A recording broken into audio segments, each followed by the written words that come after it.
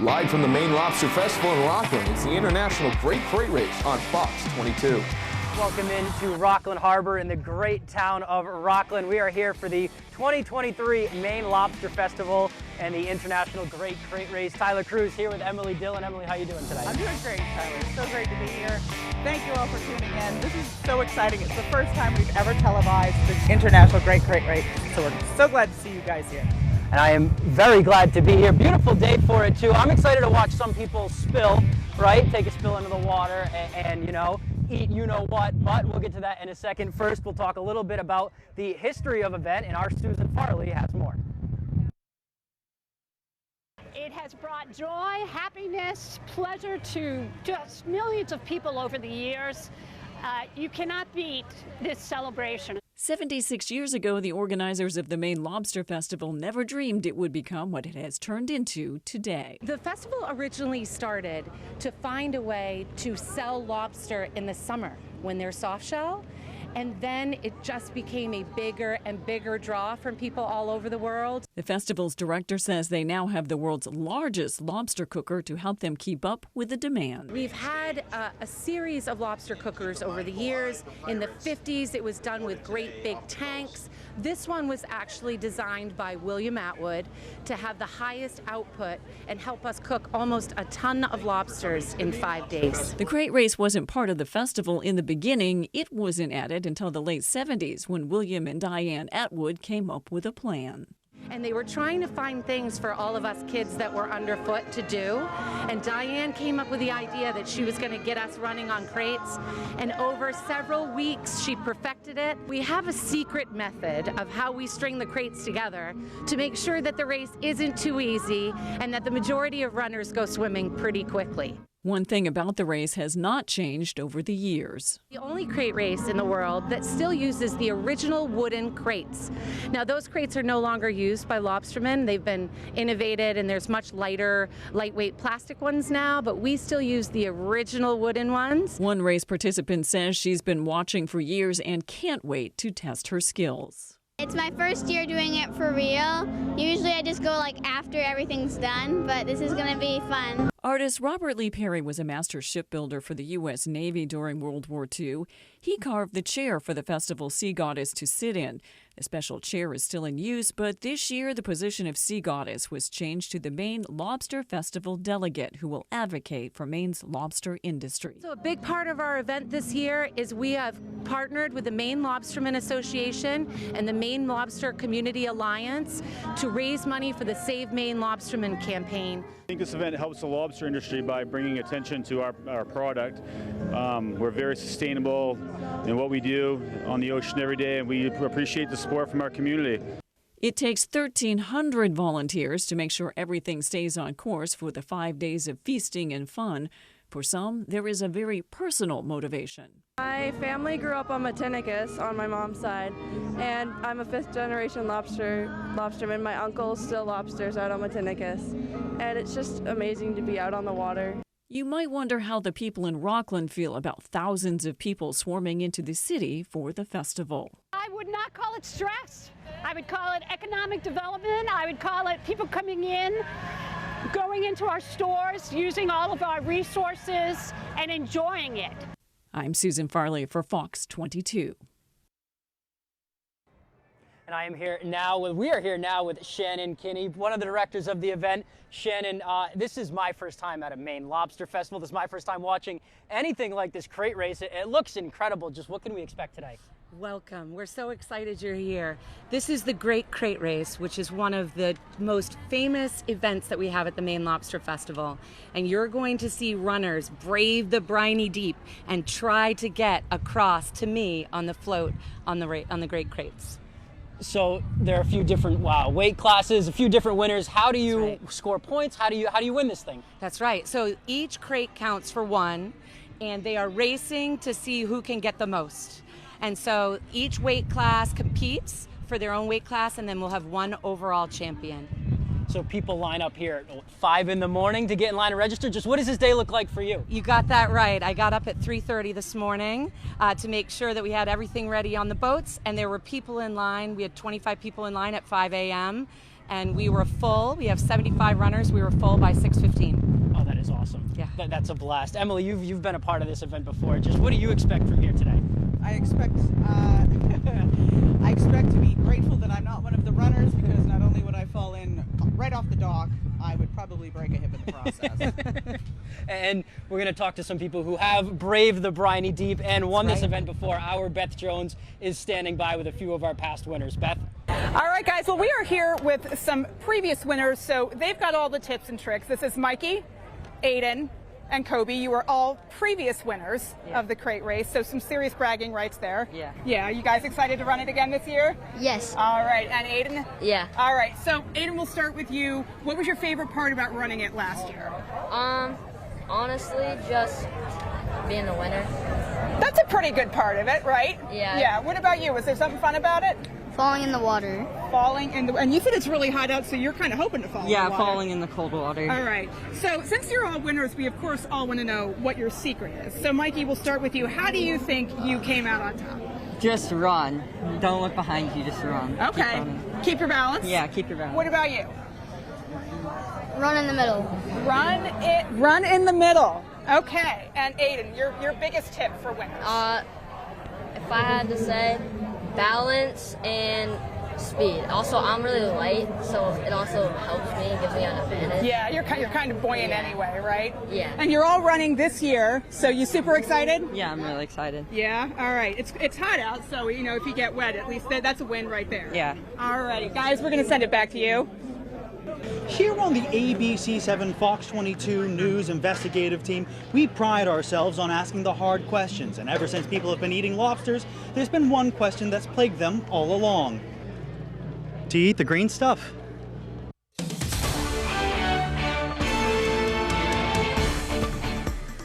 Hi, excuse me, Devin Dagnall with ABC7 News. I gotta ask you a question. Sure. Do you eat the green stuff in the lobster? Depends on who you are. Oh, no. Heck no, nobody eats the green stuff. Yeah, I will if I can. Want to demonstrate?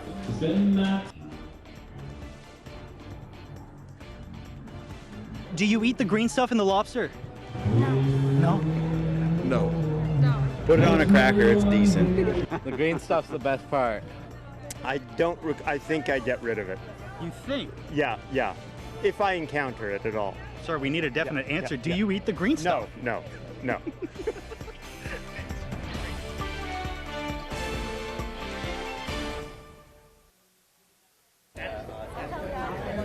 We have much more to come from here at the Rockland Lobster Festival. This is probably the greatest concentration of awesome I've ever seen. So much great stuff to come, guys. Stay with us.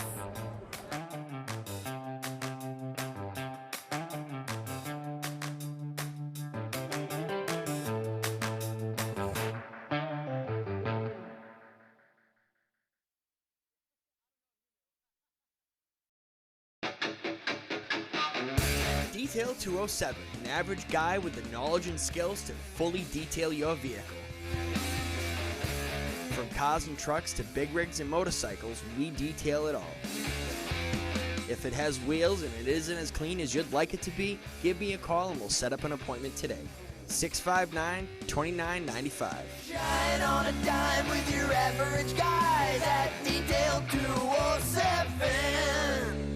Healing Hands Massage in Hamden provides professional massage services tailored specifically for our clients. Healing Hands Massage offers a variety of different massage techniques and services. Healing Hands Massage also offers spa services such as facials, body scrubs, and paraffin wax for the hands and feet. Are you looking for a day of relaxation? Healing Hands Massage offers outstanding packages at reasonable rates. Whether you're looking for relief from chronic pain, stiffness, or just want to treat yourself to a day of relaxation, Healing Hands Massage is the place for you. Does your vehicle need a little more work? Have an odd sound coming from somewhere? Bring it over to Jackson's Automotive in Old Town. We have the best technicians and offer a fair price. We also accept all aftermarket protection plans. Now, if you're unable to drive your vehicle to us, we can help you get it here. Also, if you'd like to protect your vehicle for years to come, we offer wool wax undercarriage protection. We're located at 546 Main Street in Old Town. Give us a call at 827-2676.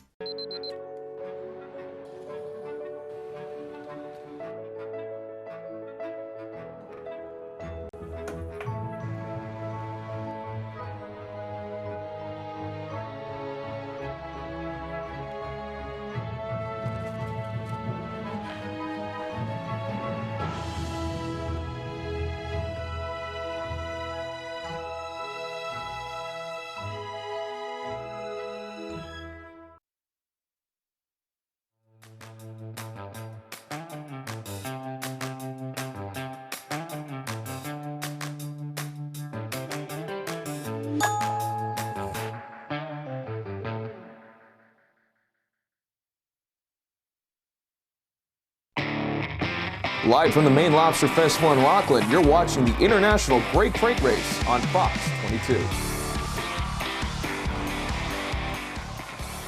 All right, we're back out here live. We are here with Petty Officer First Class Sean Crowley with the U.S. Coast Guard. The Coast Guard has a big role here today. How are you contributing to today's event? We're going to try to bring home the win today. Oh, okay. Fighting words right off the bat. Yeah, we challenged the fire department and police departments, but I guess they're no-show today, so we're going to really come out, show them that we are something to deal with. Oh, well, alrighty. So what's your strategy then? Strategy, high knees, quick movements. High knees. I feel like that's a strategy we can employ in life in general. Absolutely. All right. How long have you been with the Coast Guard? I've been in with 15 years now. So quite a while. Quite a while. What do you love about your service? It's kind of like a small community. It's kind of like it resembles Maine. Everyone knows each other. Everyone's willing to help each other. And the camaraderie is just nothing like the other services. Absolutely. So. Well, we're certainly, the Coast Guard plays such a unique role in and around the state of Maine as well. You got to love serving in a state like this. I love it. I came from a big city, but being in a small town of Maine, it really brings you down to earth and makes you see the small community feel. So. All right. Well, high knees, fast movements, and fighting words from the Coast Guard right here. I guess we'll see how that turns out. All right. Back to you guys. All right, thank you for that, Beth. We are about 15 minutes away here until someone can claim this trophy in the International Great Crate Race, but obviously not a lot of people step out here on those lobster traps without getting wet, right? No, and mostly, honestly, it's the little guys that win because they don't wear them down so much, which of course is yet another reason why I'm not ever going to be the winner, so that's okay. That's okay. We wish them all good luck. I think I would have had a shot then. If you definitely would have made it, no question. Little height joke right there. So just how icy is that water right now? Our meteorologist, Jeff Weller, breaks it down. All right, all eyes are on the 76th annual Maine Lobster Festival. Many of you are going to look like this with water temperatures out there in the 50s and 60s right now. But more of you are interested in, of course, the Great Crate Race happening. And that's a big event in water temperatures. So here we go. You may have heard that the Gulf of Maine is a bit above average right now. The problem with that is a bit above average is still temperatures hanging out in the 50s to low 60s out there. In fact, I pulled all the water temperatures, and generally are ranging from 53 to 64. So, jumping into that's going to be fun, right? So just be careful out there. Your body will not like that for very long. It's going to be a bit chilly compared to air temperatures across the area this weekend, as we do have that event going on. So overall, have fun, but just know water temperatures are going to hang out in the 50s to low 60s. We wish everybody best of luck that is racing this year. Now, it's a long history of the event, a history that you're pretty familiar with. Why don't you break that down for us a little bit? Well, it started way back. I don't even remember what year, but it was down in Sprucehead, Maine. William Atwood started it. I remember when I was a little girl, I would go, and back then the crates, there wasn't a dock at the end. It was just crates, and you fell in the water. So. A lot more fun back then, a lot more dangerous. Of course, you have to be a little bit more careful these days. I think danger is more fun. Yeah, definitely. But we've had a lot going on here at the Lobster Festival. We've had the very first Maine Lobster Festival sea delegate crowned. You guys will be talking to her here soon. Yes. There are food vendors, there's crafts, there's an arts and crafts tent, we've got kids tent, we have tons of musicians. I know Rigometrics, who are a lot of the local boys here that play. Rigometrics is a big one in the state. And gosh, I mean, there's loads of stuff going on down here. So if you haven't come down this year, you definitely need to come down next year. And one thing that's been hugely popular at this year's festival is a little bit more hands-on. Our Devin Dagnall checked it out earlier this week. Let's take a look. One of the most popular stops at the Lobster Festival this year is the Touch Tank in the Marine Tent. The attraction was so busy, Cindy Wright couldn't even step away from the tank for her interview. So in the Touch Tank today, we have a bunch of lobsters that were brought in by Captain Wallace. We have some Atlantic mackerel. Fish. We have a sculpin. There are some pogies in here, a whole lot of hermit crabs, a couple of sand dollars and Jonah crabs, and lots of kids. Wright says the tank is especially enticing to children because it offers an opportunity they may not get anywhere else. You can you know, touch and love a lobster without fear of retribution and pinching. Despite all the chaos surrounding it, Wright says she loves teaching everyone at the tank about the creatures that can be found just off our coast. Oh my gosh, it's the best. I love it. So, you want to hold a fish? In Rockland, Devin Dagnall, ABC 7 and Fox 22 News. With Addie Hendricks. Addie, just crowned delegate this week. First time there are delegates here at this race. To talk a little bit about what that means and what you'll be doing today. So today I'm going to be participating in the Great Crate Race here at the Maine Lobster Festival. I'm very excited. I'm very excited to be the Maine Lobster Festival's first delegate. It previously was Sea Goddess in years past, but I think change is good. Sometimes change is intimidating, but it can be good. And I'll be here representing the Maine lobster industry throughout this next year and just helping them out and educating others. I'll be going to the Big E in Springfield, Massachusetts, and that'll be a great opportunity to educate people on a lot of the hardships that Maine lobstermen are facing right now, and I'm really looking forward to that. And I'm really looking forward to probably falling into the water today after maybe 2 crates. So That's amazing, Addie. I can tell you, I emceed the banquet that we had where we interviewed all the girls. Well, I didn't interview them, but they were interviewed by the judges, and there were 10 girls that participated, and every single one of them was just an incredible young woman. And this area is extremely fortunate to have them. Each of the young people had to choose a nonprofit to donate to. What was your nonprofit, Addie? my nonprofit was the Alzheimer's Foundation of America. It means a lot to my family. My father was actually diagnosed with Alzheimer's back in 2022, so it means a lot, and I really want to just support the foundation for honestly the rest of my life, and I was really glad that I get to donate money from the festival to this nonprofit. That's great. So what are your future plans? I mean, obviously you're going to spend the next year as the delegate and educating the public, but what do you plan on doing after this? So I'll be going to the University of Southern Maine in the fall. I just graduated high school here in Rockland, and I'll be majoring in secondary history education. So I'll be a high school history teacher, probably right back here is my plan, and I'm really excited to go to college and start a new chapter of my life. And I'll also be doing some delegate duties in the mix too. That's wonderful. It's actually great that, because I think Maine also has a bit of an epidemic of young people with great talent and great, just smart kids that are just growing up here and leaving. So you're planning on coming back to feed your people. Yes. That's wonderful, Addie. Thank you so much for being here. We're so glad to have you, and thank you for being the delegate. For taking on that responsibility. That's a lot. I'm so excited. Wonderful. You mentioned 2 crates. Do you have any? Is that really the goal, or like what's the goal here for you individually today? I'm setting the bar pretty low because I don't want to be like, oh yeah, I didn't do sports in high school. I'm just walking around with a crown on my head. I mean, there's a reason for that. I don't do sports, but so I'm just kidding. But someone thinks I can get across, so if that happens, it'll be a miracle. I've been asked to do it in the crown. We'll see. I don't want to lose it in the ocean, but I said they can just order me another one on Amazon if that happens. So. Sounds like a plan. Well, thank you for joining us today, and good luck out there. Hopefully, I'm thinking you could get at least halfway down. I'm hoping. Hopefully. Awesome. Good deal.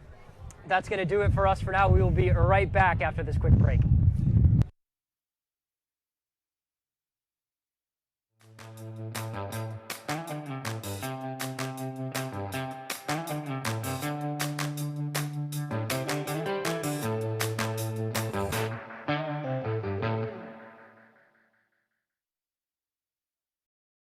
Yellow Construction in Rockland is expanding and has immediate openings for laborers, transit mixer and dump truck drivers, as well as loader operators. To apply, visit their Facebook page at facebook.com/FairYellowConstruction or call 594-9840. Does your vehicle need a little more work? Have an odd sound coming from somewhere? Bring it over to Jackson's Automotive in Old Town. We have the best technicians and offer a fair price. We also accept all aftermarket protection plans. Now, if you're unable to drive your vehicle to us, we can help you get it here. Also, if you'd like to protect your vehicle for years to come, we offer Wool Wax undercarriage protection. We're located at 546 Main Street in Old Town. Give us a call at 827-2676. Detail 207, an average guy with the knowledge and skills to fully detail your vehicle. From cars and trucks to big rigs and motorcycles, we detail it all. If it has wheels and it isn't as clean as you'd like it to be, give me a call and we'll set up an appointment today. 659-2995. Shine on a dime with your average guys at Detail 207.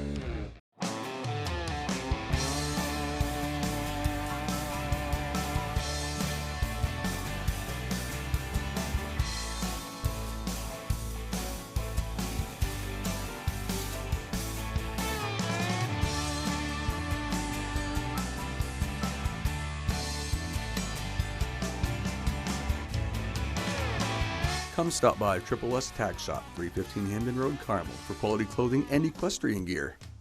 Fair Yellow Construction in Rockland is expanding and has immediate openings for laborers, transit mixer and dump truck drivers, as well as loader operators. To apply, visit their Facebook page at facebook.com/Fair Yellow Construction or call 594-9840.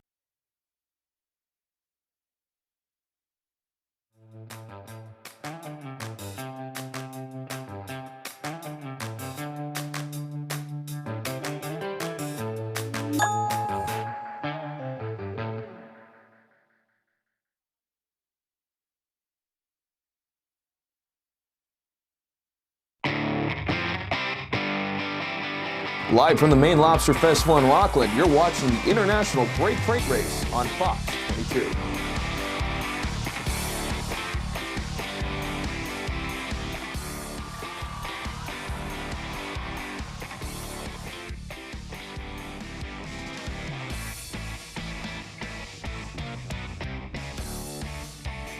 We're here for the 2023 Maine Lobster Festival at the 2023 International Great Craze. Tyler Cruz here with Emily Dillon. We are minutes away from kicking off the the Great Crate Race. Emily, you've been here before. Have you ran this race before? The last time I ran this race, I could still see my feet. So I was about 11 years old. Yeah, it was a long time ago. Since then, I've become wiser and stopped trying to hurt myself publicly. So in these last 15 years or so, how has the race changed? Clearly, he's myopic. The race, well, as I said before, back when I was a kid, when it first started, there was only one dock. You started at one dock and you went to the end of the crates, and then you fell in. Now it's changed. It was down in Spruce Head, Maine, and now it's up here in Rockland. And it's a little bit more controlled. There's probably less beer involved than there was when I was a kid. And yeah, it's huge. It's international now. So everyone comes from all over the place to do this. So we heard the Coast Guard saying high knees and quick feet are key. You said that the little people have a better chance. What is really key to getting across the water right here? I think just run. And wear socks, because you don't want to get any splinters in your feet. So you'll see everyone with socks on here. Yeah, that's definitely wise. Speed, agility. Less mass is good. Yeah, definitely. So reading up on the history of this, I've seen 6,000 crates is the record here. Were you there for that event? And just what was that? How long did that last? I was not here, but I know that there have been in the past, they've actually had to stop the crate race and call it, because these kids would just go and go and go, and then the sun would come down, and it's like you can't see where you go. They'll still run. So I wasn't here for that one, but it's such a great event. Everyone loves it. I mean, the crowds are it's massive. There's not an empty spot here. There's not an empty parking spot either. And you get out of the car and you immediately get hit with that smell of lobster and the butter and the seafood, and you can even smell it. It's just an awesome event. It looks like you said, the crowds are really packing it in. Yeah, and we've got the firefighters and the ambulance up on the hill ready to go in case anybody gets hurt. So don't worry, we've got safety covered. All right, so like we said, we are just minutes away from starting, and there is a very special kickoff tradition here at the Maine Lobster Festival that we are honored to be a part of. Let's send it over to Beth Jones. Folks, we're here. I just pardoned a lobster, which is probably the best thing I've ever done, or at least one of the best things. And we're now going to speak with Gordon Page, who is a race official, and I expect you'll have some judgments about the form of our racers as well. I might make some comments on style and technique. I'm sure we'll see a great many styles today. most of them will be in the water very quickly. So don't anticipate a long show. What are some of your favorite fumbles? Is there a particular form or way of tanking off the crates that you enjoy? There's nothing like watching a 200-pound fisherman look like a ballerina going into the water. The occasional aerial pirouette, if you will? Yeah, well, not much of an aerial. All right, so in your experience of observing competitors, what do you feel like is the key to making it across? Just keep moving. Be about 70 pounds and don't stop running. Don't stop running. That seems to be a theme. I think we should listen. All righty, folks, back to you. Thanks for that, Beth. We are nearly ready for this event to start. First up, we're going to have the Coast Guard. It looks like we have our first runner on the dock, ready to try and make his way across. This is John Yaruso from Wilmington, Delaware, 23 years old, so even younger than me. They are fighting for bragging rights here as well. We've already interviewed the Coast Guard, as Beth has said, and just moments away from being underway here. I'm ready for the action. This looks like it's going to be fun. It's going to be amazing. I love it when you get the military against the military. They're like, oh, Coast Guard, Navy, raw. It's like there's the fire department versus police department softball games. Right, or high school, Camden versus Rockland. Yeah, that's exactly. So the men on the boats on the other side of the lobster crates, yes, are they there to rescue divers? Yes. How deep is this? Exactly. That's a great question. It all depends on the tide, and I'm going to pretend that I have absolutely, I know what I'm talking about. No idea. But yeah, the guys in the skiffs are out there for when the runners fall in. They're the rescue crew. So yeah, this is going to be so fun. I'm so excited. So do you see runners with life jackets at all? Combine the two words. Yeah, right. Once in a while, you'll see the little guys. Yeah. Here, all right. It's getting ready to start. We hear the applause. That can only mean one thing.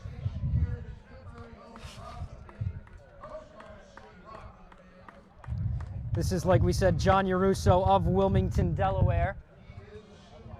23 years old. He looks a little tall. That might be at a little disadvantage for him. He looks agile. He looks 1, 2, 3, 4, 5, 6, 7, 8. Oh! Okay. Looks like he got didn't last 9. very long. So you'll see on the crates, if you guys can see at home, that every 10th one is pink. So when you see the pink ones, that's 10 crates. So he went. It looks like he almost made it to that first pink crate. This is great. So he's a little smaller here. Yeah. And everybody has socks on. Yeah, you have to have the socks on or you're going to end up with splinters in your feet. This is Ryan Richards out of Canton, Mass., also 23 years old. And it looks like he's ready to go. So if I were doing it, I'd probably start back. And I'd get on the crates as a sprinting start. 1, 2, 3, 4, 5, 6, 7. Oh, he reached. You see him lunge? Yes. So if you lunge with your hands, is it like football where you get that crate that you hit your hand on, or is it where you fall?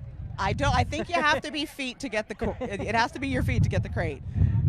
Either way, we're 2 runners in and 2, I would say, nobody's made it people have not won. Nobody's made it to the 10th crate.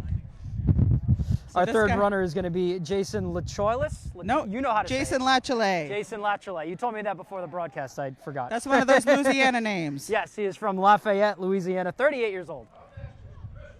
Nope. We are lying to you as Christian Nieves. Okay, so we have skipped. He's from Brooklyn, New York. Jason Lacholet is actually the commanding officer of the Coast Guard base here. He should be anchoring it then. Yeah. And he is off as well. Oh. He made it about 4. Okay, I gotta say, it must be much harder than it looks. It is. You cannot hesitate. You cannot It's kind of like the log rolling. The guys that that roll the logs along the river. It's kind of the same concept. The minute you think about it. Yeah, stop thinking, just run. Pretend a wolf is chasing you, or maybe a Maine black bear. This is Michael Parker out of San Diego. He is 21 years old. And it's nice that the Coast Guard gets to kick us off, too. That's wonderful. These guys have been... Oh, he started hot. He did. He didn't fall forward. The other 2 fell forward and almost recovered. Yeah, here comes the boat to save him. Oh no, he's saving himself. I That's hope right. that the Coast Guard swimmers don't need saving. Right? The Coast Guard. I think they can handle saving But I can themselves. only imagine what the general public is going to do if these are our Coast Guard officers. There's Sean. And Sean this is Crowley. Sean Crowley out of Perry, Florida. Is it? No, it's not John. Is it? Yes. It is Sean. Oh my gosh, what has he got on his forehead? There he goes. 1, 2, 3, 4, 5, 6, 7. Oh! How hard is it to regain your balance once you're going off? This almost looks like a video game. This is what happened before video games, when people went outside. All right, give it up for the U.S. Coast Guard. Those Look at that. These guys. So next is the delegate class. That's right. Okay. It's going to be fun. So, yeah, so we have some of the young folks from the delegate competition. First up is, it's going to be Addie the winner. Hendricks would be the first up. Delegate she is is Addie not Hendricks. wearing the tiara, so she has elected not to give that precious jewel some water damage. Fun fact, Addie's uncle's name is Jimmy. She has an uncle named Jimi Hendrix. No relation to the actual Jimi Hendrix. Well, he is the actual Jimi Hendrix. He just doesn't. Well, actually, I think he does play guitar. Anyway, he's not she's that off. guy. Look at her go. Look at her go. Already farther than the Coast Guard. She did more than she said she would. I think she got to 7. It looked like 9. It looked like Did she it? was Was it almost at that red. We need some binoculars up here in our makeshift booth. Okay, next up we have Lizzie Swan. Lizzie Swan was voted. She got the Congenial Award. Very sweet girl. Every one of these young people is just incredible. Lizzie out of That Warren, is not Maine. Lizzie. That is not Lizzie. That is Abby Waterman. Okay. So they're going out of order from They the are. list Hold that we were on. given. So if we get any of these names wrong, No, just- next is Abby Waterman. In fact, that's my niece. True story. Interesting. Abby's actually, she is a lobsterman. She has her own boat. She's been going since she could see. My brother had her up on the engine box. There's a Abby shipwreck. Waterman, yeah. I mean, her name's Waterman. She's a lobsterman. You can't get any more Maine than that. Exactly. And so when you were a young girl doing the lobster crate race, do you think you could beat Abby? We'll see. No, absolutely not. Oh, she's... If you're still on 8.5. like that, are you allowed to get up and keep going? If you're small, they give you a little grace. I think as an adult, you don't get a second chance like that. So that was Abby Waterman. She's climbing right back up on the crates. What is she doing? Oh my Falling goodness. once wasn't enough. You had to get back on and fall again. She's used to pulling the crates up out of the water. Or filling being them pulled out. with lobsters. That's what she does.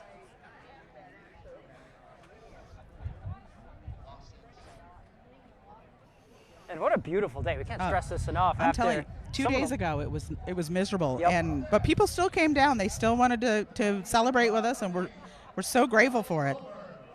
Here we go, Allie Colburn. This is Allie Colburn. She's out of Rockland, 17 years old. Here she comes. Here she comes. Oh no, no Allie. Cassidy No Allie. Novica. Cassidy Novica is up. She is She- also out of Waterville. No. Rockland. Cassidy is from Rockland. I I've can't- got Tyler can't completely read right now. discombobulated. It's okay. Cassidy Novico is she was actually the valedictorian of her class here at Oceanside High School in Rockland. Another And she's choosing amazing. not to get the volunteer shirt wet either. No, she wants to save it. Cassidy, I believe. Go, go, go, go, go, go. Oh, and 3. That Good might have job. been the most graceful fail of the day so I know, far. it's like she pirouetted off the crate. She did exactly what you said you couldn't do. Yeah. She yeah. hesitated. She went out there tiptoeing, and you can't must do have it. gotten 3 crates.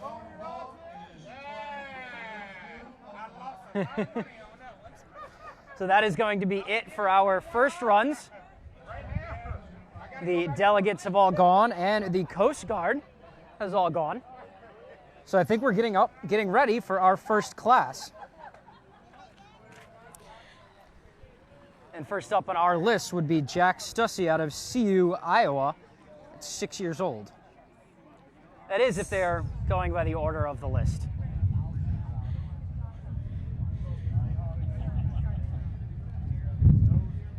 We like to improvise once in a while. It's called Yankee ingenuity. If it isn't working the way it's supposed to, you figure out another way. Moving back towards the finish line. Maybe they expect strong showing out of Mr. Stussy out of here. Well, the smaller they are, the further they run. All right. Up first, so they are wearing those yellow life vests. Yeah, the little guys do. And they can just yank them out of the water and throw them in the skiff. So let's put that theory to the test that the little guys do better. You watch. I guarantee you he'll get at least to the 20 mark.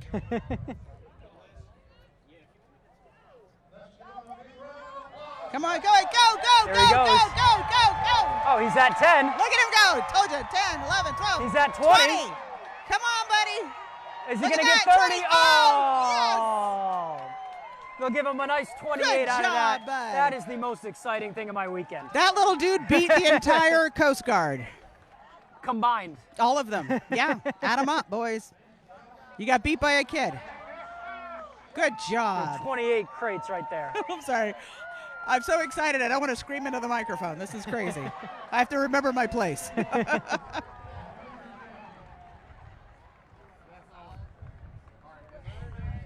If this is, again, following, it looks like he looks like another little dude. we but have that Jacoby Oaks Gray from Thomaston, Maine. We'll see what Gordon says. He's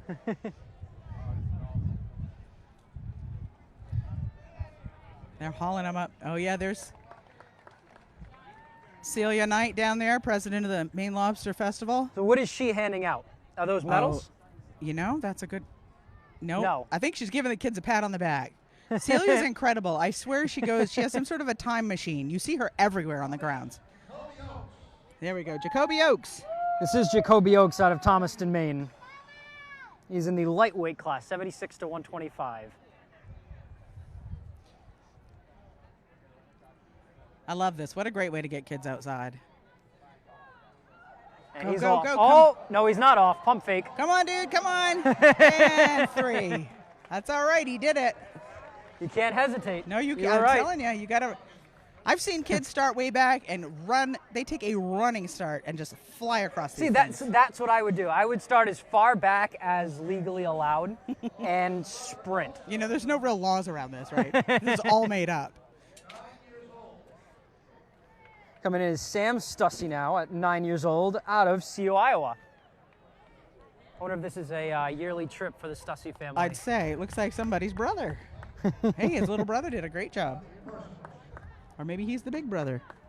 Yeah, he's the big brother. Oh, and the little brother, 28. I looked down and Sam's already out. Sam is already out. So Jack Stussy, our leader so far. Good job, guys. Oh, and look, there's another one. There's another Stussy coming up. There's a whole pile of them. Look at this. That looks like a parent. Blake Monroe, Owl's Head. He's 10 years old. Blake is in. Is he one of the little tiny guys?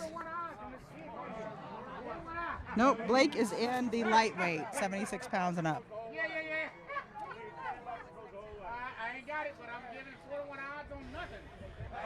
Sounds like we have some action going on behind We definitely us. do. We got, look at this.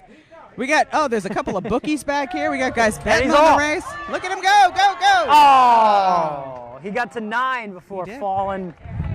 It's like a bad alignment. He was kind of pulling to the left there. Yeah, that would be. I think that's anyone over 40. He was under 12. I don't know what his deal was, you know? Maybe his dad taught him how to walk. I don't know. And here's the third Stussy running. Yeah, he's a This little looks like the heavier father. than the other two. I'll be surprised if this fella makes it 5. But what a good sport, being an example to his kids, you know?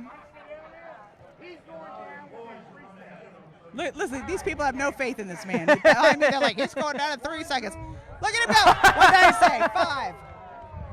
There we go. That is some bragging rights right there for 6-year-old Jack Stussy. He's got the most in his family. I beat my old man. You could multiply his old man by 4 and he beat him. Who's the next one? Next one looks like Chase Nichols out of Owl's Head. Oh, Chase Nichols. And here comes Chase. Oh, look at Chase. Go, go, go, go. Chase is at 10. Chase is at 20. Go, Chase, go, go, Chase, go. Oh, Chase is at 30. Go, go, go. Look at him holding his nose. He's at 40. He's going to make it. He doesn't want to go in. He's going to make it. Yeah. Right to 50. And look at the Maine Lobster Festival socks too. Everybody who He's got the runs, claws coming off the back of them. That is awesome. They go clear up to his thighs. And he's going back. Yeah, he's going to get down on the crate. Go, Let's go, see. go. There we go. Is he going to get to 100? That's 60. 70. Oh, there he goes. 80. Look at him go. Good job, bud. And they're not perfectly in line too, so that is impressive. 100. And it looks Go, like Chase Chase. Nichols has made it down and back successfully. Does he get to go again? Does he get to go for 200? What they do is they actually, when you get the kids that run, or anyone, I don't see many adults doing it, but when you get the ones that run to 500, they get to go to 500 and then they take a break. And then they take all of the people that made it to 500. Oh, he fell in. Well, he That's made it to all right. 109. Yeah, 109. That is impressive right That's the record so far today. So yeah, so they take anyone who gets to 500 and they set them to the side and they kind of give them a break. And they go through the rest of the pile. And then they take the folks that made it to 500 and they give them another round. And they just keep going like that until they dwindle it down to So that's how the you final saw a winner. record of 6,000. Correct. Yep. Good job, Chase. Is there any point where they're like, you won, go home? Pretty much, yeah. We're When the closed. sun goes down or the lightning starts. So if we are going in order, Chase's sister or brother, Riley Nichols. I don't want to. Riley is definitely a name that A can be neutral both. name, yeah. Yes. Neutral is the word. That's what Riley's I was looking 10. for.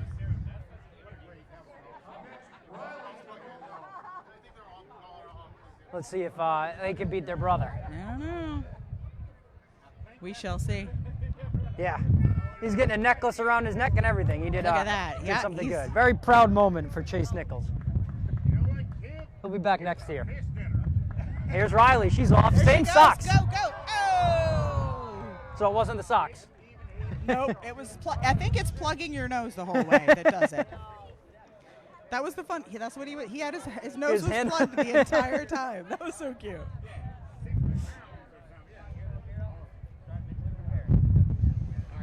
So far, Chase, the spectacular performer of the day. Olivia Myers, 13, is up next. At a Spruce Head where the crate race originated.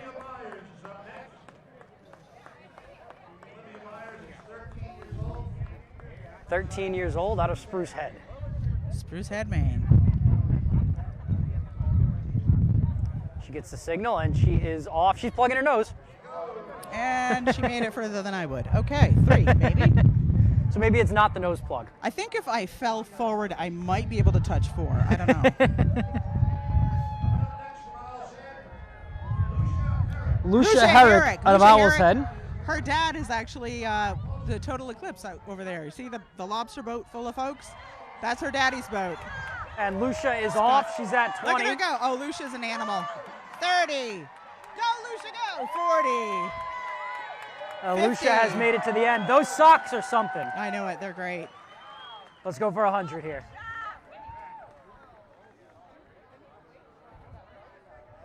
The motorboat just created some waves right there. They're making it a little harder for the way back. I think what they're doing is they're shifting it over so it's more in line. Gotcha. So that helped her out. Look at that. Look at that. Oh! And she almost made it Good down job, and back. Lucia. She did great. All right, well, as you might imagine, there were quite a few people lined up watching all of the good times and race debauchery. George here is one of them, and you actually came from quite a piece to take part today. From Kentucky, Lexington, Kentucky. Now, what makes you come all that way? I have a home here in Spruce Head, so a summer home, so I come up every year. But specifically, is it the fun? Is it watching people just fall off the crates? What makes this an attraction? Well, it's both, actually, watching them fall off, but seeing who can actually make it across all, I don't know, 50 crates or whatever it is.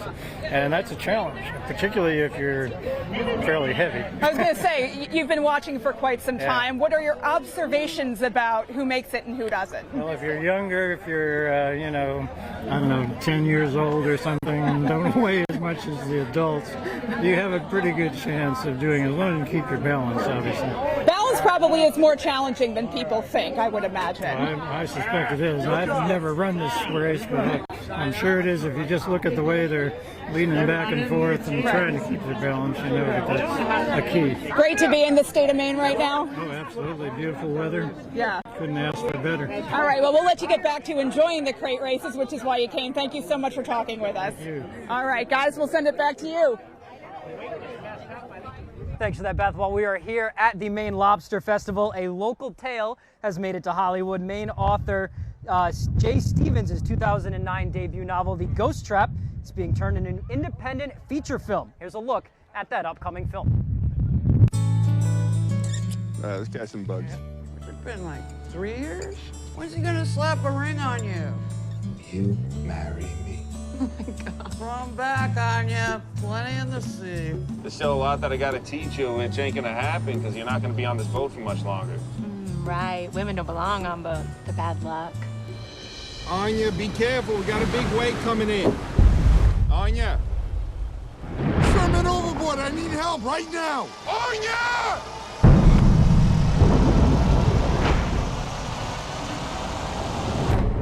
Her brain was without oxygen for an extended period of time. Is she ever gonna be normal again? This isn't going to happen overnight. It's been years, Caroline. It used to be so much more fun. Occupation? I'm a lobster man. I'm happy. She is happy. So what, you just up here to have a good time then? Of course. Girlfriend? It's a bit too complicated to get into that right now. When someone sets over your traps, you got two ways to go about it. You can confront the guy, or you can take some time, cool off.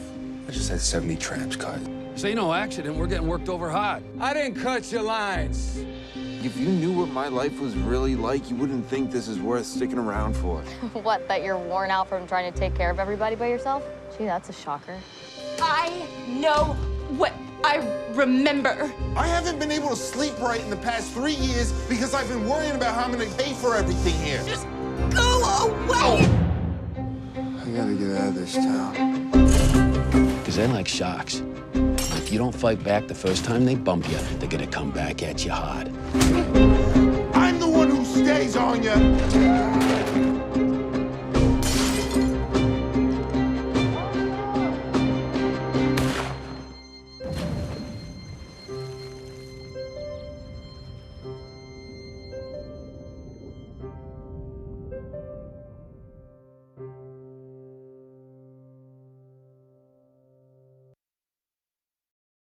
Yellow Construction in Rockland is expanding and has immediate openings for laborers, transit mixer and dump truck drivers, as well as loader operators. To apply, visit their Facebook page at facebook.com/FairYellowConstruction or call 594-9840.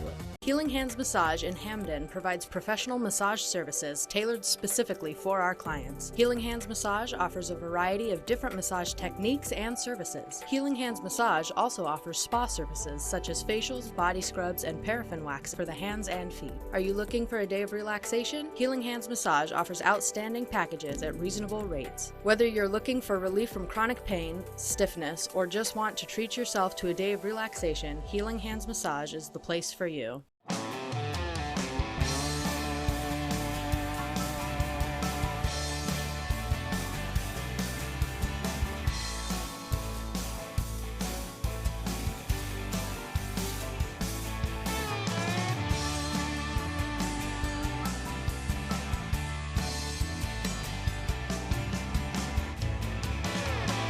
Come stop by Triple S Tack Shop, 315 Hamden Road, Carmel, for quality clothing and equestrian gear.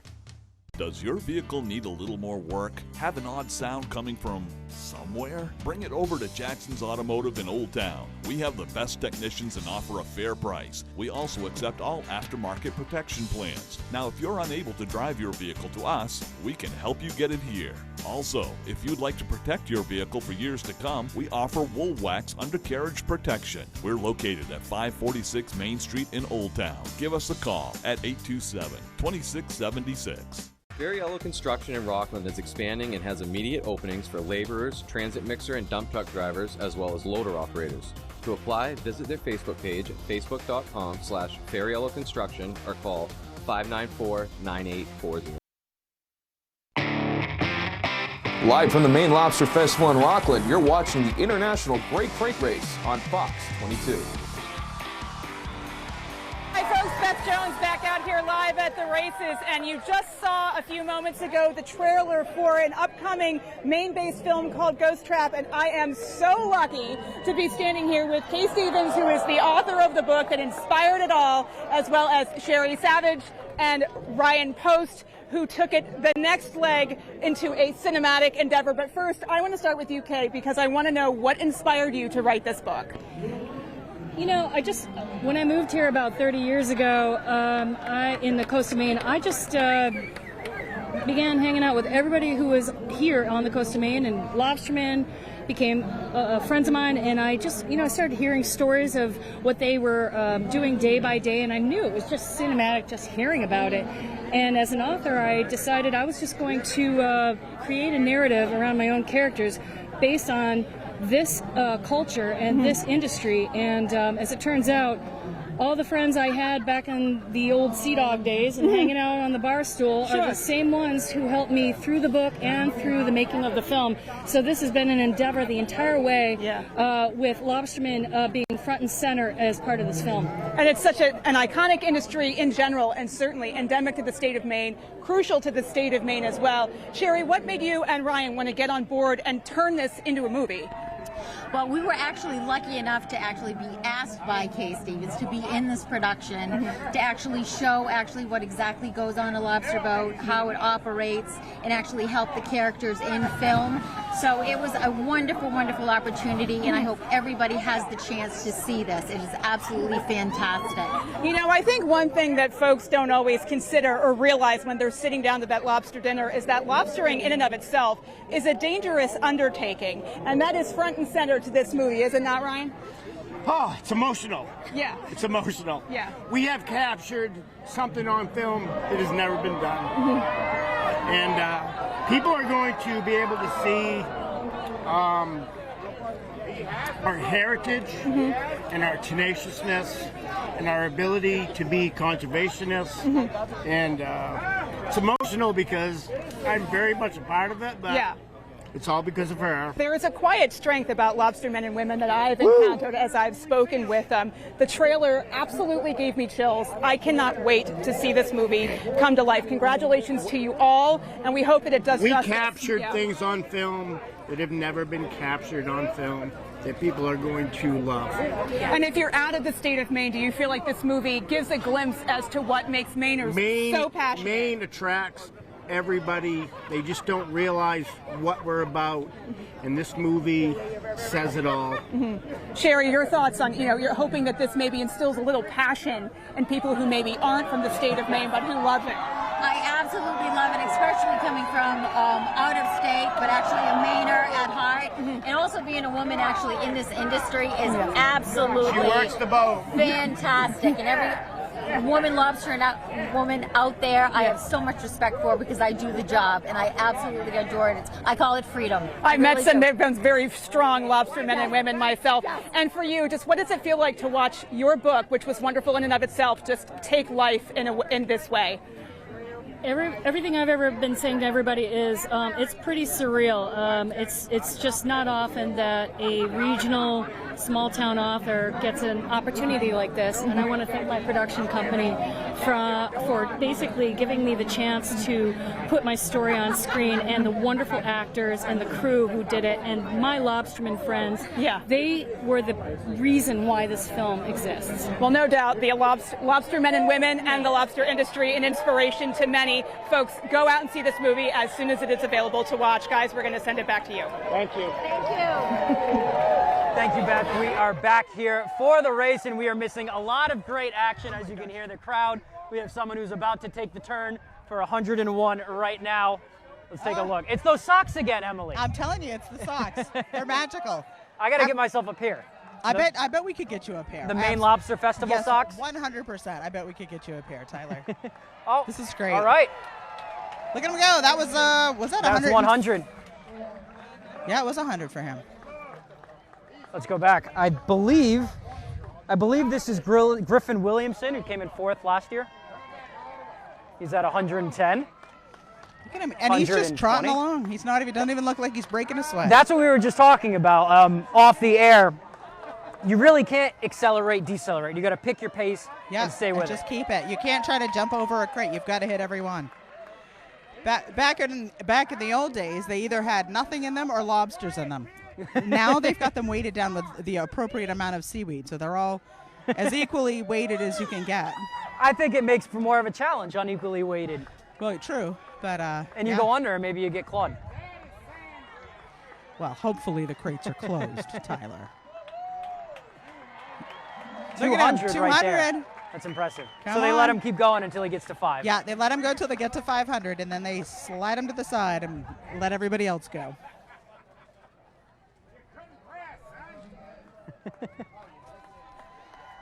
Here he comes again. Just slow and steady. He's going for, this is what, 250? What was that? This is going for 250. Yeah, this is 250. Oh, he's a little tired. Come on, Griff. Come on, Griff.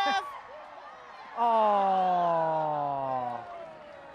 He got exhausted about halfway through that run. Yeah, imagine. Look at him go. Good job, bud. That is awesome. Here we have someone up with a banana hammock coming up next. Oh, Lord. Lieutenant Colonel. The full name isn't showing up. No, is it? I believe it's going to be a Carmichael. No, is that Lieutenant Colonel? Lieutenant Colonel. No, that is not a Lieutenant Colonel. I've never seen a Lieutenant Colonel with a Frank Zappa beard before. or a banana hammock, yeah. Oh, he didn't last very long. Well, his name will...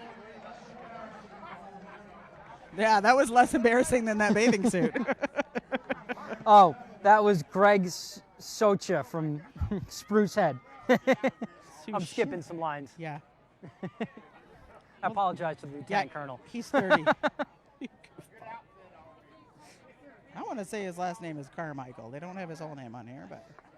I'm going to go by context clues because there are 2 other Carmichaels from Norman, Oklahoma. Yeah, wow, you're good at this. It's like you've done this before. Now, who was that? That was Bella Lindsay from South Thomaston. So here comes the Lieutenant Colonel. The Lieutenant Colonel is a 2-time winner of the supersized division, now racing in the medium. He is, isn't he? Look at him. Yep. James Carmichael, Norman, Oklahoma. Look at him. At 39 years old. Come on, Carmichael. Oh. Look at him go. Look at there him he go. goes. Go, go, go, go, go. 30. 40. Oh. He got to 43 or 44. That is really impressive. That was great. That's what the Coast Guard meant when they said high knees, quick feet. That's right. Geez, it looks like the Air Force beat the Coast Guard, guys. Look at that. And there was only 1 from the Air Force and 4 from the Coast Guard. That's right. Yeah, he beat them. It was really cool watching the crates sink under as he's transitioning to his next step, but still being able to keep the balance. That was impressive. I think that's why you need to have your knees high and your feet quick. High knees, man. Keep it steady, stay in the middle. I might take a dip after this. Well, apparently there were a couple of guys that jumped off the pier here. Right behind Beth's live. All right, who do we have next? John Macmillan, Sr. John McMillan, he's a heavyweight, superweight. He's a big boy. My God, he's like 6'20". He's gonna get that Tommy Bahama soaking wet. He looks like that's a lot of groceries. Hold on, let's go. Come on. Oh. And not a lot of crates. Nope, made it about 4 or 5 maybe, I think. 6. Okay. 6 they gave him. And we have 6. And here comes the Lieutenant Colonel's family, Macy Carmichael, 10 years old. Let's see if those genes are passed down. I mean, that's a sign of good parents. You know, we're not just going to make you do this crazy stuff. We're going to do it with you. And we're going to do it first and set the tone and make you guys follow us. Don't be scared, kids. Your parents are crazy, too. Again, this must be a yearly tradition for the Carmichaels coming all the way from Oklahoma I love it. for the Maine Lobster Festival. And that's the great part. We have people who come up here just to volunteer. One lady that I met came up all the way from Florida only to volunteer at the festival for the entire week. This is such a wonderful event to just bring so many people together. It's truly an international crate race, and she is off. Yeah, I would say Florida is definitely another country. And she's at 50 in a heartbeat. She is. She just flew past, and she's got the super socks. Once again, it's the socks. It's got to be like Superman's cape. Look at her. It's like she's not even touching them. Look at her, just ding, ding, ding. And we saw her dad go, and the crates were sinking 2 feet in the water. Yeah. Oh! She got it. Yeah, you know what? They started spinning. She got too far to the side, and they started flipping over. And it's not a straight line, which obviously it's not meant to be, but it makes it a lot harder. It's some serious foot-eye coordination is what it is. And here's her younger brother, Chase Carmichael, also out of Oklahoma.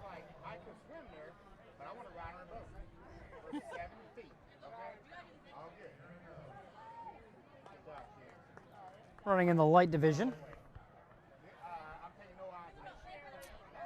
And he is off. Look at him go, this little tiny dude. Look at him. Go, go, go. So the smaller you are, the slower you can go because you're not. You're not gonna dump the crates. Yep. You're just not gonna spin them. This little guy could jump up and down on him. Go, go, go. He knows how light he is. See, they give the little guys grace. Oh, I think they're calling. No, he's gonna keep going. Let him go. He's just a tiny He's crawling.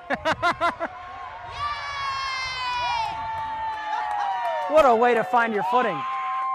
Good job, Oh, buddy. he couldn't quite make the end. 48. Nope. Oh, 47, sorry. He fell off of the 48. Hey, you know what? crate, He making wasn't giving up, 47. though. Not at all. The endurance, the determination, that was awesome. Good job. And running in this weather, I think the dip's got to feel good. Oh my gosh, I'm about to jump in myself, and I'm in the shade.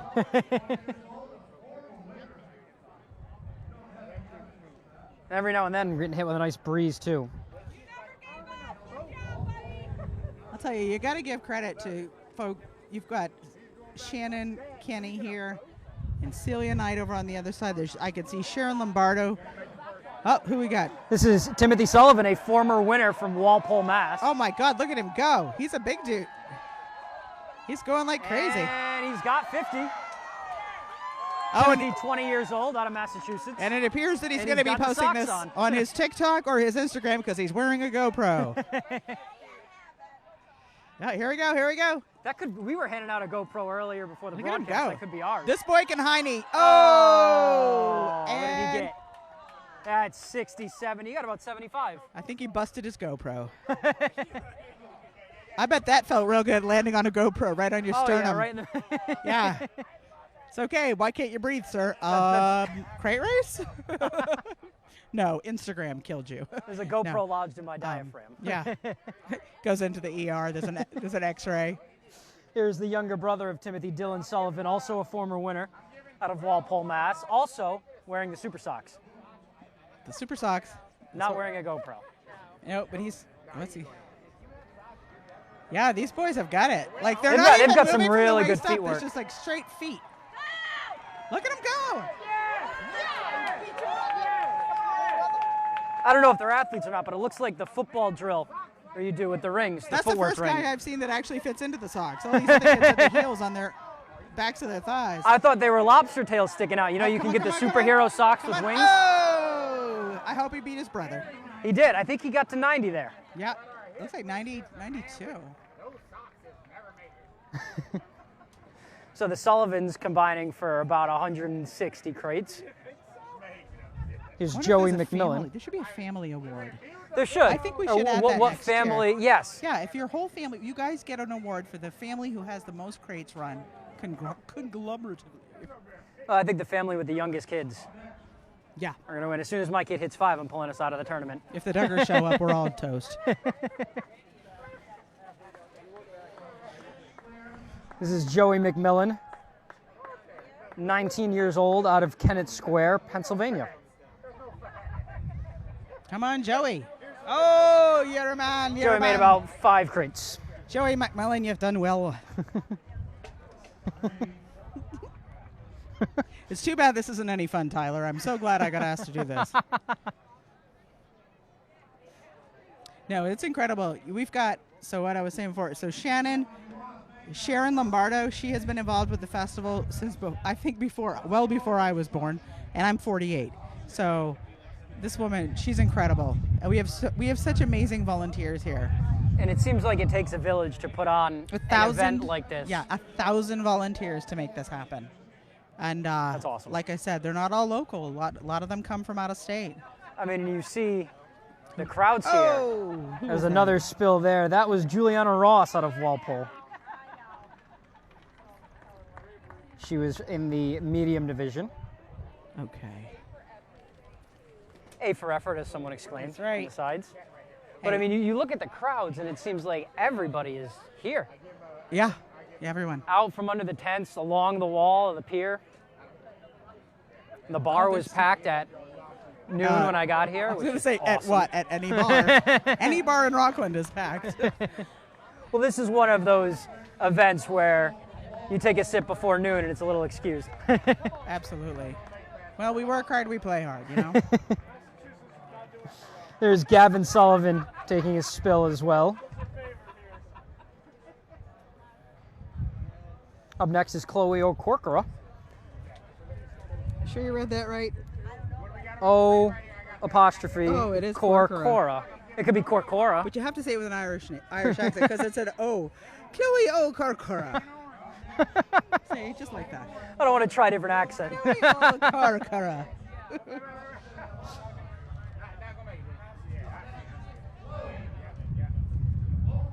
Chloe also O'Corkera. There's no telling if Gordon's pronunciation is correct. From Walpole, Mass. She's 13. She makes about 6 crates. Good job. Something about when somebody above the light division actually makes a run, it's so exciting. It's such a win. The legs are moving like lightning, but they're not taking long strides. They're just quick, short strides. It's very fun to watch. We got Michael Corvo from Rockland. He's 15. There he goes again. Look at him go, look at him go, look at him go. Come on, Michael. So light on his feet. Look at him. 50. We're getting 50, bud. 50. Go, Michael. Judging by the shirt, one of the 1,000 volunteers for this year's festival. We've got a lot of kids that volunteer. It's a family affair. It seems like those socks are just one size fits all. I don't think they sell them in other sizes. Everyone's an equal. Go, go, go. He's going for 100, 60, 70, 80, 90, and 100. It's mesmerizing to watch some of them. It is.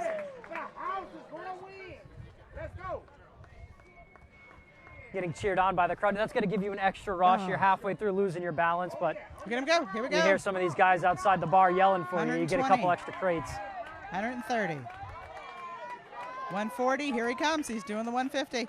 150. All right. Good That is just job. the second runner we've seen make it to the 150. Listen to this guy. We got a guy over here who wants to put $1 million on this boy. We got some action going. And this is the Michael Corvo. He's only 15. Come on, buddy. We're going to get 200. Oh, and there he goes. Nope, nope. You got it. You got it. Oh. So that was 167. Very impressive.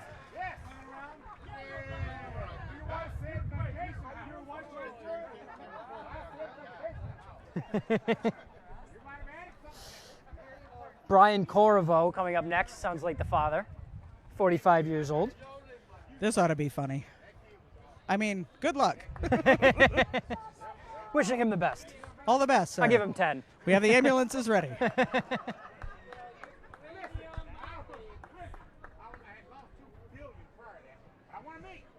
I want this man's energy. We should have him on. I don't know. We should. Get that to go over there.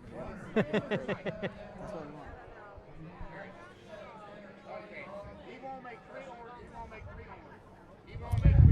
Brian Corvo. They're not giving him Brian. 3 in the crowd. They're not very confident in Brian. Yeah, we don't have very much, not much faith in Brian Corvo. I hate to see that kind of negativity. But, you know, gravity doesn't lie. Come on, Brian. I give him 12. Oh, he got halfway to 10 at least. I think he got to 7. 7? 7 or 8. You know, that's Seb, he got 7. That's 12 more than I would have gotten. You wouldn't have started. Okay, wrap it up. And we'll get this one last runner before we head over to a quick break here. This is Eric McMillan out of Rockland, Maine, 31 years old. Graduate of Maine Maritime. Yeah, and he is Celia Knight's oldest son. And he is in the water. And he floats well. Maine Maritime, they know how to swim. Yes, they do. And with that, we will send it over to a quick break. We'll be right back with more coverage after this.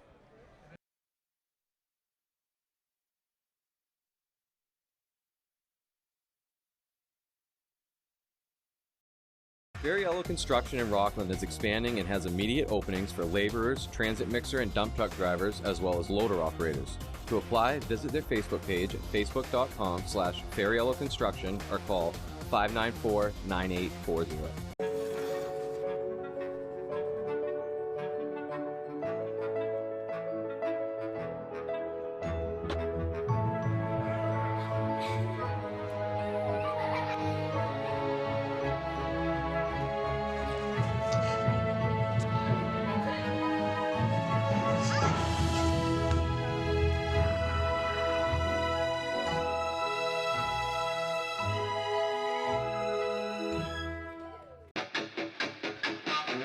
Detail 207, an average guy with the knowledge and skills to fully detail your vehicle.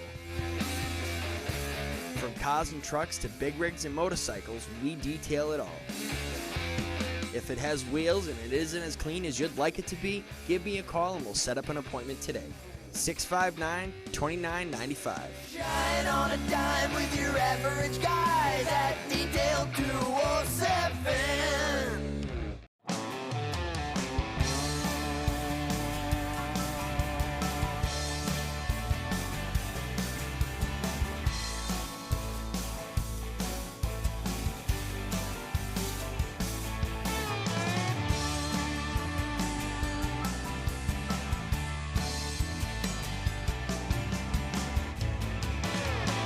Come stop by Triple S Tack Shop, 315 Hamden Road, Carmel, for quality clothing and equestrian gear. Fariello Construction in Rockland is expanding and has immediate openings for laborers, transit mixer and dump truck drivers, as well as loader operators. To apply, visit their Facebook page at facebook.com/Fariello Construction or call 594-9840. Live from the Maine Lobster Festival in Rockland, you're watching the International Great Freight Race on Fox 22.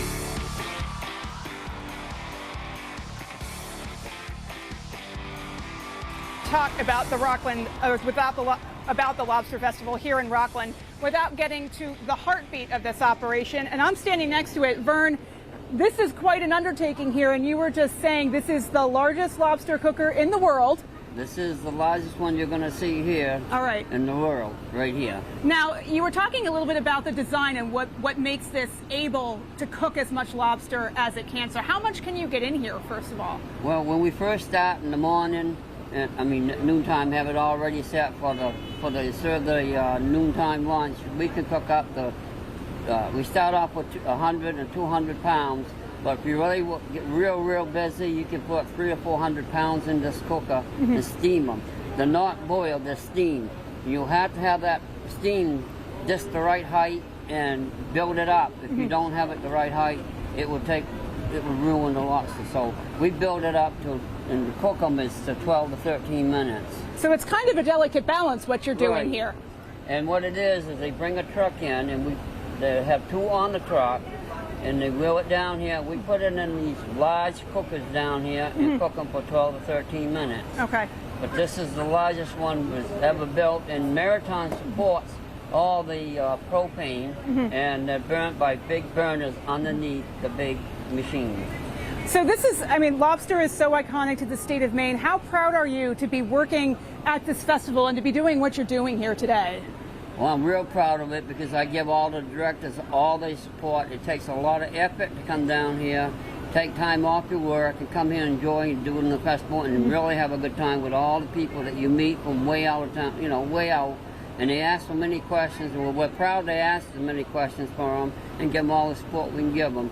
and I'm really enjoying doing this. And now now I'm my own director, so I really enjoy doing this. So we're sharing that Maine pride, and specifically sharing that pride in the lobster industry here. That's right. We sure are. We're supporting the lobster industry, what they're going through right now. We're supporting them, and we're going to keep on supporting them the way we're doing. All right. Well, here's hoping that the day continues to be a success. Vern, thank you so much for speaking with us. You're welcome, and thank you for bringing this beautiful weather. You're welcome. I do what I can. All right, guys, back to you. This year is the Lobster Festival's 76th year, but over the years there has been a handful of constants year after year, and one of them is a man that's been cooking the lobsters. Our Devin Dagnall once again gives us an inside look. Over the years, the Lobster Festival has gone through quite a few changes. Crate races were added, the lobster cookers have changed locations and gotten bigger, and there's no more carnival. But for the past 50 years, there has been one absolute constant, besides the lobster. His name is Gerald Demmons Sr. I started when I was 17. When I started, we was way up on the hill, and I called them submarines. They were just 4 tanks that we lifted up and had to haul them out. Then we changed it down in this area, and we had to pull them out by hand. We got a lot of burns and stuff. Even with all that suffering, Demmons says there's one thing that's kept him coming back all these years: his love of service. We love volunteering, helping the community out. And then the festival committee it's a great cause. I love doing it. The people come down, we show them what the pressure claw does and what the pincher claw does, and tell them if there's no band on it, if they're alive, you can take your finger off, which you can. Even though Demmons has loved cooking thousands of pounds of lobster and educating the masses about their favorite Maine delicacy year after year, he's decided it's time to hang up his gloves and take a little time for himself. The reason why I'm getting done is my wife died in March of this year. Now I'm going to do a little traveling. In Rockland, Devin Dagnall, ABC 7 and Fox 22 News. Thanks for that, Devin. Really interesting stuff right there. And also some interesting stuff. We have 9-year-old Bella Lambert closing in on 150 crates right here. And is she going to make it? Yes, she is. I think she's going to get to 150. And she does. She That did. is some exciting stuff Crawled right up. right there at 150. She's going to take the turn. She's going not wearing for the the super 200. socks. Those are actually, I used to have a pair of those socks as a kid, if you can believe it or not. I wouldn't tell anyone that publicly. I had shoes that kind of matched too. This is great. Come on, Bella. Here she goes for 200. Bella is from Mount Vernon, Maine. She is going for 200. 170. She's at 180. Come on, Bella. Look at her go. She's lost her balance a couple times, but has not fallen off of those crates. Nope. 200. Wow, she's Look at at 200. her. Good for her. Good job. She looks like she needs a breath before she goes for 250. Come on, girl. 9 years old. 245. 245 is the highest so the far. Highest so Yep. far. 245. She's got it. So She's she got gets down it. here Oh, and I she's hope got she it. gets it. Taking a much-needed breath right Bella now. Lambert, Mount Vernon, Maine. That's another aspect of this that we haven't talked about is the fatigue after running through this, after running 100 of these in the heat. I wouldn't know. The only thing I've ever been able to run is my mouth, which is why I'm here today with you and me Tyler. both. Look at her go. Here she goes. Come on, girlfriend. 220. 220. 230. Come on, She's come 15 on, away come on, from that come on. record. Oh, no. Oh! She's up. 240. Come on, Bella. Come on, 243. 243. I think that's going to be it. Nope, they're going to give it to her. 47, 48, 49. She is crawling on the crates 250. right now. Oh, that's got to take a lot out of you. She has done it. She's doing great. Good They girl. did give it to her. Yes, of course they will. Another breather, too. Hey, and she's doing it with glasses on. You got to Yeah. give her extra points for that. Those got to be fogging up, too. She hasn't lost them. No, Oh, they she's- tied her around. They are oh, tied no, around her head. parents aren't stupid. She's got the We're cream not of buying you new Abdul-Jabbar. glasses every time you decide to do the crate race. Look at her go. I'm so excited for this little one. Mostly silence has fallen on the crowd, too, as they watch this. Here she goes. Yep, she's got her groove back. Look at her. She's the got her applause groove is back. Her back. little legs are going like crazy. She's going to get to 300. You want to talk about high stepping? She is just, her knees are straight up to her chin. Oh! She fell just at the end. Yeah, she's done. They are going to give her about 295. Look at her. Good. She got the record so far. That is awesome. Girl power. Bella Lambert, our 32nd contestant of the day. At 9 years old. That is awesome.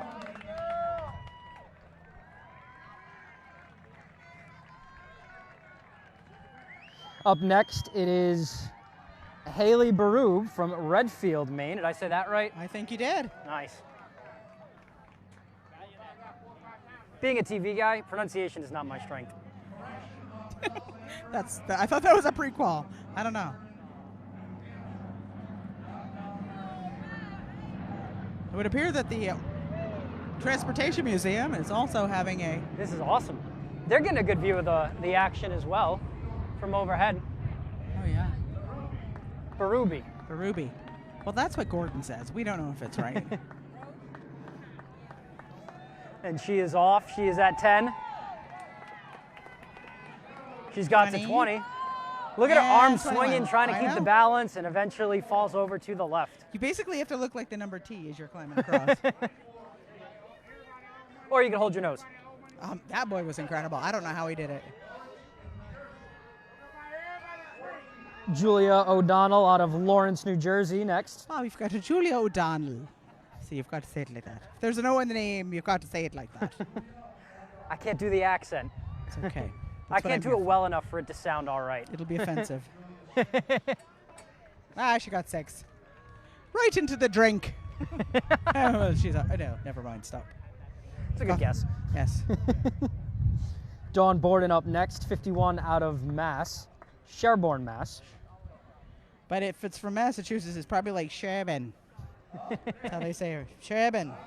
That's the same as your Irish accent. Kind of.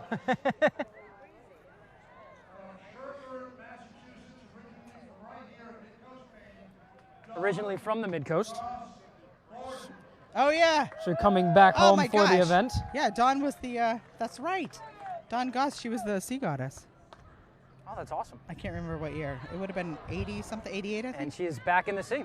Because she, oh no, it would have been 90 if she's 51, so. I wonder how many crates she got 90.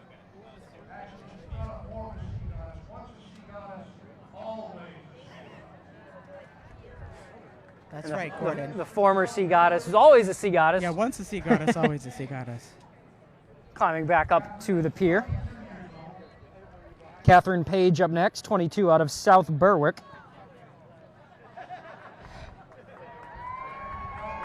And she's off. Oh, wow, she's dang, girl. And the knees are staying low, but just so light on her feet. The first 2 sprints down and back, a lot of them still have the energy, but that's when you start to kind of, I'm so excited, and then it's like, oh, I'm so tired. Look at her go. There she goes again. Oh, she's leaning. Oh, we got 70. I think it's so important that you have to step on the middle of the crates so they don't tilt left and right. Yeah. You've got to keep your balance. Up next, also out of Sherborne, Amanda Borden. Sherburne. I told you. So you were very accurate. Yeah.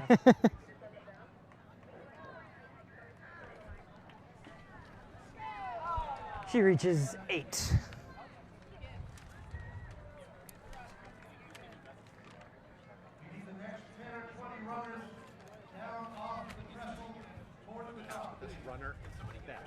Awesome. Yeah, look at this. We've got the Owl's Head Transportation Museum doing a flyover of the Lobster Festival with the crate race here. That's a beautiful view. I wish I knew what airplanes they were, but I can guarantee you that they are no longer official military planes. I mean, they're no longer in use. Yeah, it looks like a parent plane and a child plane. Yes. That's. I feel like an idiot saying that. No, the Owl's Head Transportation Museum is another incredible place you can visit around here. You want to talk about incredible stuff to do. The ride down from Bangor, driving through downtown Camden, downtown Rockport, downtown Rockland. And We're very with big on history. It is. It's beautiful. And with that, we're going to send it down to our Beth Jones, who is live with another interview. Beth, what's going on? Well, today is definitely a day for food, fun, and of course, sun, but it's kind of appropriate to reflect a little bit too, and no better person to do that with than Ginny Olson, who is a multi-generation lobster woman and of course the executive director of the Maine Lobstering Union. Thank you, as always, for chatting with me. We appreciate it. Thanks for having me. So, you know, today is a great day. Just how does it feel, generally speaking, just to be here today? For the Lobster Festival itself, it just feels celebratory. Yeah. It feels like there's a ton of people here today. Everyone is happy, and it's just a great day to enjoy a summer day in Maine. Always nice when Mother Nature cooperates as well. Absolutely. Alrighty, that's true of lobstering in general, I would say. Yes, Often praying to the weather gods. But what a difference a year makes. You know, we've been talking for a long time now, and this time last year, you just endured that first round of cuts. People were struggling to comply with gear conversion changes, worrying about how that was going to be enforced, what it was going to do to their bottom line. And now here we are a year later, and things aren't perfect. You've had to deal with cuts and changes, but the future of the lobster industry is much more assured now than it was this time last year. Talk a little bit about where you're at. You know, I first want to thank all of our federal delegates, the state of Maine, all of our communities, our fishing families. Everyone in Maine has supported the Maine lobstermen and lobster. And Maine just wouldn't be Maine without lobster. So I think just that alone has been such an embracing feeling to have, you know, everyone in your community try to donate, to help for legal, and to work through the changes that we have to work through. But we still really have to make sure that we don't have right whales in our water that we're going to entangle, that we can go out and fish in our traditional fishing fashion and continue on the legacy. And I think it's important to note too that you all are conservationists at heart as well. You have voluntarily implemented measures to protect aquatic life, and you're as invested in protecting the right whale as you are protecting the industry. Absolutely. Yeah. We started V-notching, you know, hundreds of years ago to make a sustainable fishery. If we see balloons floating in the bay, we stop and pick them up. If there's a ball of rope or something in the water, we stop and pick it up. We don't pollute the environment that we're fishing in because we need that clean water, clean environment to have healthy, good lobsters. Also important to note too, again, I mentioned you're multi-generational, so fourth or fifth generation? I'm a fifth generation, and yesterday was my first day on the boat. We had an engine rebuild this year, so I was able to go out and start to teach my grandson, Alex, how to do my job because I'm not there. Right. And then my son has a son, so we've got quite a few generations still coming. So, and it's so important to have this industry there for future generations so that Maine continues to have this wonderful, crucial part of its identity. Absolutely. In Stonington, 3/4 of the revenue that operate our town is from fishing. Right. So it would really hurt the year-round vitality of our town. It would just change the fabric of where I live to not have fishing. And I think a lot of towns along the Maine coast and in Maine in general can probably say the same thing. Absolutely. All right, well, today is definitely a day to celebrate, so we hope you enjoy the rest of the festival. And as always, thank you so much for speaking with us. Thank you. All right, back to you guys.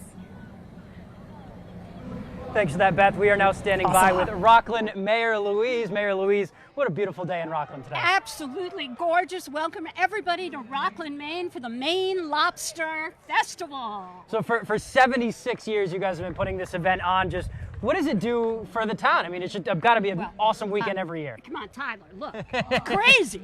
So we get some great economic development. There's a sense of community. The board of directors works 12 months, if not 13 months, to pull this off every single year. You can see people from around the world come here. It's an international event, but it's also a Maine event and a Rockland event and a Mid-Coast event, and we could not be happier to have everybody here. You seem very enthusiastic about the event as well. Just what's your favorite part about, you know, today? Is it the festival? Is it the race? What's the best part about it to you? Man, it is the entire scene. I mean, all of the people, all of the lobster. The crate race is one of my favorites. Cooking contest is fabulous. There is nothing that I could say is a downside to this. It's a wonderful day. It's my first time experiencing this, and I have never seen anything like what we have behind us right here. for the race. We have, I mean, it's just really impressive. Have you ever ran it before?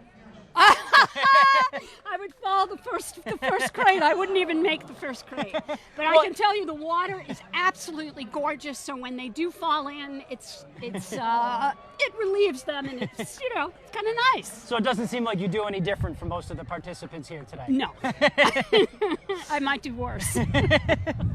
Oh, Mayor Louise, thank you for stopping by our broadcast. Tyler. We appreciate having you for our time. We're going to get back to the race right now. right. You're welcome to stick and watch with us. I want to stay for a little while because the crate race is one of the best races in the world. It is awesome. Coming up right now, looks like we have Blake McPherson out of Windham, Maine. At 16, here he goes. Oh, they go like hell. He is off at 10. Oh! And that might be one of the more it hurts. It hurts when you watch spills them. I've seen today. Oh, wow. Good for him. Right on his back, right on the crates. They see, when I was reading it, they said they recommend you fall sideways. Yeah, or in the water. Oh yeah, we've got a coming tide. They announced 30 minutes from now. Yep.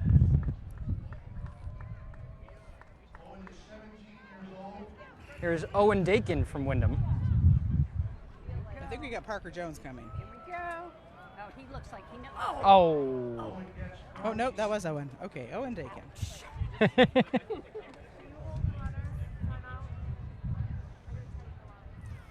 Looks like we have some line tightening to do before.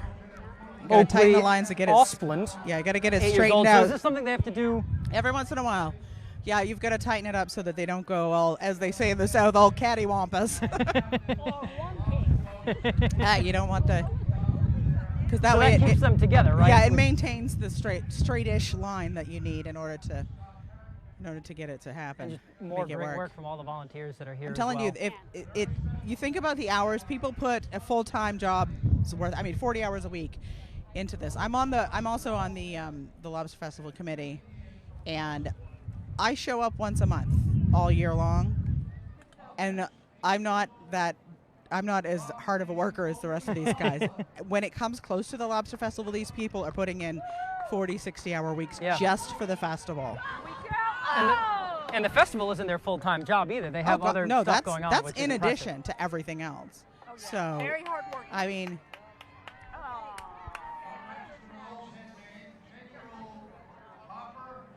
Harper Keniston up. Yep, Harper Keniston. Sorry. 10 years old. Are we ready? Look at her go. Go, Harper, go. Is that 10? Just bouncing. Look at her go!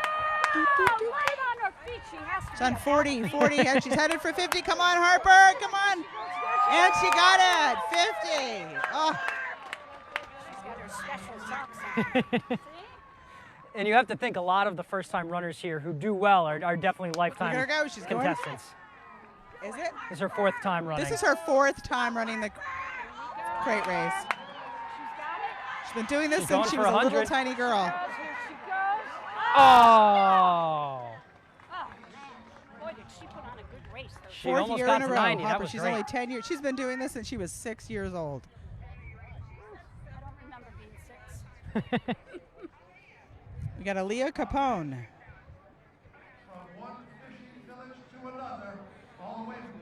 That's right, Gloucester, Mass. One fishing village to another. Aaliyah Capone is from Gloucester, Mass. 11 years old. And she is off. What is she, a lightweight? Oh. Oh, goodness. Oh, ouch. Oh, landed right on her back. I think she's okay. That may have hurt. Ouch. After Aaliyah will be Anthony Capone, also from Gloucester. Anthony, 8 years old.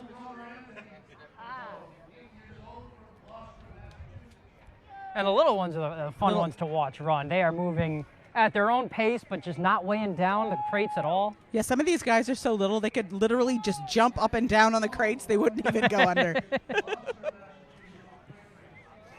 We saw Bella crawling on a few. Yep, she did great. Hey, look, if you can stay on. Can you crawl across? That would be my question. Look at him go. Look at him. Look at him. Arms up. Knees up high. Stand right in the middle. He's doing what he's supposed to. Come Using on, those Capone. arms for balance. That is awesome. Anthony Capone, let's go, bud. Here he goes. Look at him go. Coming all the way from Gloucester, Mass, and running a 50 on his first try. He's That got is 50. awesome.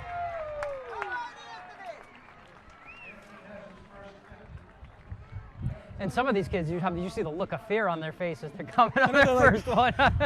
It's insane. Here he goes. All right, he's using the arms 60. perfectly, just like you said, Emily. You got to counterbalance. Here he is, 70. Come on, Anthony, 80, 80.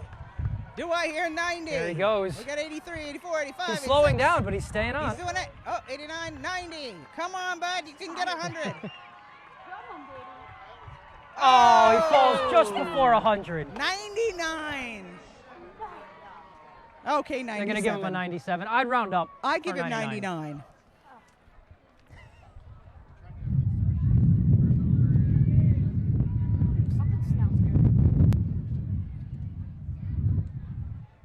Ryder Jones, Cushing, Maine. Oh, we got to get Anthony out of the water.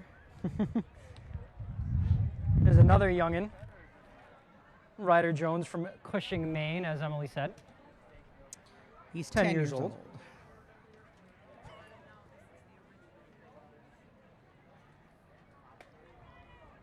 Just in case anyone is curious, this is the original lobster crate race. There's no other one like this? There are imitators. There are? Yes, absolutely. But are they in Maine or are they elsewhere? I believe there are a couple in Maine. I don't know the details, but I mean, when you're the cool kids, everybody wants to be like you. You know, I mean, that's how it works. Oh, he made a. Ryder he made started a few. with some good speed. He almost got to 10. I think he's a long jumper. Like this, you can't be a long jumper and do this. You got to be, you know. I think short legs and a steady stride is kind of what you need. If you jump to like the third crate, does that already count as 3? Nope. It's going to be tough to Nope. land and run. No. I don't I thought think there were no rules. Well, it depends. It's kind of like lobstering laws and lobstering life. They're two different things.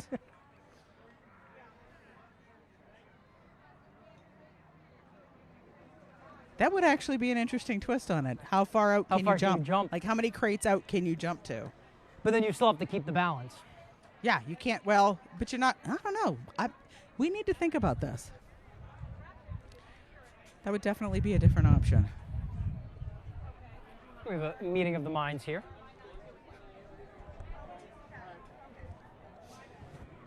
If people met us, they'd know it was just a short meeting. I was talking about him. And you could see the slant of the crates at this point, about 50 racers in, and how difficult that's got to be to keep in the middle of those crates. Yeah, we're about 2/3 of the way through the racers. But it ain't over yet. So far, Bella, our leader. I think she is, isn't she? How many for Bella? She had just under 250, correct? I think 240. 247. No, 290 something. No, she had 290. Bella was 9 years old? 9 years old. I know. I think it's great that talk about community coming together. The boats, the two lobstermen that have been the most help here with the crate race are from Owl's Head. They're not even from Rockland. It looks like our They crates fish out of have been Owl's Head. Total Eclipse tightened. and Endurance. And while we wait for a competition to start again, we will kick things over to our Beth Jones with an interview with one of our contestants. Beth, what's going on? All right, folks, I am standing here with Racing Royalty, okay? This is 10-year-old Harper. This is your 4th time running this race? Yes. And you got a lot of crates today. Tell us about that. At the beginning, it seems like you're just gonna fall when the crate goes straight down, pretty much. But halfway through, it gets tiring because they like sink under. Sure. And then when you get to the end, it feels nice because then you can take a break. Yep. And then on the way back, my legs just got all tired. And So you got, what, 50 crates? 86. 86 crates, y'all. 86 crates. Okay. So you got all the way over here, and you maintained your balance long enough to go some of the way back. Like halfway back. Halfway back. That's a pretty big deal. How do you feel about it? I'm happy about it because every time that I've gone, each 4 times, I've gotten more and more. Because my first time, I got like 4 or 6, and then I got more. I think I got like 4:16, 72, 86. She is on top of it. Well, that's the mark of a great athlete, is getting better every time. So next year, you want to make a prediction? I want to try to get down and back 100. Down and back. I have no doubt that you're going to do that. Congratulations, and I hope you get some really good food today. Thank you. All right, guys, we're going to send it back to you. Racing royalty right here, folks. Thanks for that, Beth. Certainly some interesting stuff right there. We have a little interesting feature to get to. We'll go to that right now. For decades, the Brooks family has owned and operated the Brooks Trap Mill in Thomaston. My grandfather started it in 1946. You know, it's grown, it's changed a lot over the years. It started out as a lumber mill, and then shortly after, probably early 50s, my grandfather started milling out wood stock for wooden lobster traps. So that's when the lobstering kind of took hold. Today, the Brooks family mill is one of the largest lobster trap manufacturers and distributors in the country, with multiple locations across the state. Current owner Stephen Brooks says it's been a long road full of innovation and dedication to get the family business to where it is today. We just evolved and learned how to get better at it all the time, and you know, with pneumatic tools and computerized wire shears that my dad designed, we gradually just kept improving on our process and getting better at it. Brooks says he grew up with the business and watched it expand piece by piece, all while he and his siblings went from playing hide and seek in the warehouse to performing every job they could handle. Looking back, Brooks says the business is almost unrecognizable from what it used to be. In the best way possible, of course. Just a lot smaller environment. There was not even close to as much going on as there is today. You know, we didn't have the customer base. We weren't doing the number of things we are today. There wasn't the number of products out there.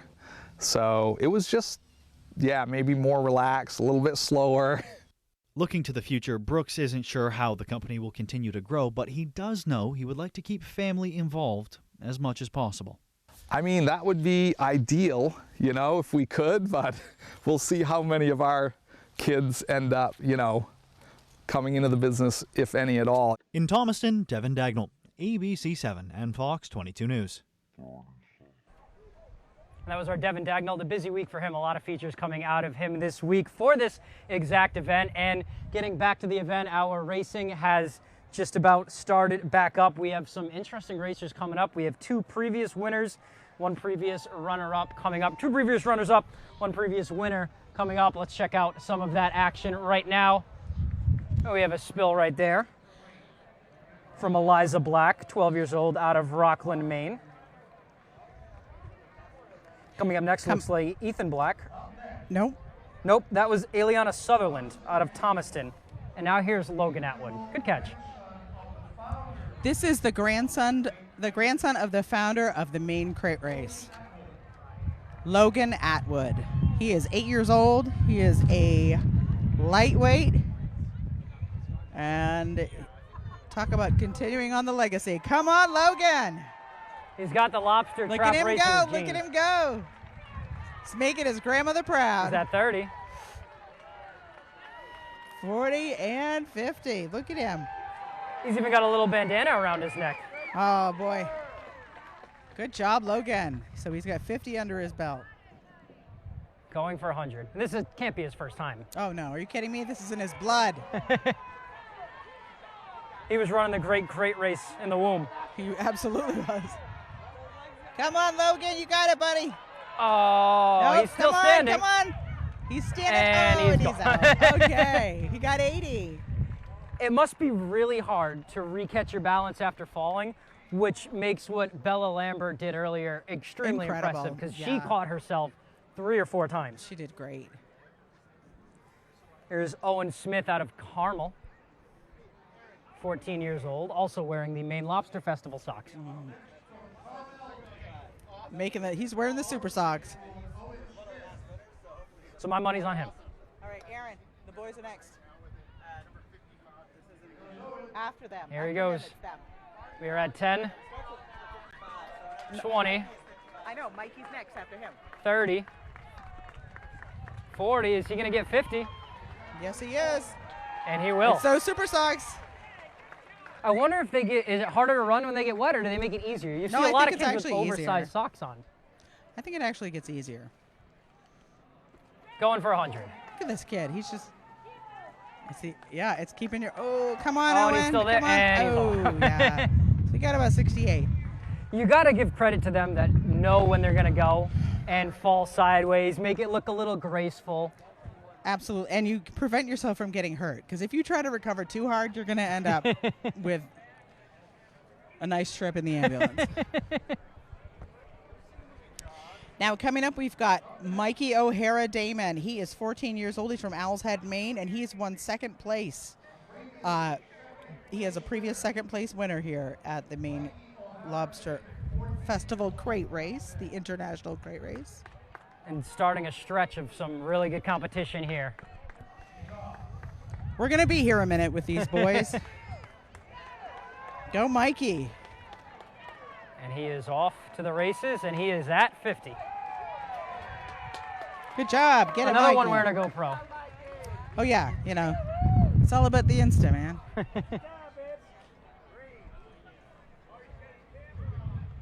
got a camera on everybody. Go, And here he Mikey, goes go. again Let's for his go. 100. It's like he's just barely touching those crates. Looks like he's tiptoeing across them. The kid's all muscle. He's like a running steak.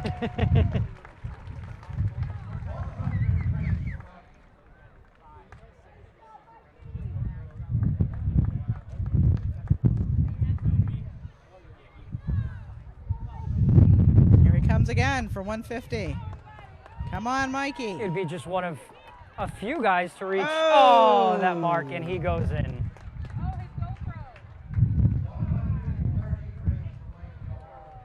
Oh, it's GoPro.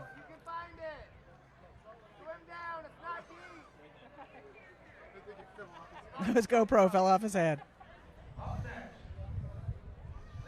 Oh, that's a bummer. Yeah, this one's going to be a minute. This is the 2,522 crates last year. That's right. This is, yeah, he won first place last year. We've got Aiden Genthner. He is 13 years old from Owl's Head, Maine.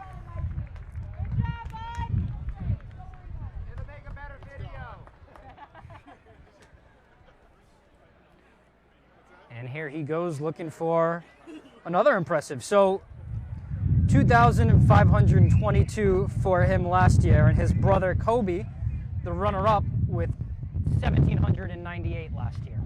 So I'd hate to have been at the dinner table that night. I don't know if And they had who's any the- time to cook last year that night after being here for 3,000 plus crates. Oh, yeah, and Kobe's the little brother, so you know, or is it? Yes. Kobe's the little brother, so you know he's going to want to come for his He's big out brother. for revenge. Oh, yeah. It's coming. We should probably take a seat, grab a sandwich, because I have a feeling we're going to be here a minute with these boys. Look at him go. Look at him go. He's not even touching the crates. He's just And floating. his knees aren't even, it doesn't look like his knees are bending. No. He's just like speed walking right across. It's like the race walk at track events. Oh, those are so weird looking. That would be the one event I ran at track. Ran. At track would be race Speed walking? Yeah. Yeah. Not a runner. This kid's got the body of a runner, though. Look at me. Those little arms are flinging around like a helicopter blade. Look at him go. He's It's just got to like. be so easy for him to keep his balance too. He's got long arms, long legs. It's a good thing he's so fast, or else we'd be here all night. I mean, That's 100 in a minute. He's running that in less time than it takes some people to do 6. You know. Look He's at at him. 120. Aiden. Look at this. Aiden. Aiden is at 150.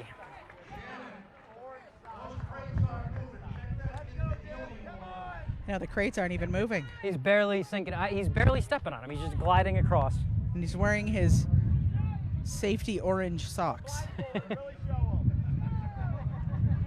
think they have suction cups on the bottom of them. Or rocket, They gotta be rocket illegal. fuel. We're going to have to test the equipment after this. I wonder how he trains for this. I wonder if he does. I bet he like runs across his yard as fast Do as he his can. parents have lobster traps that they just set up like He's that? like, watch, Ma, the grass won't even move. Here he is going for... This is 200. This would be 200. Or is it? I've lost count. I think it is 200. No, I think he's at 200. This would be for 250. Because he's gone down and back twice already. Yep, you're right. Yeah.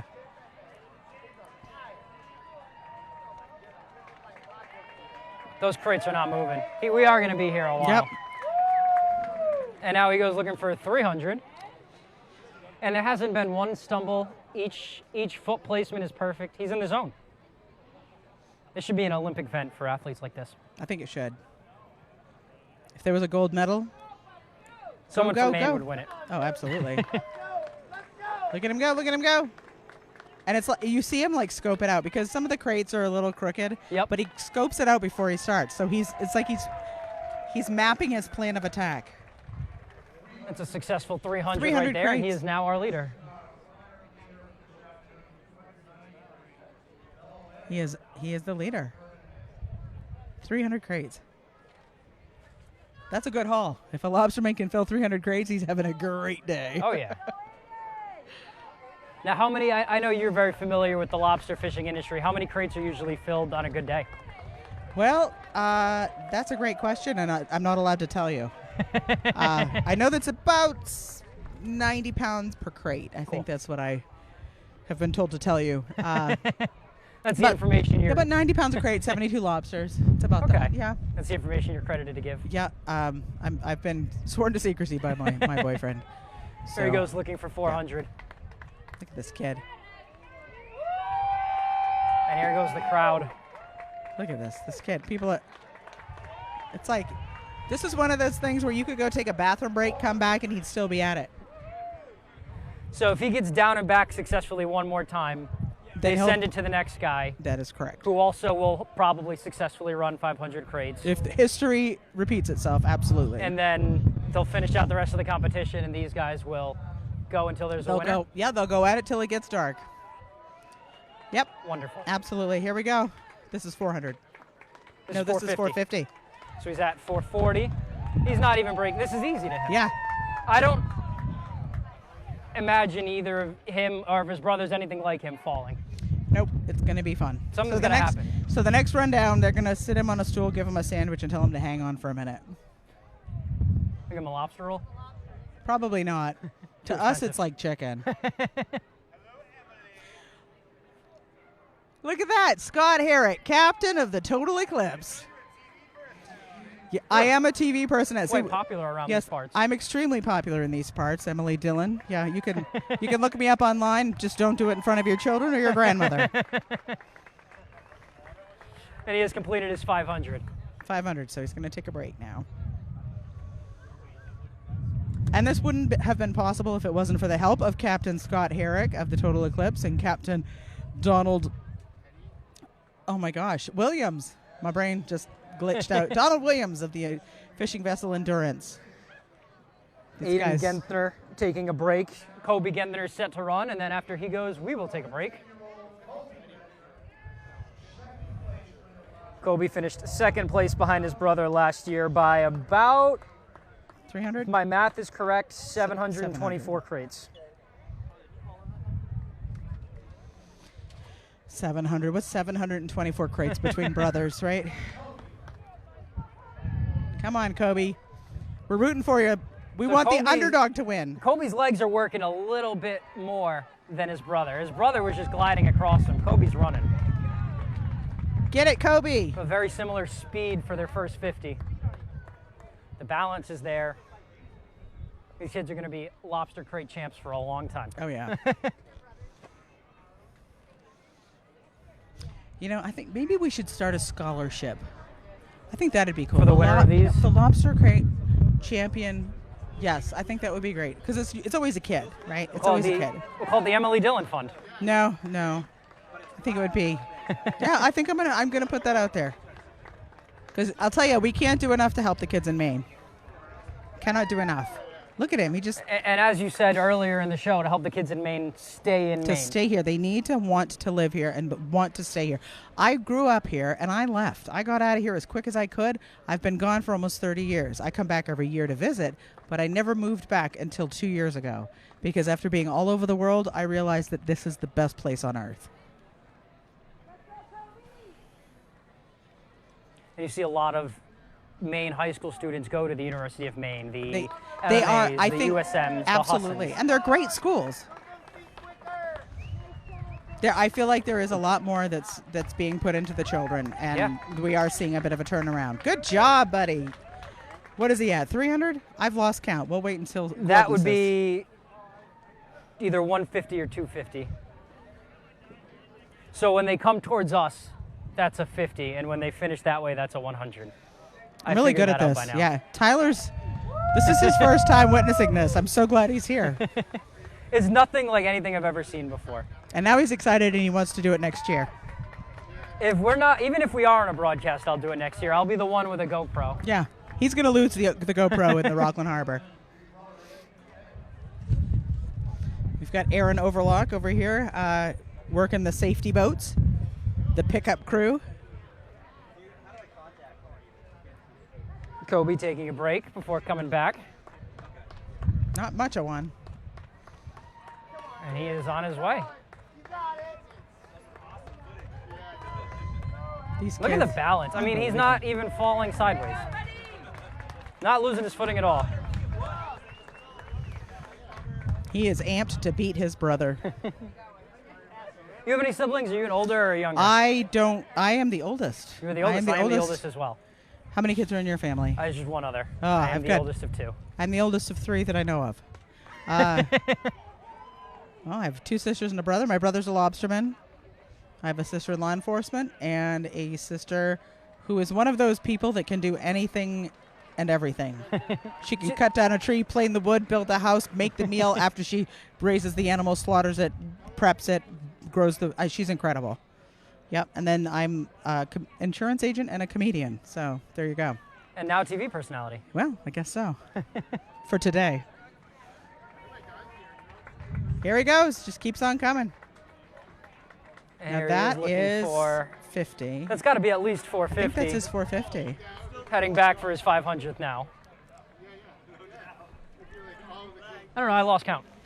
But it'll be 500 probably because they'll stop him at the end of this and hydrate and sandwich. And then we will take a quick break after his 500th. Let's get his 500. And be back for the rest. We're speaking it into existence as if we know it's going to happen. We know it's going to happen. This kid's a rock star. Look at him.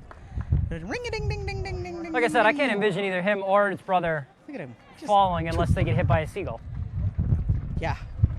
Or an oar by a rogue skiff. Oh, he's still at, must have been 400. Is that 4? That was 4. So we've got 100 left for Kobe Genthner. He is at 400 crates, genuinely with ease. Let's do 450, buddy. Here he is, coming over for 450. No effort. It looks like it's his first run. He's just zippity-doo-dah right across the crates. He doesn't look fatigued at all either, because he hasn't had to really fight to keep his balance. You know that kids this age can game for 12 hours straight, right? Yeah, but when I was a kid, I could run for 10 hours straight. Yeah. Maybe not run, but I like to think that these kids are outside for 12 hours straight, maybe. Here he goes for his 500. Here we go, buddy. 70, 80, 90, and 500. And he is there. He is taking a break. And with that, we will go for a quick commercial break. We'll be back with the rest of the coverage from the International Great Crate Race after this.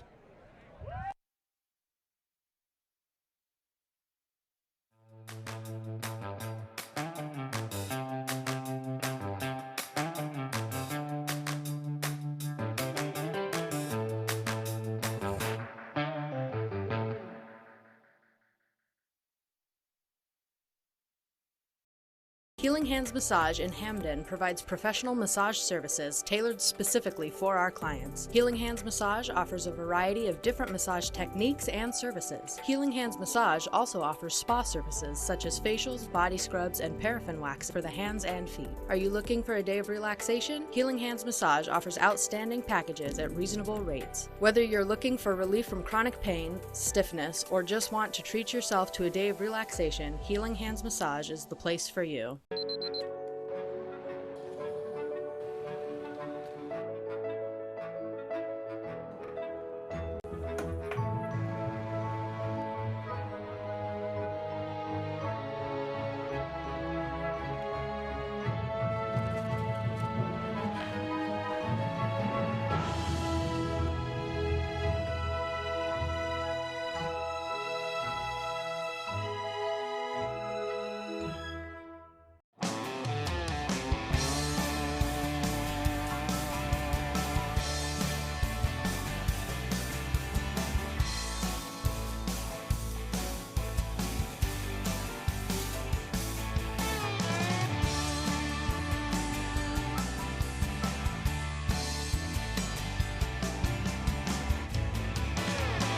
Come stop by Triple S Tack Shop, 315 Hamden Road, Carmel, for quality clothing and equestrian gear. Does your vehicle need a little more work? Have an odd sound coming from somewhere? Bring it over to Jackson's Automotive in Old Town. We have the best technicians and offer a fair price. We also accept all aftermarket protection plans. Now, if you're unable to drive your vehicle to us, we can help you get it here. Also, if you'd like to protect your vehicle for years to come, we offer wool wax undercarriage protection. We're located at 546 Main Street in Old Town. Give us a call at 827-2676.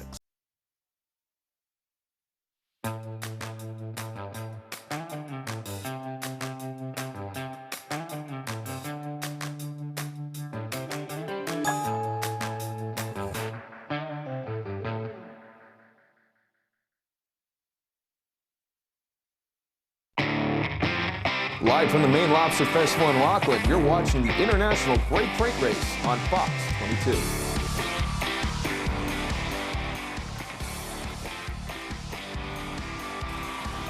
International Great Freight Race. We're going to kick it to Beth Jones in a second when they are ready. But first, Emily Dillon and I are going to get back to the action at the race. We just had two unbelievable contestants, the Genther brothers.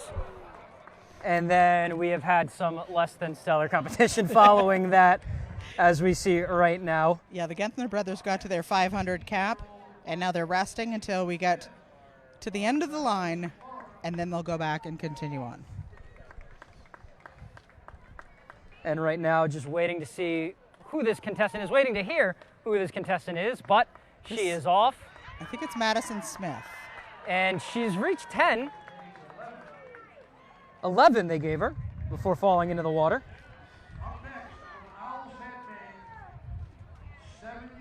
Oh, that was Knight. Paige Smith, so Summer Knight is up right now. Summer Knight is the niece of Celia Knight, who is the president of the Maine Lobster Festival. And Summer's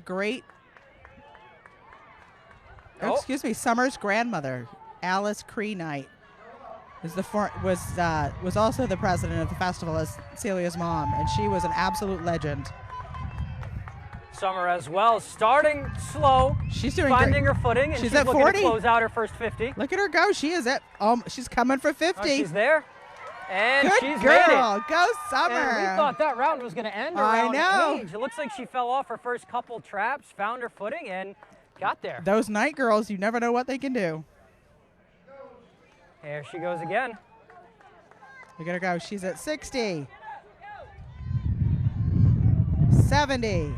It seems like when she finds her pace and her footing, 80. She's good. Yeah, she's getting it. Come on, keep it going. Oh. She slipped. She slipped. Let's She's see still if they on leave top. her on. She's still on those traps. They have not fallen through. Another advantage of being smaller. Crates, son. Crates. Oh, okay. And she's fallen off Look the at her. crate. 90. What did he say? 73? It looked like 83 to me. I think they have 93. 93? Because that would have been 100 back at that You're dock. right. I think Gordon's getting old. Getting. Summer Knight outdoing her father, Cy. Yeah, by leaps and bounds. Our next three contestants are the Eaton family out of Stuart, Florida. Morgan, 15 years old, will be up first, followed by Danielle and Caitlin. Danielle and Caitlin, 16 and 18. Now, they're all siblings, obviously. I wonder if this was punishment for not cleaning their rooms, because I don't see their parents on here. You guys can do it. We'll fall. Yeah. We'll be here to take care of you. We'll be at the bar. Yeah, I was going to say, they're probably over in the Steins and Vines tent. Enjoying a nice cold beer while they enjoy the cold ocean. Here is Morgan Eaton. I love that these kids from Florida are coming up. This is fantastic. That's summer. That's when everybody from Florida comes to Maine, and then in a couple months you'll see everybody from Maine go down to We Florida. pay them back. Morgan's oh off, my goodness! and he is look at moving. This. Morgan's an animal. He's stomping on him. Come on, Morgan, you got it, dude. Oh, little heavy on the feet there. You saw the Dude, craze he fall was in, but that was a hot start. He looked like he was shot out of a cannon. He got almost 30. I think he got 29. Strong swimmer, too. Yeah. Better be. He's from Florida. They got sharks down there. You actually have to swim away from stuff down in Florida. Our water's a little too cold for those. Amy? Oh, Aiden. Oh, he's coming now? Okay, so we're going back to Aiden. Aiden Genthner. Let's see if he can get to 1,000. Oh, he's going to get to 1,000. You guys can just And take then a will they break. break him again? You know, if you need to use the bathroom, go ahead. Just go ahead and use the bathroom. And When then you by come the back, time you come back to your television, Aiden will still be running. He's still going to be running. Absolutely.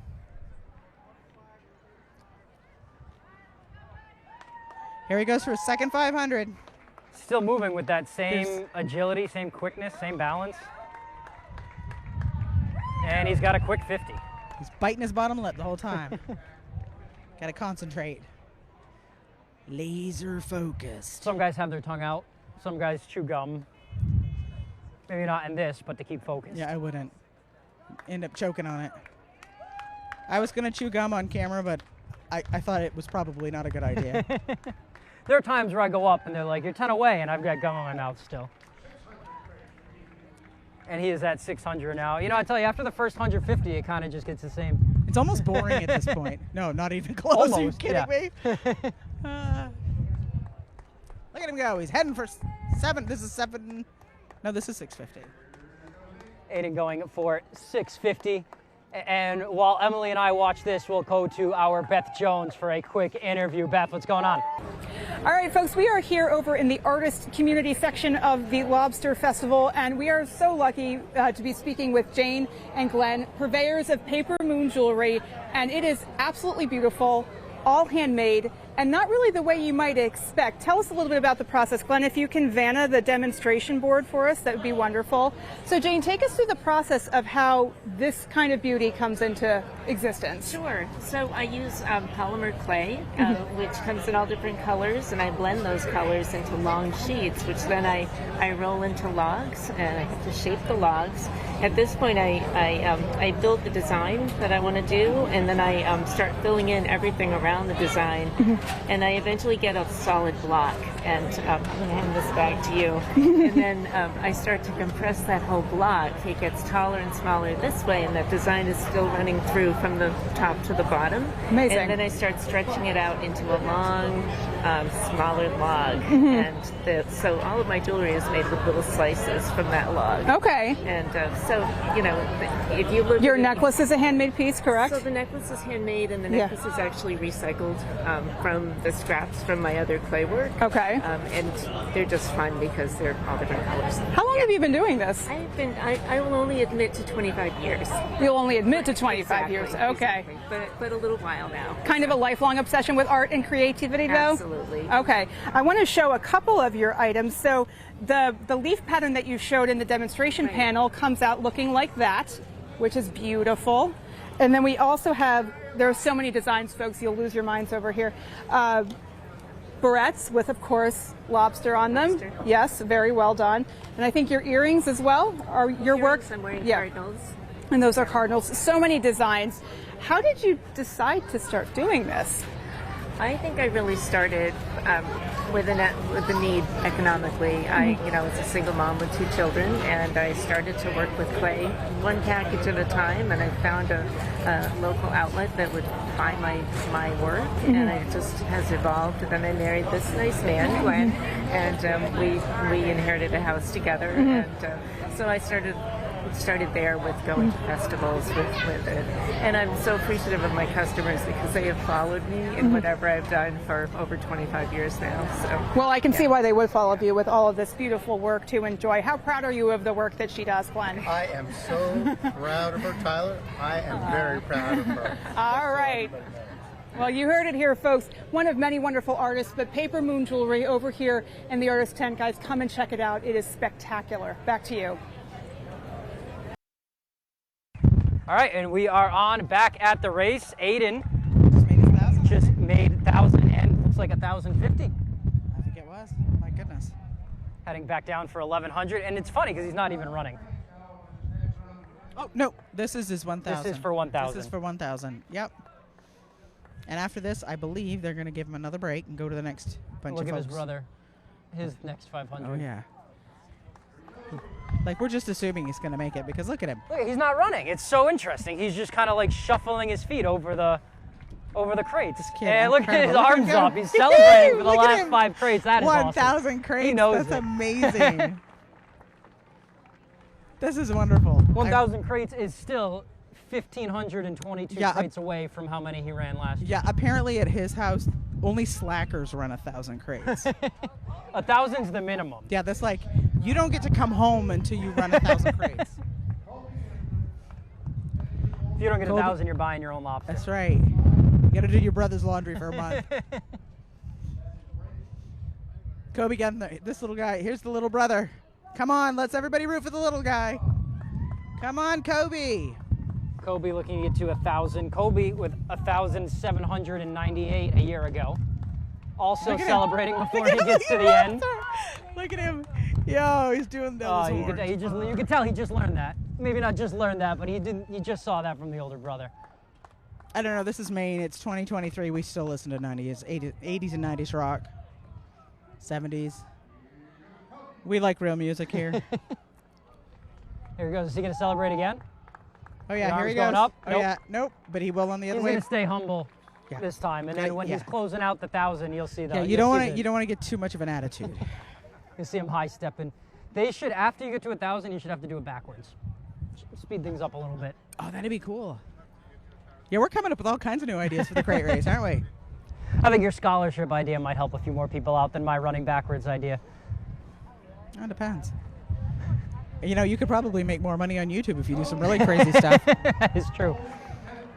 I want people to do it in like a chicken suit. They should. You go to, there's a... and we should do it for charity. Complete, it should be like charity complete crate different race. type of event. But in Yep. December in Millinocket, Maine, there is a marathon, and people do that dressed up as Buddy the Elf, as hot dog suits, Oh, as, yeah. as Fireball nips. the I mean, T-Rex, yeah. You could have people dressed up as a bottle of Fireball doing this. Most people are a bottle of Fireball. Most people are. Well, not most. There's a few people around here that are an actual bottle of Fireball currently. And here's Kobe. Still with ease. Doesn't need any water. What do they do on their break? Do they actually fuel up with a sandwich, or do they just sit there and watch? Oh, I think they do. They've got to. I can't imagine eating and doing this. I don't know. Yeah. I think they'd be sick. Maybe not. But, you know, boys, they can empty your fridge and then, you know, go ride their bikes, run around the neighborhood.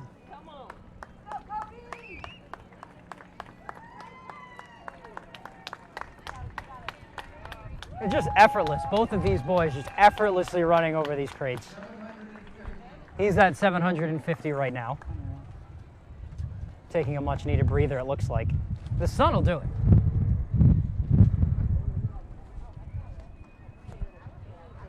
Look, I'm getting exhausted just watching these kids.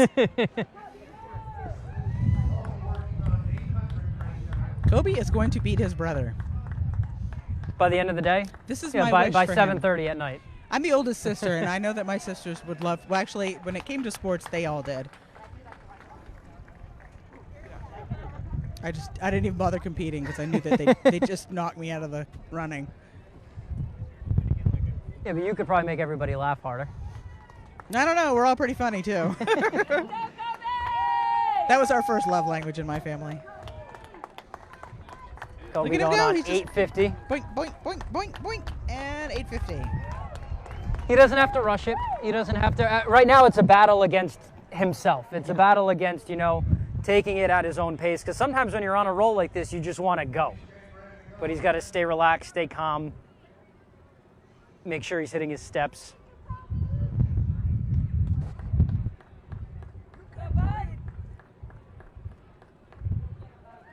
Look at him go. Heading for 900. Look at him go. Look at him go. Look at him go. He's got it. One more back and forth, and he'll be joining his brother for their second break.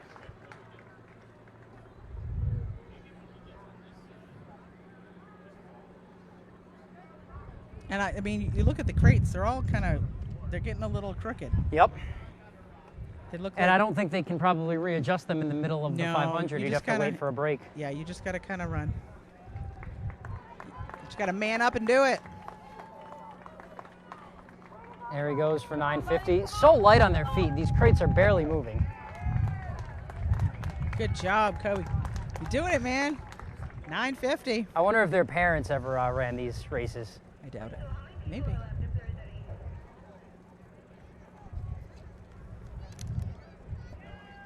Here he goes for his 1,000.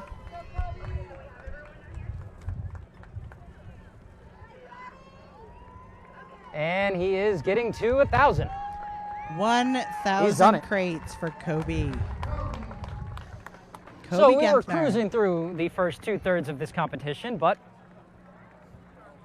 because of the Genthner brothers, we've slowed down a little bit. Both brothers tied at 1,000 for right now.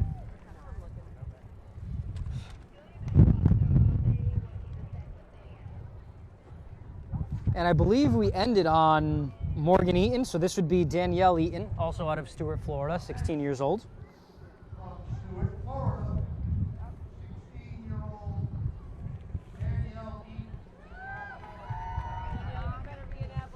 Here she goes, here she goes. Oh, come on, Danielle. It brings us back down to earth. After watching those two brothers back to the rest of the competition, Now we really have come back down to humans earth. that Yes. are running the race now. We have actual humans. Not lobster crate race, bionic. Like super, like these, like, I don't know, you know, they did say that there was aliens out there now. So I think we perhaps these found them boys here at the are from Rockland another Harbor. planet because they're not even running, they're flying. Here's the 30 in Caitlin Eaton, 18 years old, out of Stuart, Florida. All right, go Caitlin. She is in the water. You know.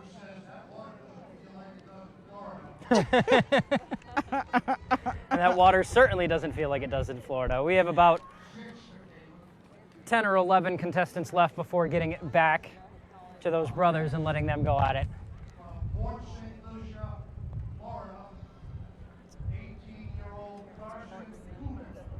More Floridians. Carson Kuhlman, 18 years old, from Port St. Lucia. Look at him go. Oh, he got it about 22.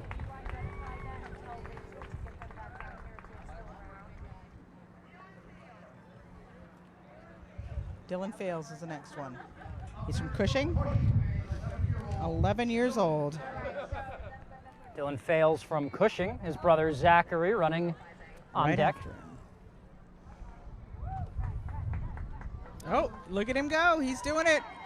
Oh, come on, Dylan. Oh, Come a little on, stumble, Dylan. but he's back up. 30. Dylan at 40, and he has 50. reached his 50. Let's see if he can get down to 100.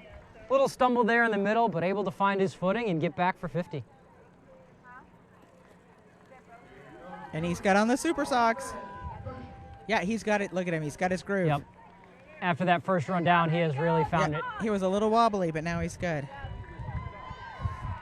I think that's what it takes. You He's just reached got to kind 100. of get a feel for it, you know? Yeah, it takes that first run down to really realize what it takes.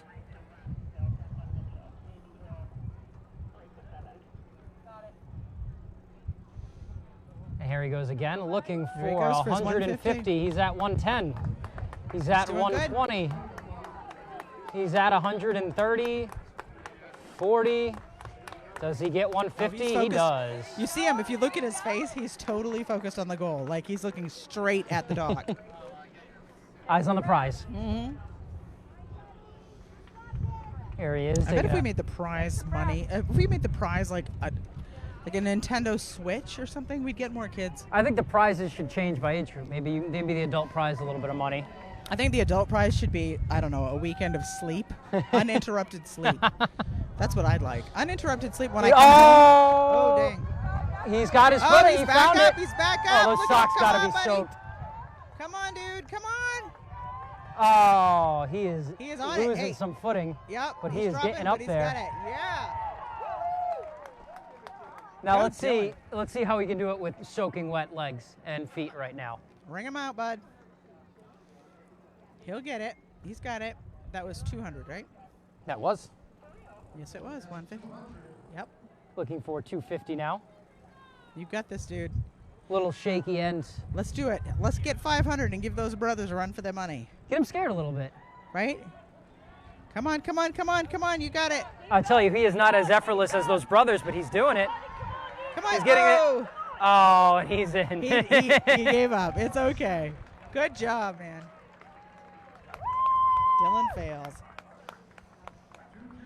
Man, I'll tell you, the food around here smells some good. I smell some mussels or some clams. I don't know, but it's if it's something fried, I'm down.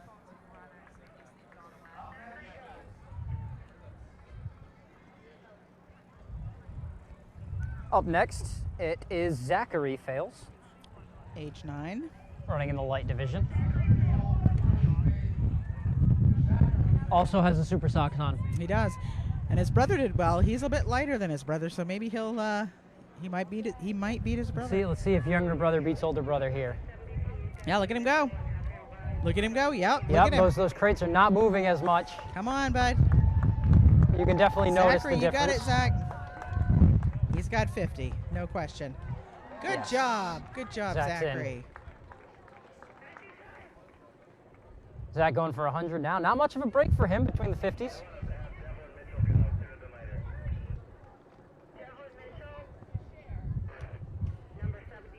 And they mentioned that the tide was coming in, and you can kind of see it now with the docks, the landing docks moving at each 50. Yeah, we'll go out of order to deal with that tide.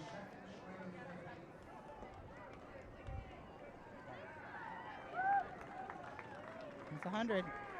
He's at 100, and here he comes back.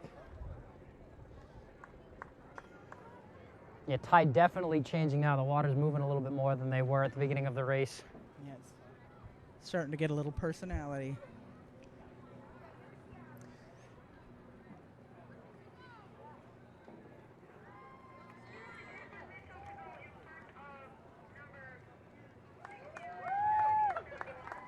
All right, Zachary's still going for 150. Still getting up. And he will be going for his 200th in a moment. And he looks like he might be able to give I think he's going to beat his brother. these Genthers a run for their money. He might. Has he already beat his brother? Do you remember what he got? I don't.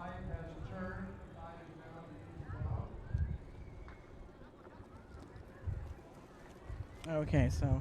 And here he goes looking for 200. I think his brother fell somewhere between 250 and 300.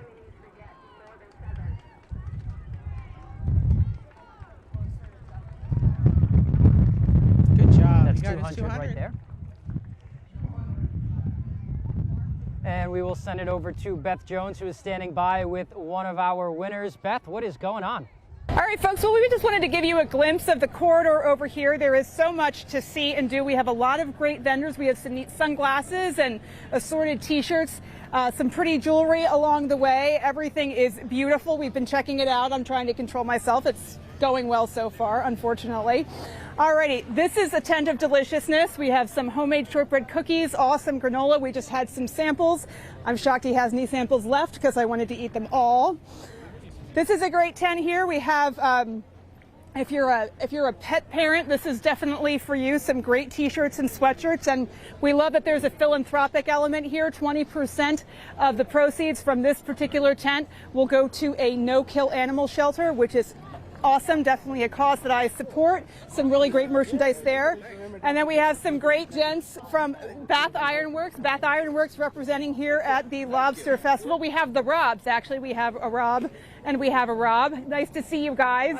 How's the Lobster Festival been for BIW here repping?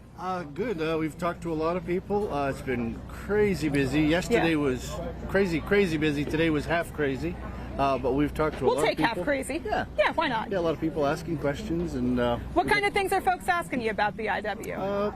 Benefits, jobs, job openings, training, a lot of that. And we've had a lot of people too from our other sister shipyards that have come up and said hi. From I think there's a lot of out-of-staters here. Yeah. There's a lot of people from Connecticut and Mass that have come up and said hi. And definitely a lot of camaraderie in your industry for sure. Definitely. BIW is, of course, a Maine institution, so it's fitting that you're here. Talk a little bit about what BIW means to you and means to the state of Maine, in your opinion.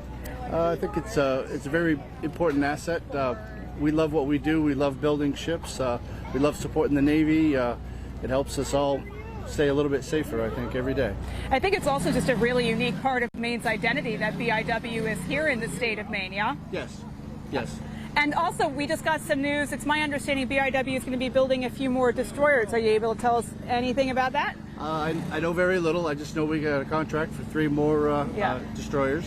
So we have a lot of ships in construction right now. I believe we have 5 ships in construction now, and 3 more that we now have on the books that are waiting for us to build. So continuing that awesome Maine legacy of just hard work and craftsmanship and supporting our military for sure. Yep. All right. It's a great place. Well, Rod, thank you so much. We thank you for sharing and thank you for BIW and everything you guys do. Yep. Been a great lobster festival. All righty. Get home safe. Thank you so much. Thank you. All right, guys, we can keep walking and talking here. There's a lot of great food in this corridor. We have char-grilled oysters behind us. That is definitely something to talk about. We have Noodle Street food. So if you leave hungry, it is your own fault, I must say. All right, folks, well, that is going to do it for us. It is a great day here at the Lobster Festival. We hope you were able to come down and enjoy it at some point, or there's still time to maybe get in your car and get here for some great food and some great Maine scenery. For now, we're going to send it back to you, folks.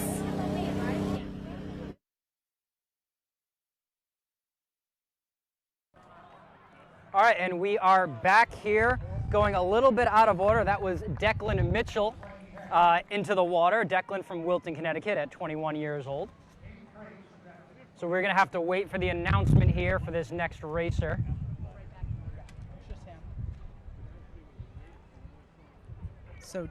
And this is Kent Weymouth out of Gilbert, South Carolina. Kent won 2nd place last year. Kent, a little bit bigger than most of the competitors we've seen that have placed very well in the past.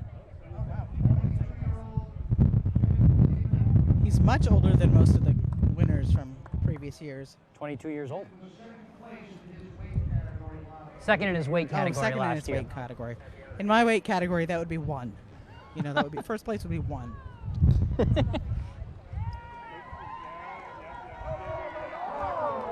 Oh, you got 11. And yeah, 11. That might have been good for 2nd place last year in that weight category, as you mentioned.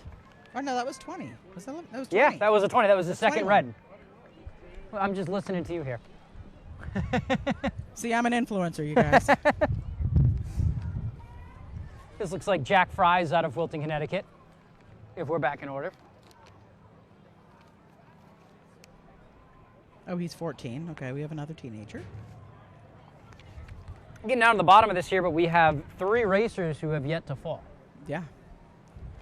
We got the two brothers who are at 1,000, and then Zachary Fales, the 9-year-old out of Cushing, Maine. Little man Fales.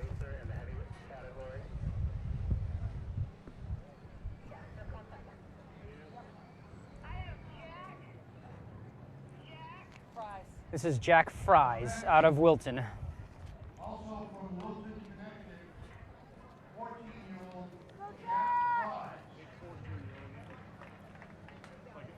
Jack 14, also in the Maine Lobster Festival socks, and I really have to get a pair of these before I leave he today. took a running start. He did. Oh.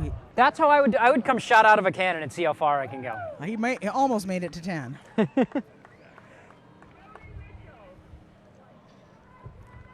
Looks like Ronan Mitchell. Yeah, Ronan Mitchell. Ronan Mitchell's 15, also from Wilton, Connecticut.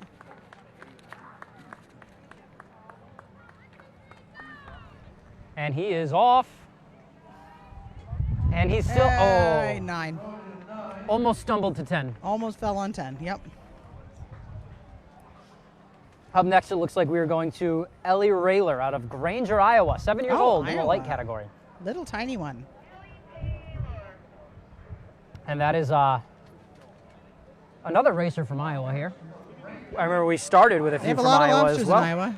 Hey, you know what? If it wasn't for Iowa, we wouldn't have corn. And what goes better with lobster? Corn. Well, we have corn here in Maine. That's a fair point. We do grow corn here in Maine. We do.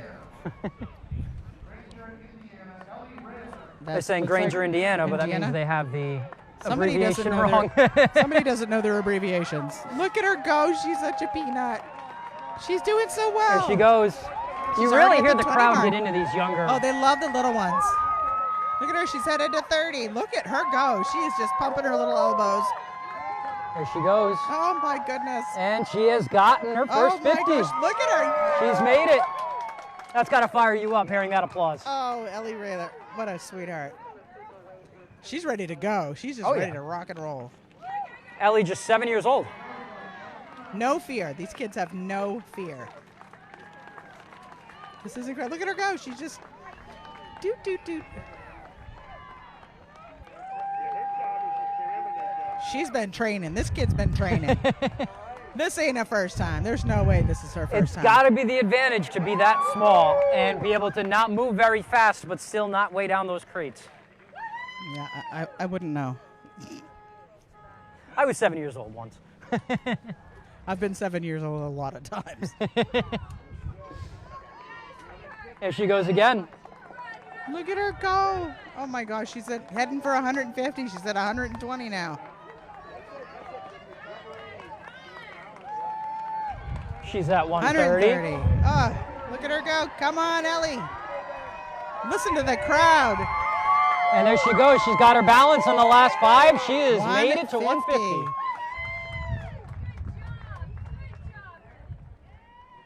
She is unfazed by the crowd, too. She looks at him like, what? I'm just running over here. It's not that hard. I'm running over here. Takes a big breath. Takes a great big breath. And, oh, she almost slipped there.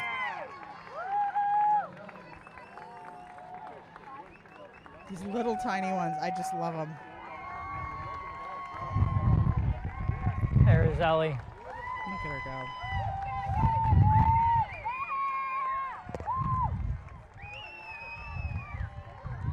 Oh, she has made it to 200. That's impressive.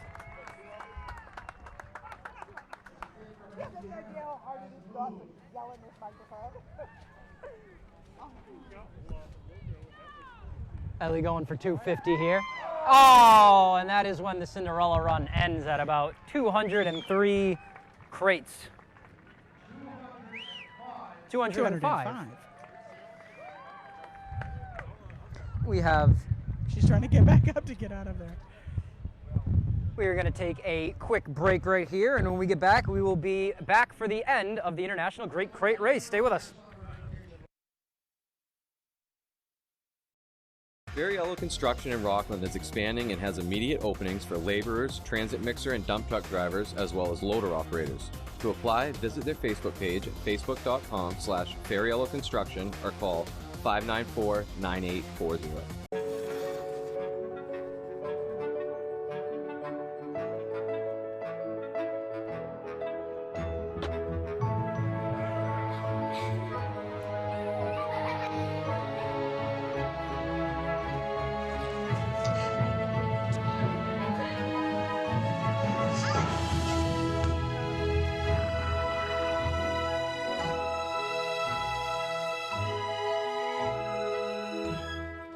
Healing Hands Massage in Hamden provides professional massage services tailored specifically for our clients. Healing Hands Massage offers a variety of different massage techniques and services. Healing Hands Massage also offers spa services such as facials, body scrubs, and paraffin wax for the hands and feet. Are you looking for a day of relaxation? Healing Hands Massage offers outstanding packages at reasonable rates. Whether you're looking for relief from chronic pain, stiffness, or just want to treat yourself to a day of relaxation, Healing Hands Massage is the place for you.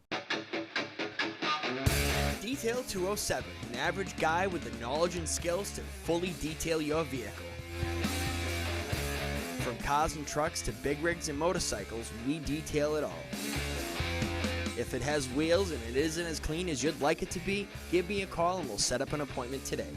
659-2995. Shine on a dime with your average guys at Detail 207. Yellow Construction in Rockland is expanding and has immediate openings for laborers, transit mixer and dump truck drivers, as well as loader operators. To apply, visit their Facebook page at facebook.com/FairYellowConstruction or call 594-9840. Live from the Maine Lobster Festival in Rockland, you're watching the International Great Crate Race on Fox 22. All right, we are back with our final contestant. yet not counting the 3 that have not fallen into the water. Tom Foley, 23 from Boston, Mass, making the trip up to Rockland. There he goes. Making the trip up to Rockland to run 9 crates. There you go. Hey, Boston, good job. And he is in the water. So I believe we have a few tiebreakers, and we have our top 3.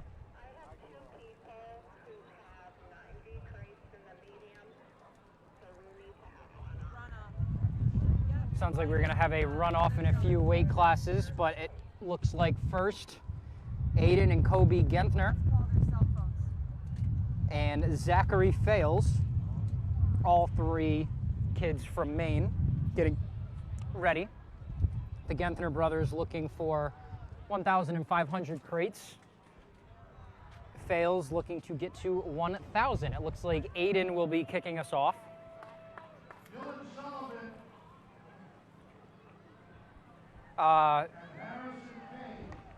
Here he goes. And here he goes, floating like a butterfly, stinging like a...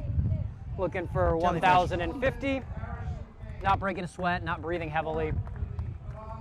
Just gliding across those crates.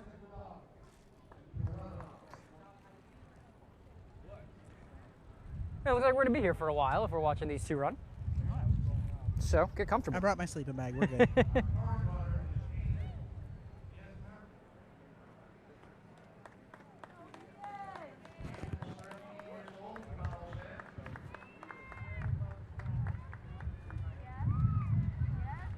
And Aiden has 1,100 crates.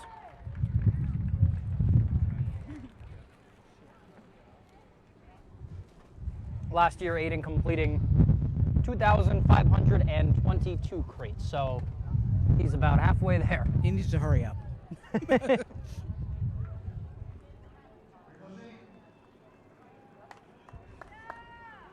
I mean, those crates aren't moving. It is so effortless. He has lost his footing maybe once or twice, and it's been like a slight loss of footing.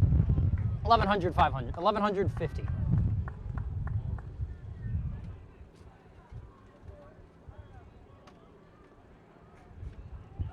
Aiden looking to get to 1,200.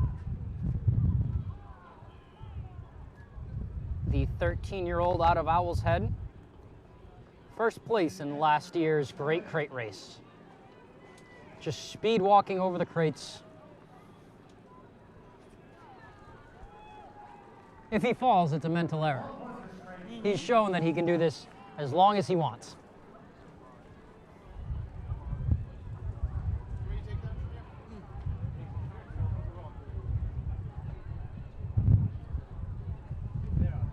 Last year, Aiden winning the lightweight category. This year, he is moving up.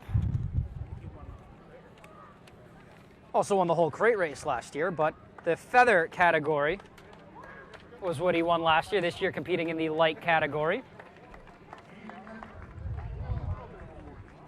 Regardless of weight class, though, Aiden with the most crates in 2022.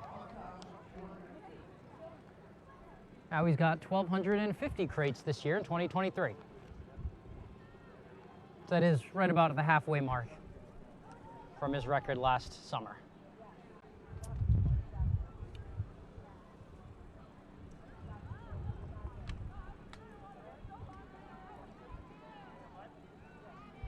There he goes again, looking for 1,300 and is getting that with ease as well. It's funny back. He could almost walk. I know, he just doesn't even have to, yeah. There's no effort, none. It's funny, this used to, when this first started, all it was William Atwood Lobster and the Spruce Head Co-op competing against each other. It was the 2 guys that were lobster buyers, the 2 companies that were lobster buyers down in Spruce Head, Maine. They got all the employees together and it was us versus them. That's how this started. Surely a really cool tradition, something that you don't usually, you have festivals everywhere all over the state of Maine, all over every state. Yep. But this is something that you don't get at every single festival, every single summer festival. This is very unique. Well, this is an example of change is good. I mean, look at it. Look at how it has evolved. I mean, yeah.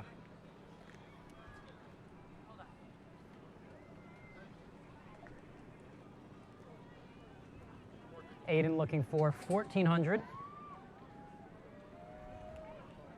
And he's got it. Yeah, no effort. None. None at all. I want to get this kid to mow my lawn. I bet he can do it He'd be like done in an 15 hour. minutes.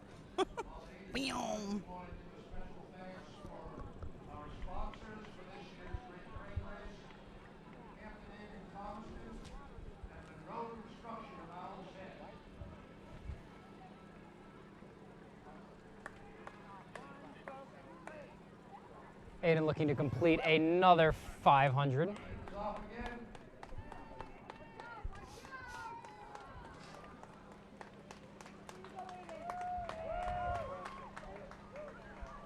Unreal. And 50 more down with ease.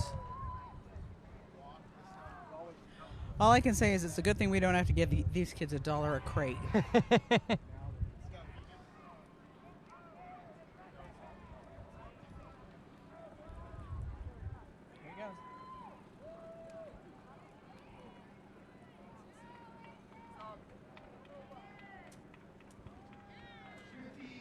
And there's 1,500 crates for Aiden. Now he's going to let his brother have a shot at it.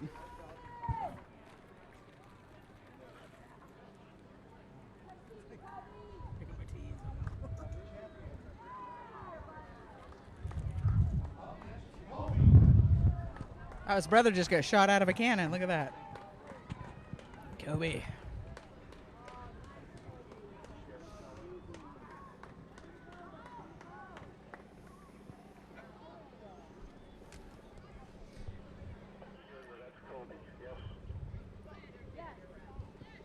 Kobe Genthner.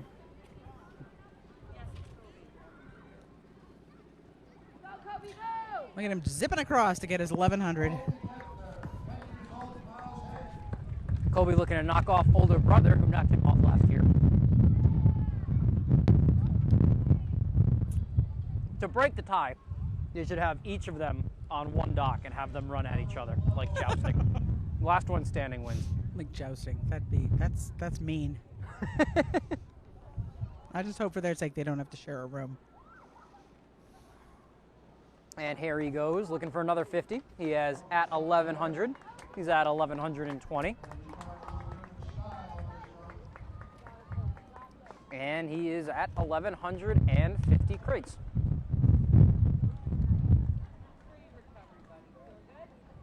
And that tide's still coming in. Wind's starting to pick up out of here. I am not a weatherman.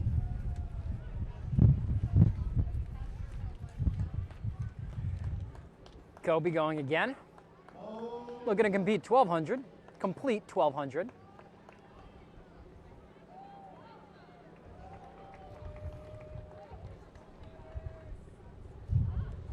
Quick breather, and then out for 1,250 will be Kobe in just about 2 seconds. I think they mentioned they have to have a runoff for one of the other weight classes. Yep. So I think after this they may. I think they'd go to Zachary, who's also at 500. They'll go Zach, and then. Yeah, I think they're gonna go to the runoff of the other weight class. Kobe at 1,250.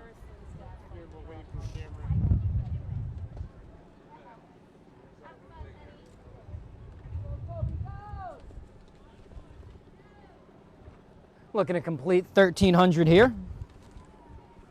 And it does not look difficult for these Genthner kids at all.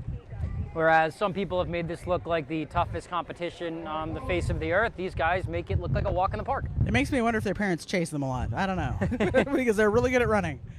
They certainly don't chase them across They got lobster 50 crates. Yeah. No, probably not. So even with the wood being as wet as it is, without socks on, you'd still catch splinters? You definitely could. Yeah, it's not worth the risk. 1,350 for them. Says I, the insurance agent who is looking at the liability of everything, right?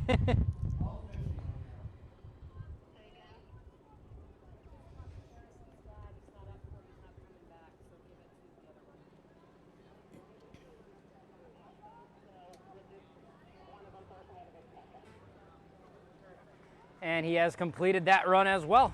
Look at that. It's at 1,300. 1,400. I thought it was 1,400, but the I'm- PA just said he had completed 1,250, but I think my math's right.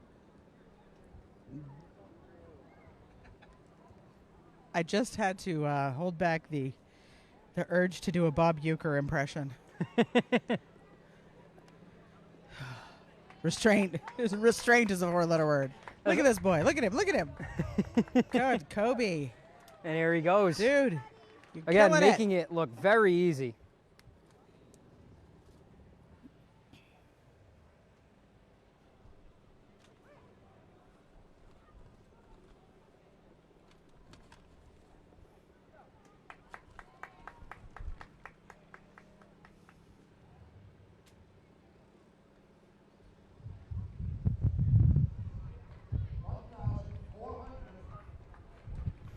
And he is at 1,400. So one more down and back, and he'll be at his 1,500.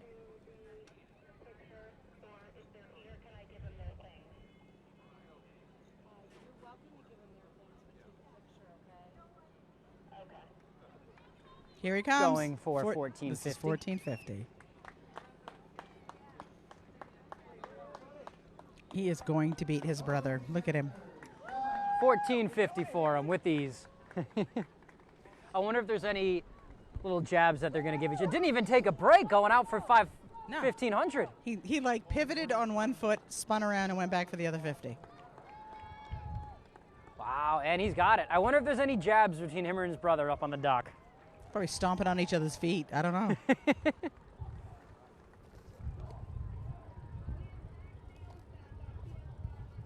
All right, Zach Fales is coming up. He's already got 500. He's going to head out for his second 500. He's someone that's beaten his older brother already. Yep, he did. He sure did. He's 11 years old. He's from Cushing, Maine. Cushing's another lobstering community.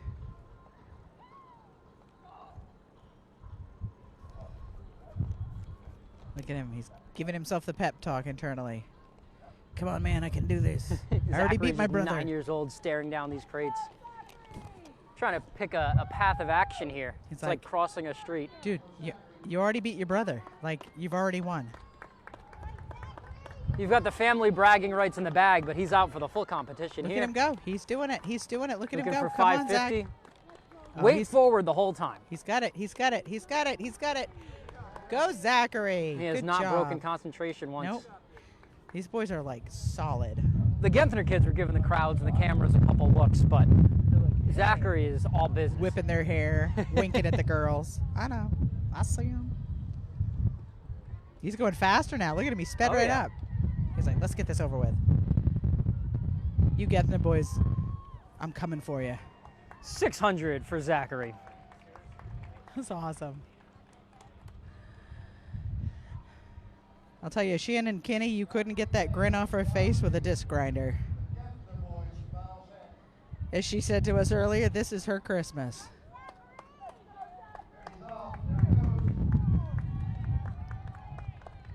Oh, he's got his footing back, but now the legs are wet, and now it's when it really gets tough. Oh, he's up though. He's up. He's got it. He's doing it. He's gonna do it. He's gonna do it. Come on. He's getting close. He's crawling him. He's gonna have to crawl to this last 50. Up. He is not giving up. Hey, we call it good. We're giving it to him. And you saw the same thing happen with older brother. You got it, dude. Look at him go. Older brother Dylan fell. And once those socks got wet, you saw the balance just wasn't there anymore. Let's see if it's any different with younger Zachary. Man. Zachary going for, I believe this is his 700. Yeah, see, he got his footing back. Look at him. And there he goes. And the confidence has not wavered. Oh, go, go, go. He lost it. Yeah, nope, he's got it. He's got it. He's there. He's going all the way. He's going to go all the way. 700 for Zachary. Look at him.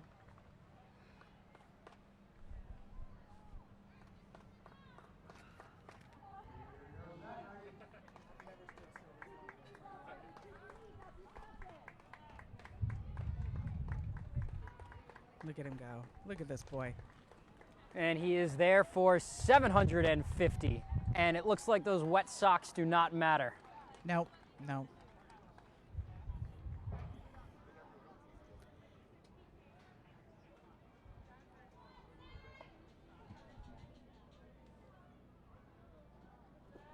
Zachary going back for 800 here. 70. Look at him go. 7. And it looks like after that fall, he really hasn't had many 790. issues. And he's got it 800, 800. He's got 800. And he is at 800. Look at him. Oh, this is so great. Our Beth Jones is standing by with heavyweight second place, or supersize second place, excuse me, Declan Mitchell. Beth, take it away.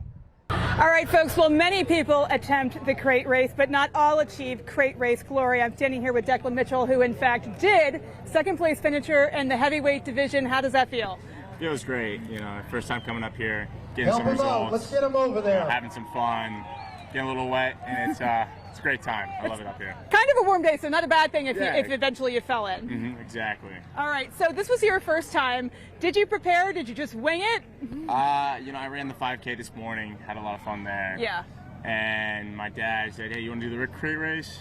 So I was like, "Sure, why not?" You know, it sounds pretty fun. Yeah. Seeing guys running back and forth. Yeah. I got 8, play second. We're Feels good. great. We're you good know. with it. I'm good with it. How does it feel? How did it feel while you were doing it? Because you're a runner, so you're aware of balance and how to Yeah. carry your body. So as you're going through it, are you thinking at all, or are you just trying to stay on You know, point? the more you think, the more you think about it, Yeah. the less you're gonna, the less likely you're gonna go far. Right. I was thinking about it a lot, so I got 8. Look at him Yeah. go. So, but I mean, the results came in, fails from Cushing. and I had a great time. Yeah. He's still up. But You I coming think, back next year? Definitely. Yeah. 100%. So how do you prepare next year? If I'm hearing you right, if you think you sink, so then how do you prepare for next year? Be like Jesus Christ and walk on water. You heard it here. I'm not sure everybody could do that. Yeah. Declan, thank you so much, and congratulations. No Enjoy problem. the rest of your night. Thank you. All right, guys, we're going to send it back to you.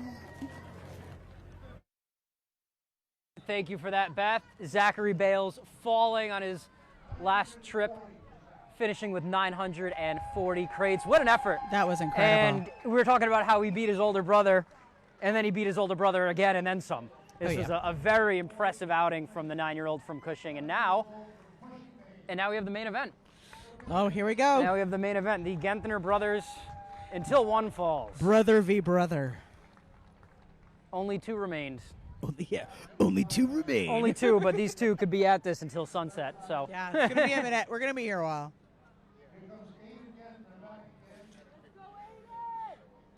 So there's 50 crates here, right? Yes. 50 crates. And what did I say? 90 pounds of lobsters in the crate, approximately. So if one lobsterman brought in 50 crates full of 90 pounds of lobsters, that's a $4,500, a 4,500 pound day. Which That's is how much money? That's a good day. Well, if lobsters were the price that they should be, it'd be a lot of money. But they're not yet. We sure would like them to be a lot higher than they are. And Aiden again making it look very easy.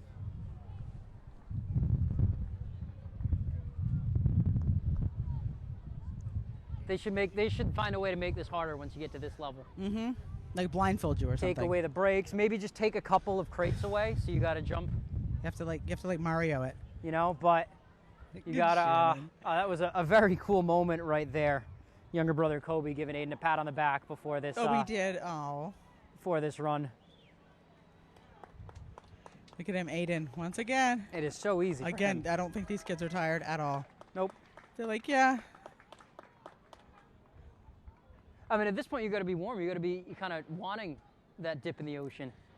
I know, it's tempting, right? I wonder if they did that on their break, because it doesn't look like it's much shady over there. No, well, they're under the tents. They've got tents over there on the lobster boats for the kids. He's just zipping across for another 100. And there goes your homework. So good. You got it handled. Don't worry about it, man. 1,700 crates for Aiden. Again, 2,500 for him a year ago.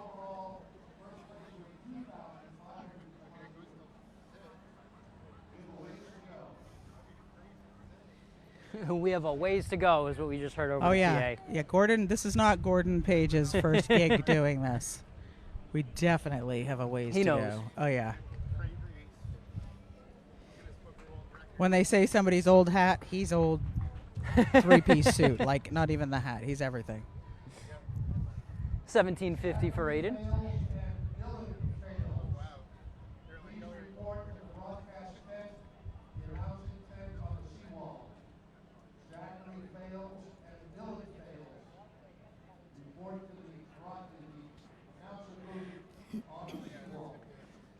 Aiden off again, looking for 1,800. His brother last year capped off at about in the 1,700s. So he's beaten his brother's record from a year ago. And another hug between the two brothers. Look at them. They're just doing that for the public. They really hate each other. You can tell. No, that's so nice to see. Yes.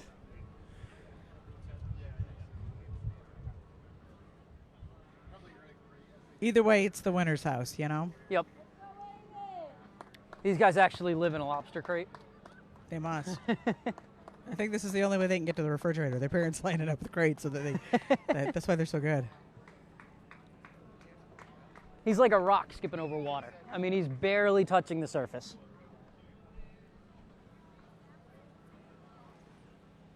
The crowds have thinned out a bit, but not by much. There's still a ton of people down here. Lobster Festival is definitely winding down. Today's the last day of it, so... Yeah, and you can see the crowds also kind of teetering out as well. All the exciting falls have already happened. So definitely put it on your calendar for next year, the first weekend in August, Maine Lobster Festival. And the Sunday of the Lobster Festival is always about kids. They have the kids race, the kids road race, they've got the baby crawl, they have obviously the crate race. There's all sorts of things to do for kids here.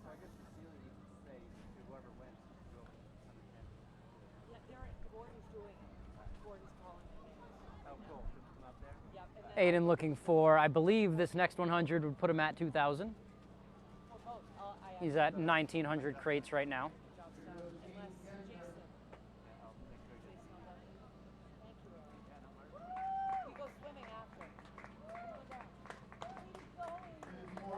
And he's at 1,950. 50 more crates, he'll be at 2,000. This is insane. Unbelievable. I work a desk job. I don't think I get 2,000 steps a day sometimes, you know? This kid's doing it in an afternoon. And here he goes again.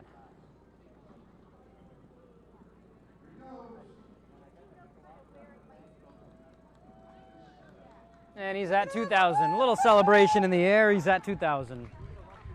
Rocky Balboa ain't got nothing on him.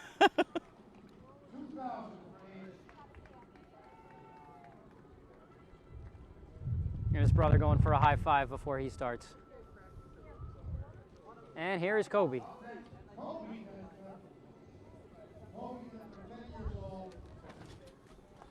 And Kobe is off.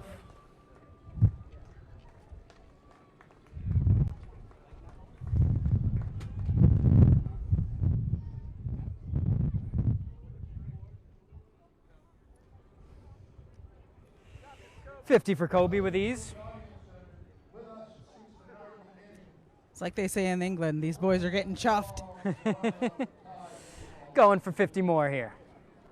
You see their little chests pumping out as they get up here like, yep, I did it. I did it again. Sun must be affecting the crowd more than it is these racers.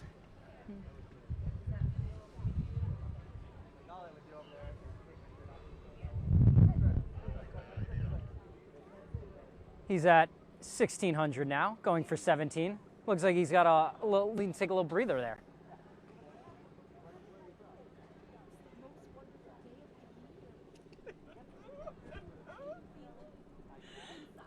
And here he goes again. If you ask Shannon Kinney what she feels like on the day of the International Crate Race, you can basically equate it to Buddy the Elf telling you about Christmas.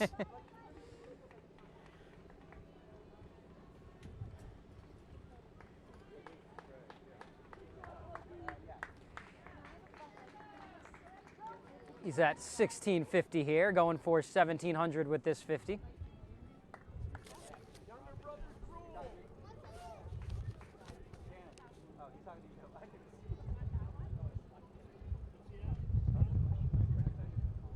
And they lost count. Going for 1700 here.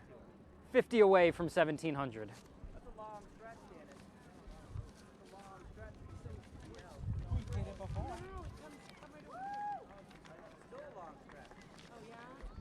$17.98 is what he got last year.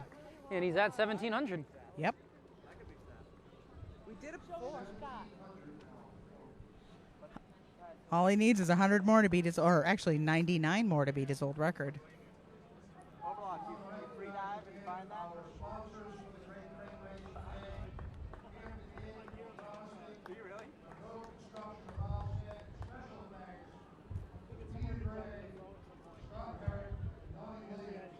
And here comes Kobe again, looking for 1750.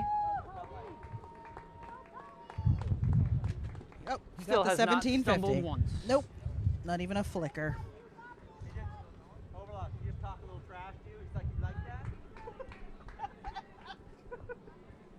And while these two brothers compete, Dylan and Zachary Fales have came in second and third place, or third and fourth place here.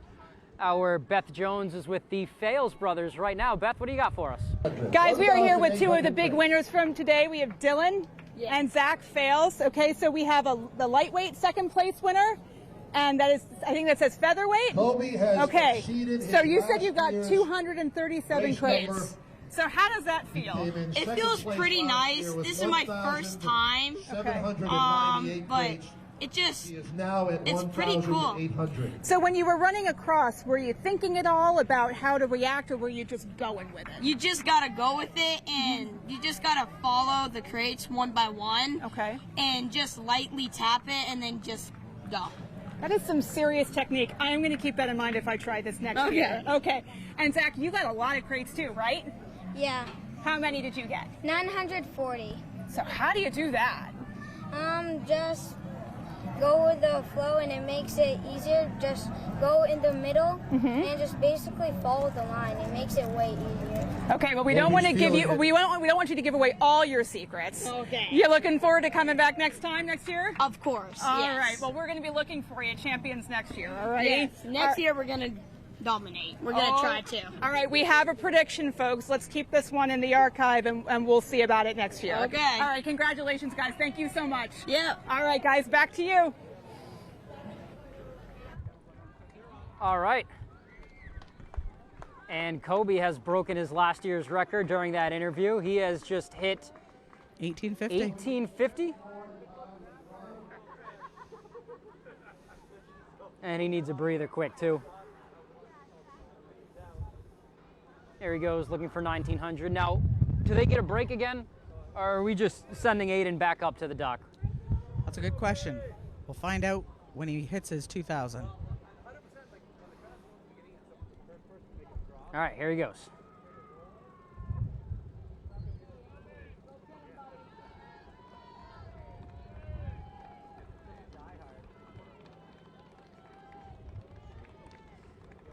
And he's there. That's 1900.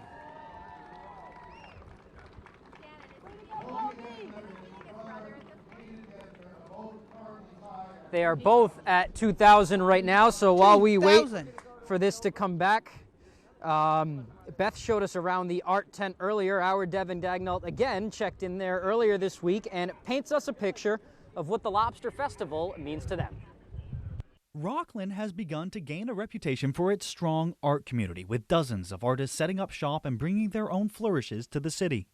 Whether it's painting, sculptures, or some form of mixed medium, Rockland is the home of art that just can't be found anywhere else. Right away, started meeting people in the community. The Farnsworth Art Museum, of course, is here, which is just a gem of a museum. But the public art has exploded, and there's always been wonderful galleries here, but there's a lot of opportunities now for people to really engage with the arts. So it's just a really exciting time to be here in Rockland.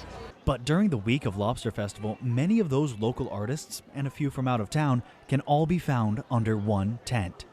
It's a huge 5 days. According to Linda Leach, the Lobster Festival is an amazing chance for local artists to showcase their work to a pool of patrons who may otherwise never see their portfolios. This is an exposure to a very large population that is not local. Leach also says the week is a great way to test the market and show new pieces of work that haven't been seen by the public. Although the monetary gain is great for the artists selling their work, Karen Talbot says the biggest reward is how much closer the event brings the Rockland art community together. It's such a wonderful group of really talented and friendly, welcoming people, and so the art tent is really inspiring. In Rockland, Devin Dagnall, ABC 7 and Fox 22 News. I've been working really hard this week to get all of those features done for this broadcast.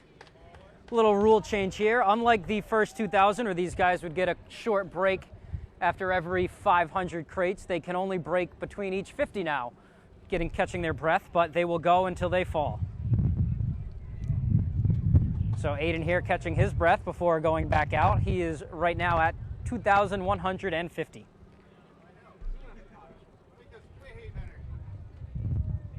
Going for 2,200.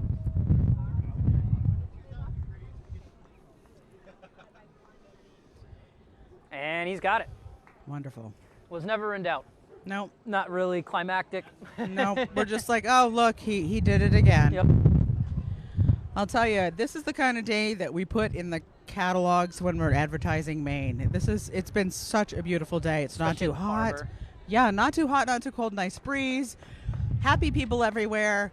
This is all the lobster you can eat. This has just been an incredible day. You got the flyovers too. Oh, those were Owl's Head Transportation Museum. You can't beat it. That's my beautiful day. Actually, here. after moving away and coming back, that's my son's favorite place to go. The Owl's Head Transportation Museum? He loves it over there. Yep. I gotta check it out. How old's your son? He's 15. Nice. Right now.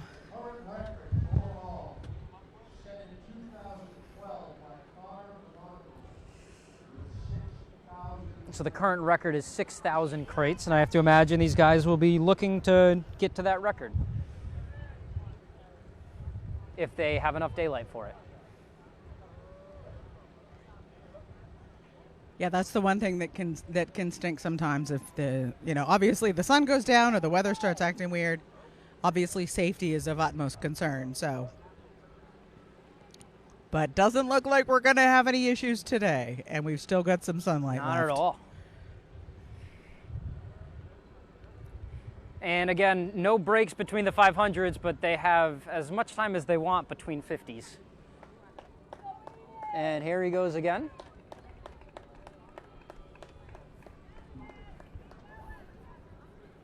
And he's there again. Really exciting television.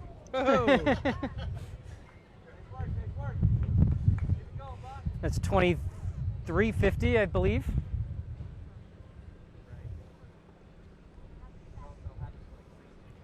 Looking for 2,400.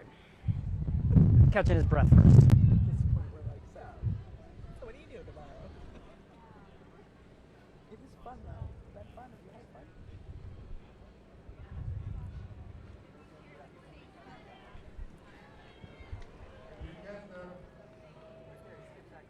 And he is there with ease. Let's take a break from the action real quick. Our Beth Jones is standing by with a couple of festival goers enjoying some lobster on this beautiful day. All right. So I'll just ask your name right on the camera. All right, guys. Well, it's not the Lobster Festival without, that's a really nice looking tray of lobster right there. Can I ask your name? Mary. Mary and? William. William, nice to meet you. And this is the lovely Valerie. We always get the baby name first, of course. So how is the lobster this year? Delicious. What do we have here? We've got some lobster Caesar salads and then a lobster roll for Valerie. Which she is mowing down Yes. for sure. Yes, indeed. 2 forks at a time. Oh my gosh. Oh, she's going. Develop those expensive tastes early, Valerie. Good job. So how's your experience been at the festival this year? Good. We've just been here for a little bit, but a lot of fun already. Watching some of the races and enjoying lobster. Any interest in maybe partaking next year? Maybe Valerie will. Valerie, Maybe I that's will. your new Yes. All right. Where are you folks from? We're actually visiting from Chicago. Oh, wow. Yeah. So what made you want to come all this way? The festival specifically, or just visiting the state? Visiting the state, so all right. kind of driving around the coast and just taking in all the sights. Well, I think you made the right turn into this festival. Absolutely. All right, guys, thank you so much. Enjoy. Valerie, it's been a pleasure. All right, guys, back to you. Aiden at 2,500 now. Thank you for that, Beth. He had 25.22 last year. Again, no breaks between the 500. They're just able to catch their breath. He makes it all the way across. He's going to beat his record. He's already beat his record. And he's Look at already that. He's at 240 or 2240. 2250. Look at that. 2550. Or 25. Oh gosh. Yeah, we're already there. 2550.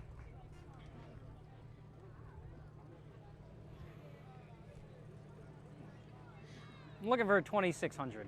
Yeah, I think the football coaches are going to be recruiting this kid. Or the track coaches. Either way. Holy mackerel. You know you're an animal when the high schools are recruiting you. Look at it He's go. at 2,600 crates now. Just keep going, buddy. He's got it.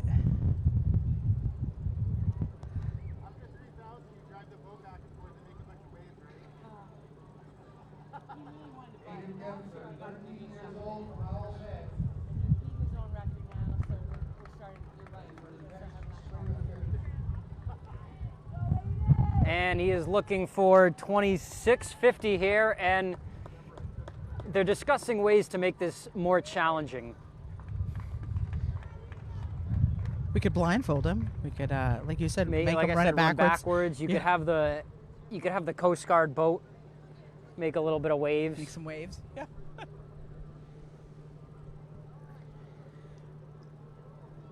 Again, allowed to break after the 50s, just no long breaks after the 500s. No more breaks. Just go. Just go. Aiden can do it.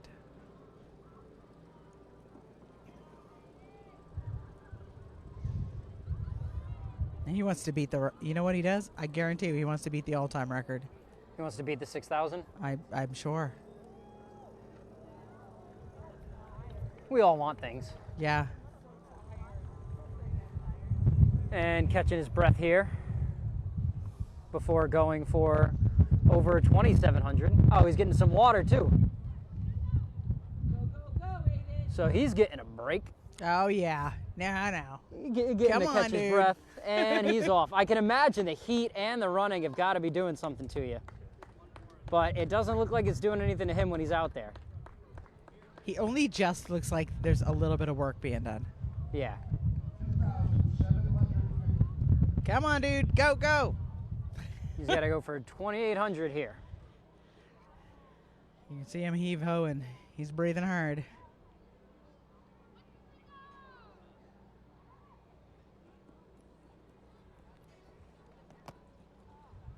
Still, tiptoe. He's tiptoeing across them. He does not move very fast, but he doesn't need to because he's so light on his feet. Unreal. There he goes. Shannon is just in her element. You couldn't get her smile off with the disc grinder. Good Lord. It's wonderful. There's a whole lot of love that goes into this. And he has run back and forth 55 times. Make that 56. Oh, we lost his footing there a little bit for a nanosecond. Does not matter. Didn't do much, though, did it?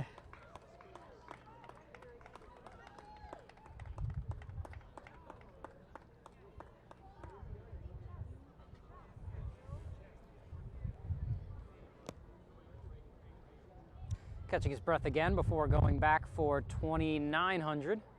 1, 2, 3, go.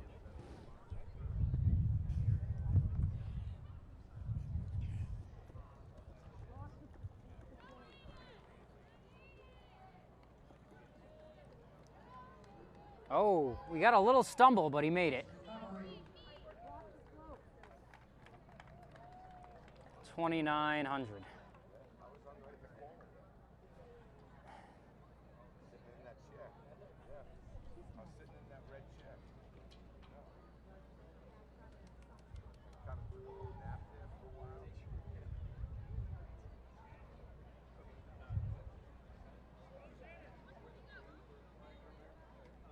And here he goes looking for $29.50.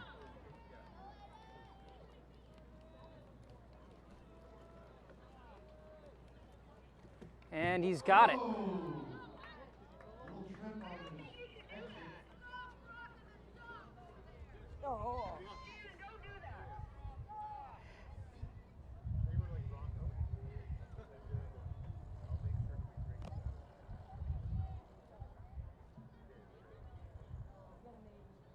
And here he goes again, looking for 3,000.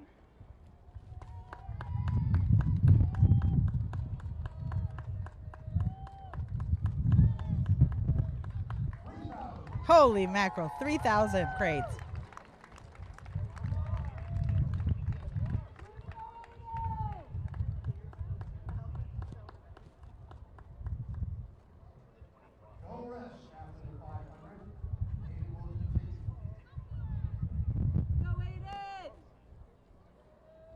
Here he comes again.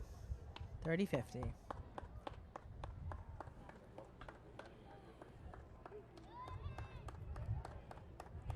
And he's at 3,050.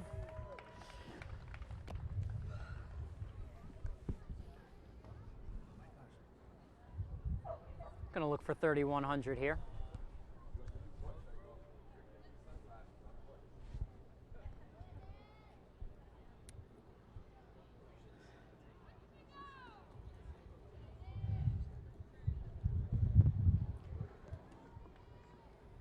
Catching his breath first. Not as many people here watching this as there were watching the Coast Guards and everybody fall the in. Delegates fall in. Just eat it. Incredible. Where is he? Where'd he go? Is he stopping? Come on, bud. There's no brakes. And it looks like he's just getting some water and then getting back out there.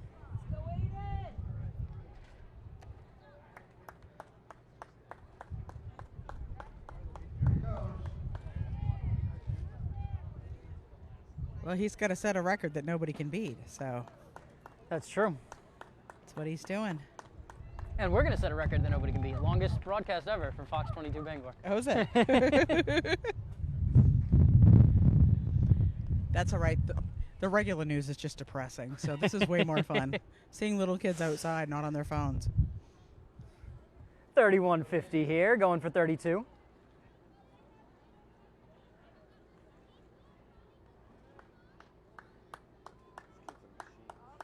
Unreal. And he's got it.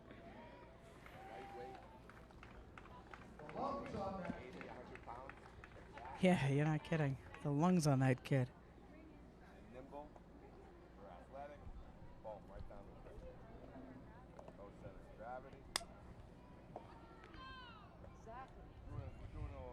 Going for 32.50.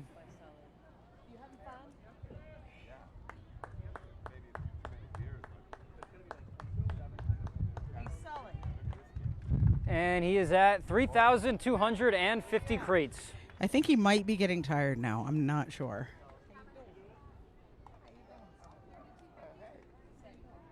Going for 3,300.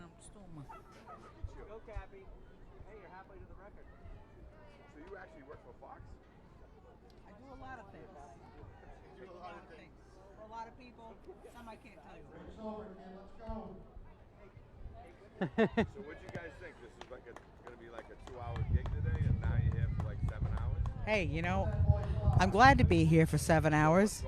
You know, people thought it was going to be a 2-hour gig. Nah, we're here for 7 hours, and that's okay because I don't have to do laundry if I'm out here. Life is good. He is at 3,300. Catching his breath in between.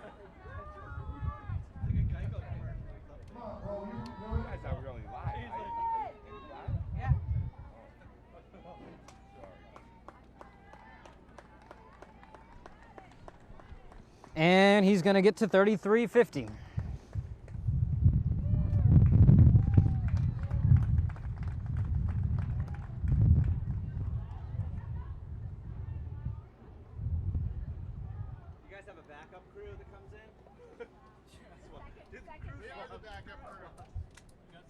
Catching his breath again.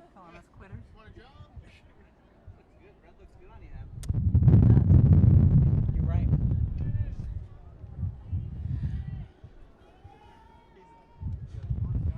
Going for 3,400 here. ESPN ain't got nothing on us. And he's got it. PGA Pshaw.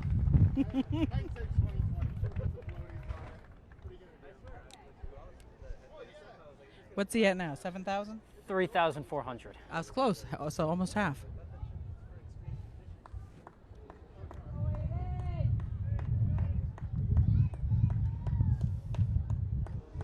I hope he's this good at doing his homework.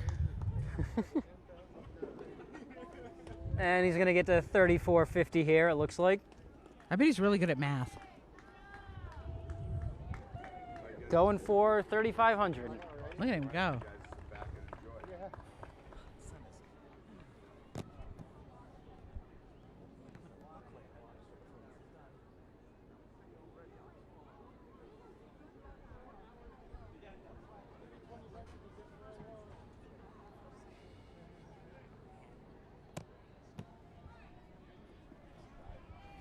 And he's off again.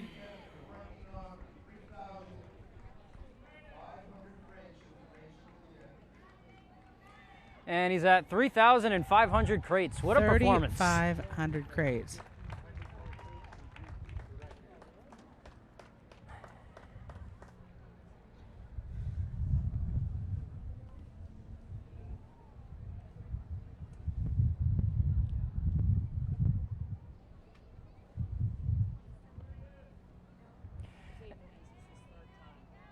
He's looking for his third straight championship. Here he goes again, looking for 50 more.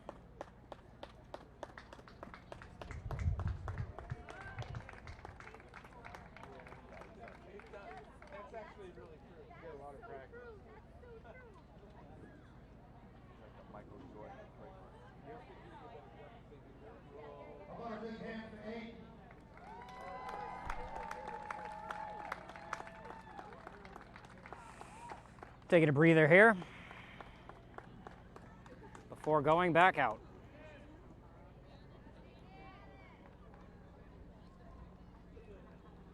That guy hasn't mentioned your name once. 3,600.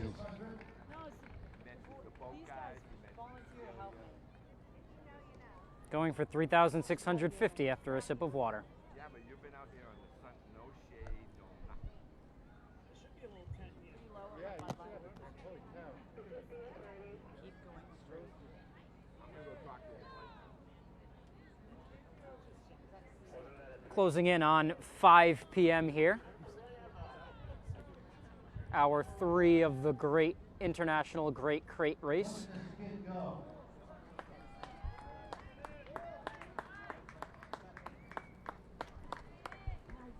And he's there. 50 more.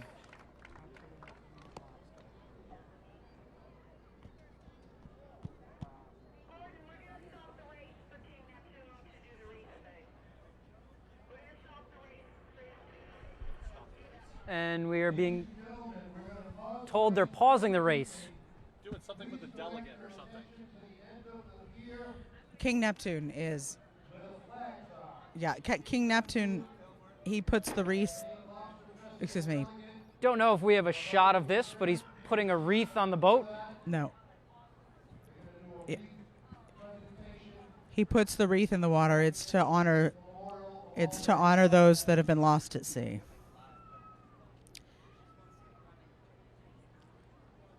Very nice gesture they do every year.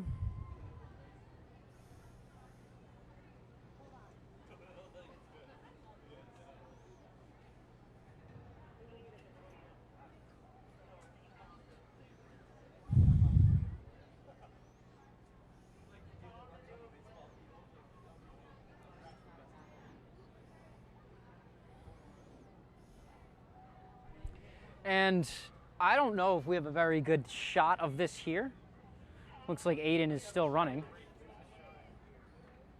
Just a shot of the race, nothing of what is going on the pier, but there is King Neptune with a wreath.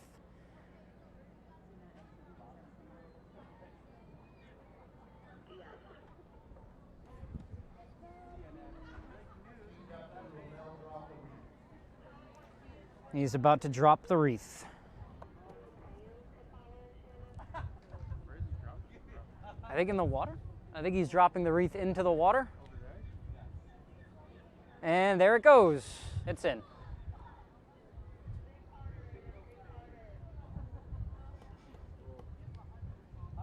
Now, what does this wreath symbolize, Emily? This is just to honor those who've been lost at sea. It's something we do at the end of every festival, or near the end.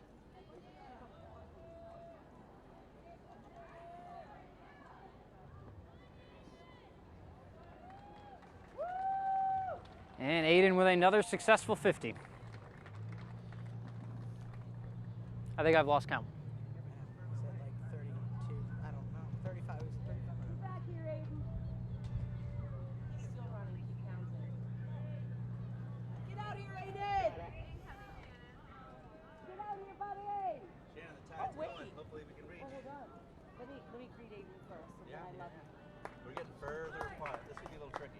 And he is there.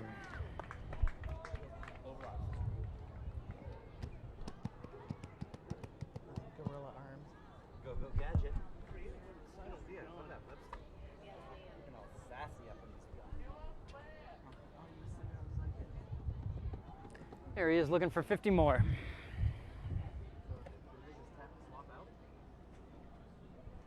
Nope, the brothers. No, Aiden is going to keep running. The other one's still going. Yep. Aiden is going to keep going until he can't anymore, and then his brother's going to be up. You must say no resting at all. You just have to turn around. And another successful 50. Just touch the dock with one foot and push off. Yeah, I was thinking if we gave the crowd water balloon launchers, little added element. There should be some phase 2 strategy. There has to be. We were saying blindfold them. Boom, boom. Perfect. It's really hard. You see it? It's just not for those two. Except for the two that weigh 67 pounds. And catching his breath here before going back again.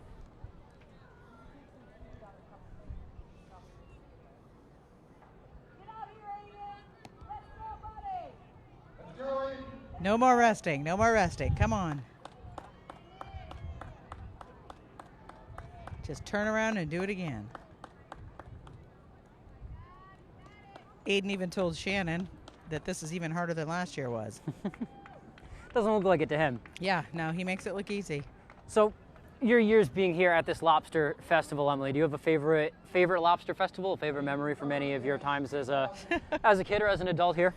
Well, my favorite lobster festival was when I was in the Maine Sea Goddess pageant, and I joined it honestly to make a joke out of it because I was that kid, and I ended up getting Miss Congeniality. So there you go. That's what you get for being nice to people.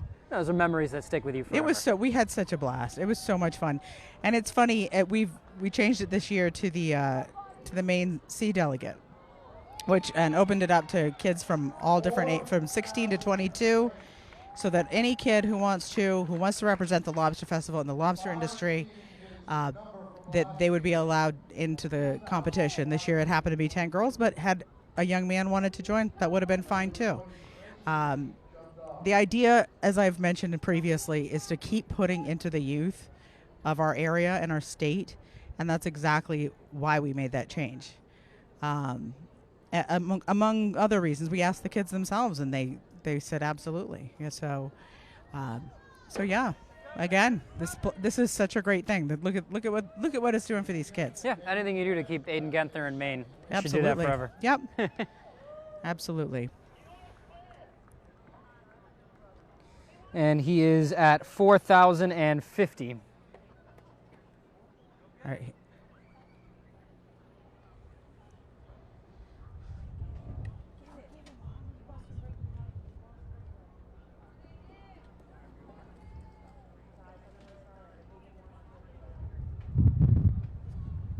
Aiden's goal is to break the record of 6,000 crates. And he's got 1,900 left to go.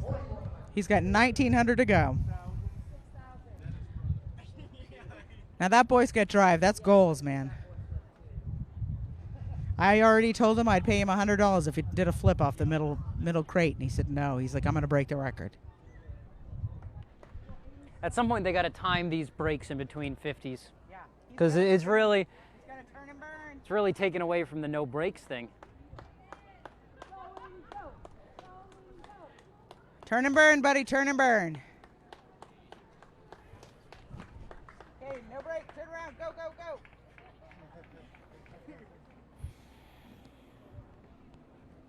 That's 41.50.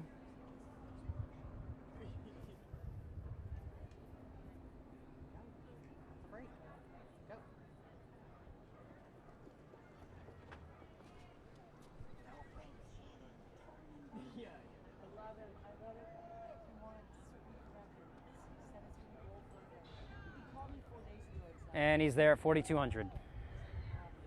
Going for 50 more.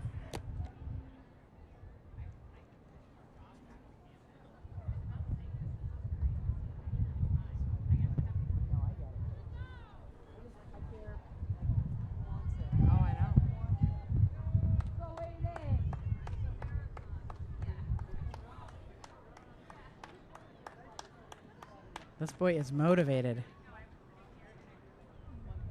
He's at 42.50.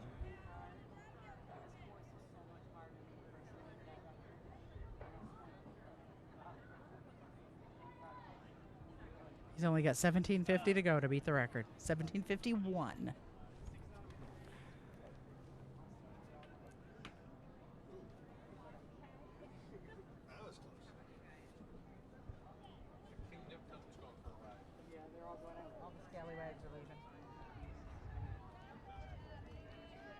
And he's got 50 more. That is 4,300.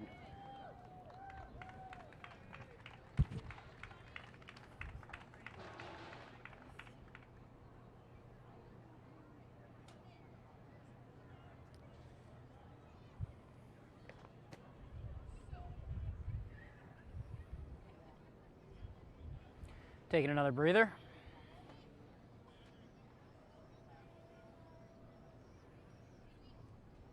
And he's off again.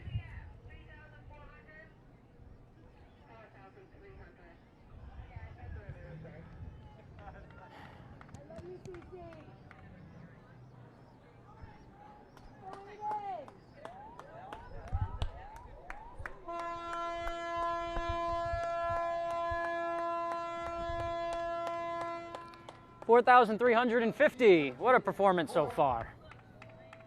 Going back to the briny deep compliments of the United States Coast Guard.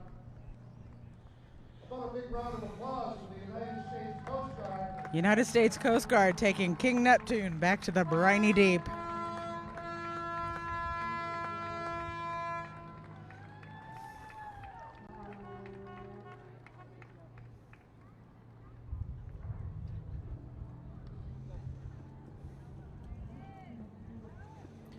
Here goes Aiden again, and again, and again. This kid is incredible. He is dead set on setting or beating.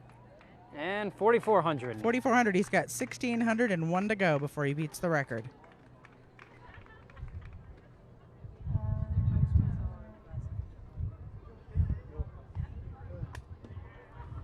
Shannon. Come on, buddy. Looking for 4,450.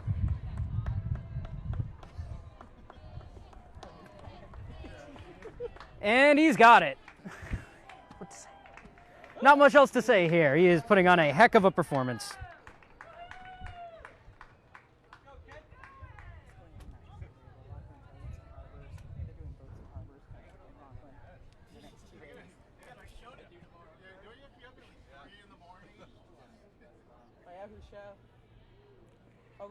Going for 4,500.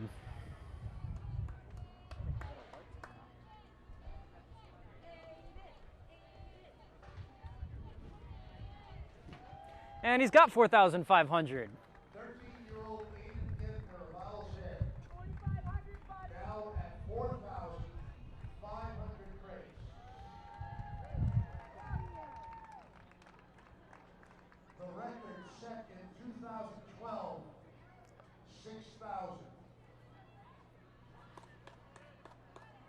You have to admire a kid who's got drive like that. Oh, yeah. He is set on it. Look at him go. 4,550. We're so close. We're so close, Tyler. Are we, though? And yet so far. I think the Lobster Festival might be broken down and taken and put back in the shed before this kid gets done Yeah, running. Lobster. I mean, there aren't as many people here as there were at the beginning of the day. Definitely, but he's still got a lot of supporters. And he's still got a lot of crates to go. People love to see kids do well. Oh, yeah. Let's see. And don't forget, we have his brother still. You're right.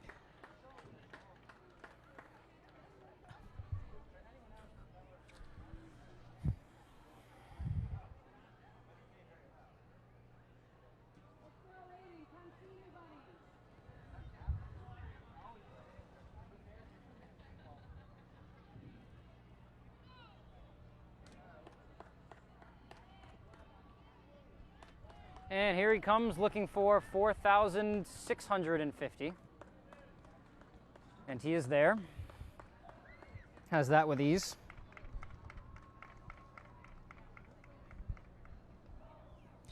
Have you ever been on a lobster boat, Tyler? I have not. You haven't? No, I haven't. I've only been here for a little under 2 years. I've lived in Maine. You're kidding. Yeah, I have to check it out. You should. I have connections. I know a guy. You can hook it up? I can absolutely hook it up. I could make it happen. We could take you out to where they get the real lobsters. As opposed to the fake ones? The fake ones, yeah. No, way out. The guys that get them way out there. Those are the hardcore lobstermen. And he is there. Is that 4,600 or 4,700? I don't even know. Neither do I. I can't count that high.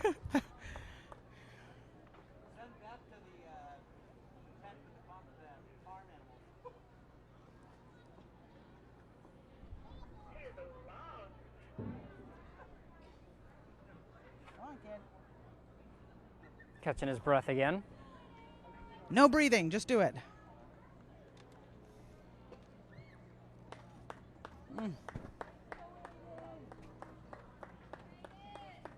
And he's back with 4,700.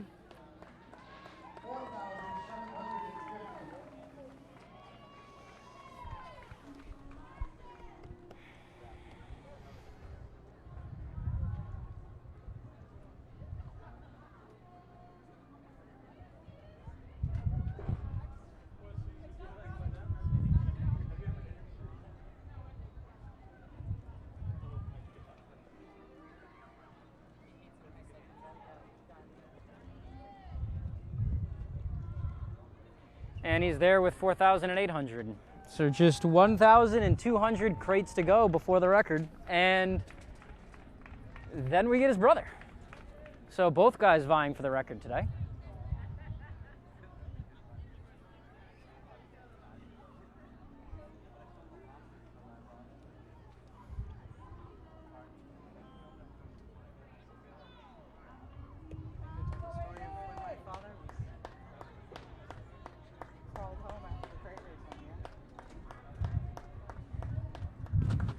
You can make it PG.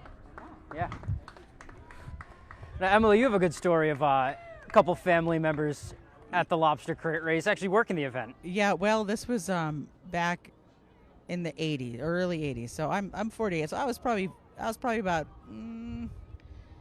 I think it was actually, it might have been in 1970. I was 4 years old, and my dad he was a diver, and he went down to the crate race when it was done on Spruce Head Island, and he was floating in a survival suit next to the crates. So the guys would run the crates, and back then they didn't have another dock, so they just run the crates, fall in, and the skiff would come and get them, and my dad would be just floating around there in his survival suit, advertising to the lobstermen that they need to have survival suits on their boats. Well, of course, his buddies were all handing him beer as he's floating in the in Spruce Head Harbor, of course, because responsible for the fishermen. You know, I'm sorry, it's just work hard, play hard. So as my father's floating there, and every once in a while he'd get tired, he might hang on to the side of a skiff. He was there for hours, and I was this 4-year-old little tiny girl. And when the crate race was all over with, I'm standing at the window and his friends dropped him off at my house, and my father crawls across the lawn, and I'm standing at the window, and my mother said, I looked out there and I said, Mama, I think Daddy needs a nap. So, needless to say, That he did. yeah, oh, he definitely did. But fun was had by all. This has definitely been something.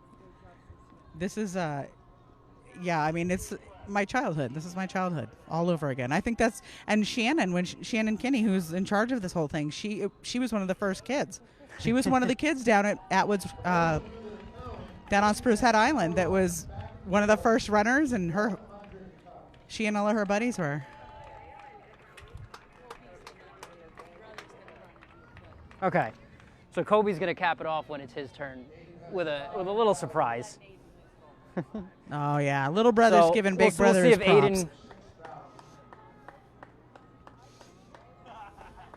We'll see if Aiden has the record in him.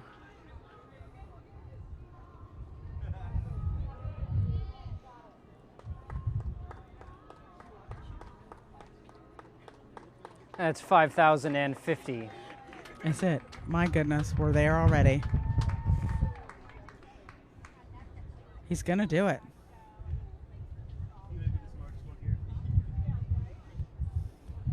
We believe in you, Aiden.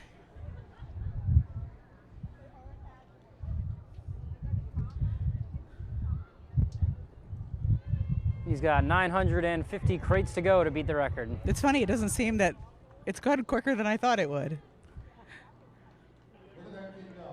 Oh, he's unreal. And that's 5,100. 901 to beat the record. And we are going to send it to a quick 2-minute break, and we'll be back with, hopefully, Aiden breaking the record. We'll be back right after this.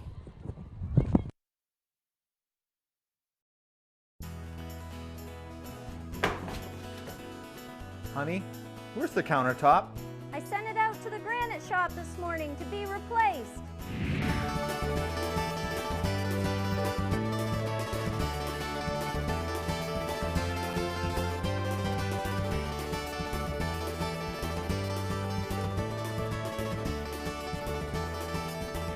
Wow. The quickest turnaround in the business, the Granite Shop in Sedgwick. ABC 7, Fox 22, Healing Hands Massage, and Moosehead Medicine want to send you to see the Lumineers live in concert with special guest James Bay, Wednesday, August 16th at the Maine Savings Amphitheater in Bangor. Sign up to win tickets by registering at Healing Hands Massage in Hamden, providing professional massage services tailored specifically for our clients, or Moosehead Medicine in Greenville. From pain relief to relaxation, we have what you need to improve your well-being. Win tickets to see the Lumineers August 16th on the Bangor waterfront. Set summer in motion with the most electrifying Honda vehicles yet, like the CR-V and the Accord, both with available hybrid powertrains, designed to deliver more thrilling performance and more innovative tech. Make every adventure more electrifying with Honda, the most awarded brand in Car and Driver 10 Best history. Buy online, reserve from select dealers, or visit your local Honda dealer today. Some things are worth waiting for. Something reliable, something loyal, something long-lasting. A 6-year warranty? Coyote's got that. One machine for all the dirty work? Count on Coyote. Coyote won't break your heart, and Whittemore & Sons got the deals that won't break the bank. So quit swiping and settling for less. Slide into Whittemore & Sons and be treated like family by a family who cares. 257 Waterville Road, Skowhegan. Live from the Maine Lobster Festival in Rockland, you're watching the International Great Freight Race on Fox 22.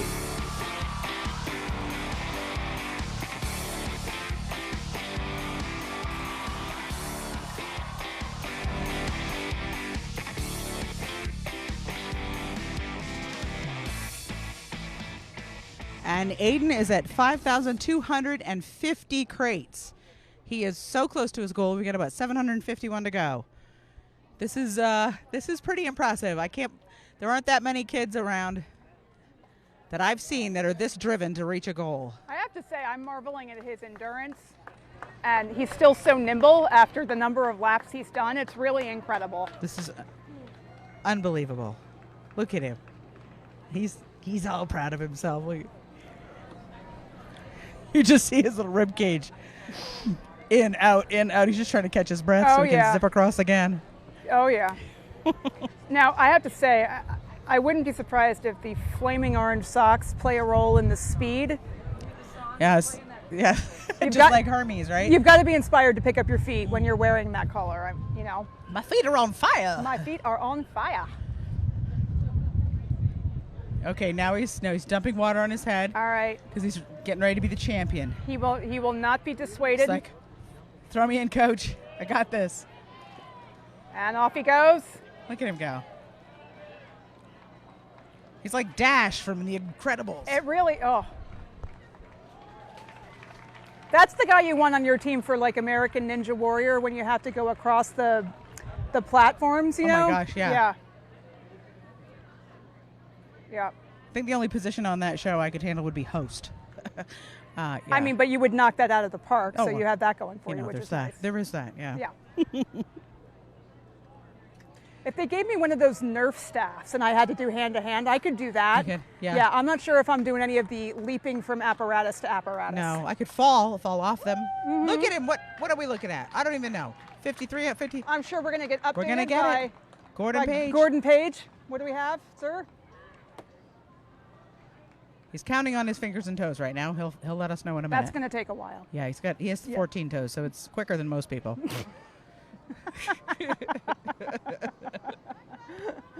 This is what happens when newscasters get tired. Right. There's a lot of sun out here, folks. The punchiness happens. Yeah. It's all good, though. Gets dangerous. All in good fun. There he goes again. Meant with love. Go, Gadget Aiden. Oh, my gosh. I feel like we're looking at a future, like, track Olympian, maybe? Quite possibly. Yeah.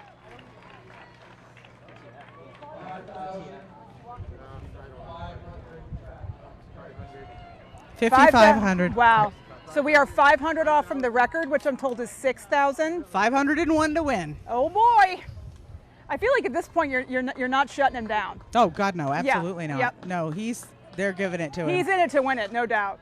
And his little brother is wonderful. He's back there just patting him on the back, giving him hugs, high-fiving him. You gotta love that brotherly love. Here we go, Aiden. You're an animal, kid.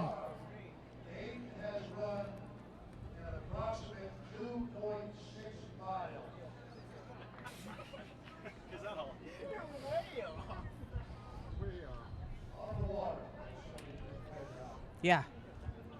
Walking on water, this kid. Maybe somebody ought to check. I was going to say, not since biblical times has somebody walked 2.6 miles on water. He literally just leapt over a crate. You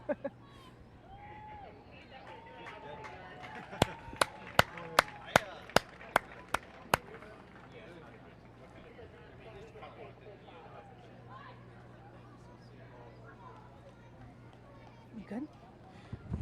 Let's see. One crate is about 2 feet across, or 2 feet long. My back is Times 50. That's 100 feet. back is and I suppose. Yeah, they're right. They're saying he went about 3 miles. It's been a 7-hour race. Right.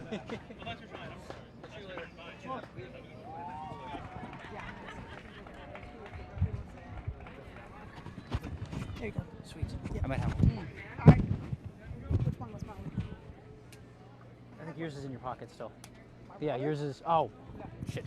I will tell you that at the end of tonight, there's going to be a big party celebrating a fantastic Maine Lobster Festival and all the work that's been put into this. We always have an after party and sort of a rah-rah meeting afterwards, but this has been such a great year. Even when we had under the weather kind of weather, it still came out. We still came out on top. And thanks to everyone who's come out and who's helped us, who's sponsored.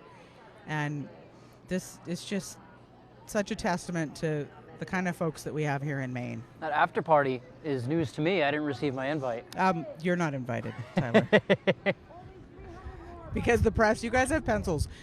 what happens at the after party stays at the after party. Hey, I'm a sports reporter. Oh, yeah, okay. Well, then maybe you can come. Just leave the camera guys behind. All right, Aiden has 6 laps to go, 6 down and backs before breaking the record. Come on, dude. He can do it. We believe in you now. We're in it to win it now, Aiden.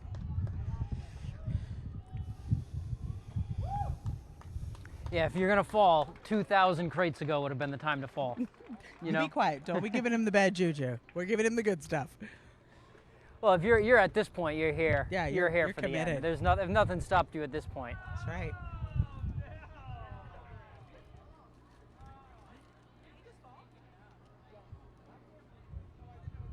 Who just fell? Somebody fell. This 50 will put him at 5,800. 4 laps away from the record.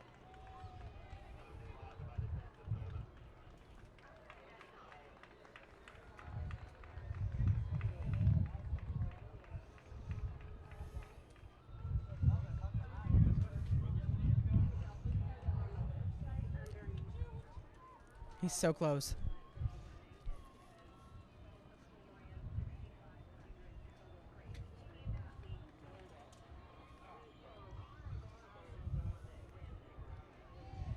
He is at 5,850.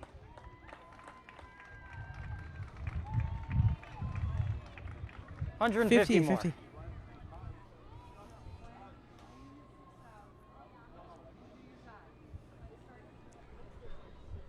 Shannon, he's got to do more than 6,000. Got to do more than 6,000. Here he goes. Looking for 5,900. Look at this boy.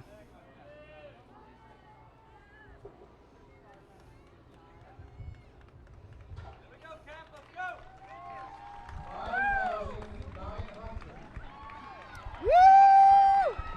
5,900. He has 101 to go to break the record. 2 laps to go. 2 laps and a bit. And as Shannon told him, this course is a lot harder than the course that the person who did the 6,000 had to compete on. And he is almost there. 5,949. 5,950. So he is 50 away from tying the record, 51 away from setting a record that, like you said, Emily, no one may ever break.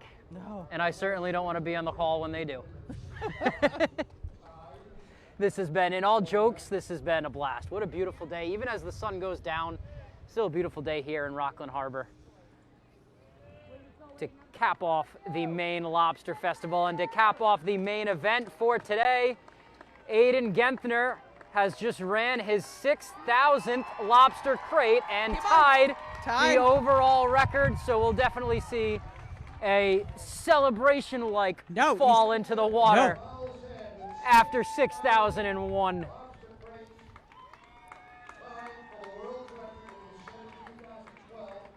Keep running, That buddy. record Keep set running. in 2012. He's got to run more. He's got to run more. Come on. One more run. So he's got one more crate to be the outright record holder. Come on, Aiden.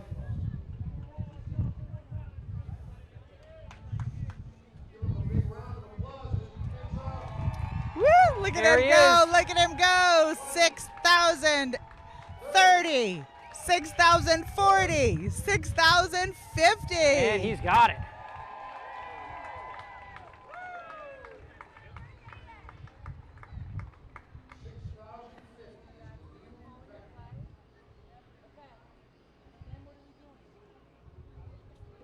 All right, it looks like he's going to run back to just get a little padding room over the record, 6,100.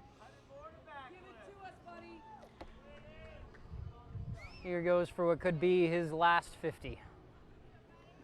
Look at him go. Look at him go. Look at him go. It still looks effortless. This kid, 6,000. All right, look at him. 6,100. Let's see High what the five celebration by his looks brother. like. Look at him. His little brother just came over and gave him a high five. Oh, and apparently the brother handshake. Oh, here he goes. And he's running again. Yeah, this kid just doesn't quit.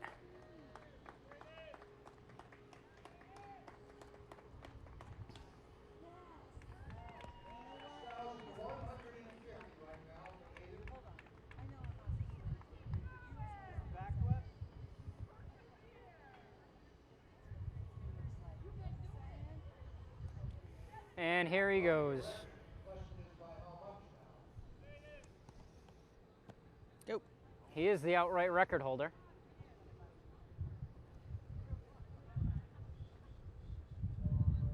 Looking for 6,200 now, I guess.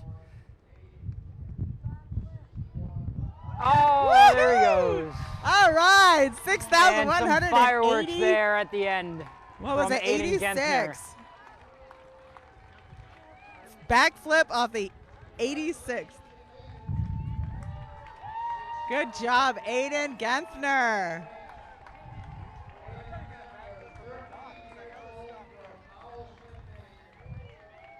"13 years old. 13 years old from Owl's Head, Maine. Aiden Genthner. He has beat the all-time record. Hugs all around. Oh, what a great everybody's- sight. I know. This is going to Look be at a him day all. that he remembers.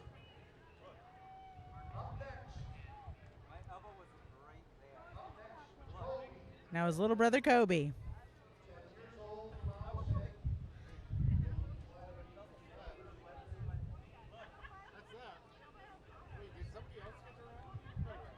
And here's Kobe. I don't know if he's going to go for the record or let Big Brother have his day.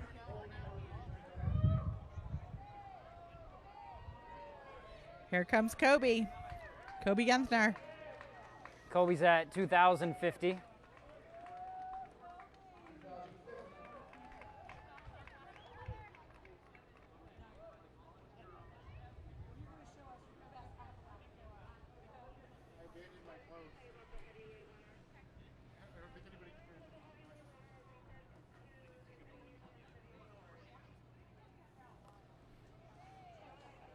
Kobe's going back for this. Kobe at 2,100. 2,100 for Kobe.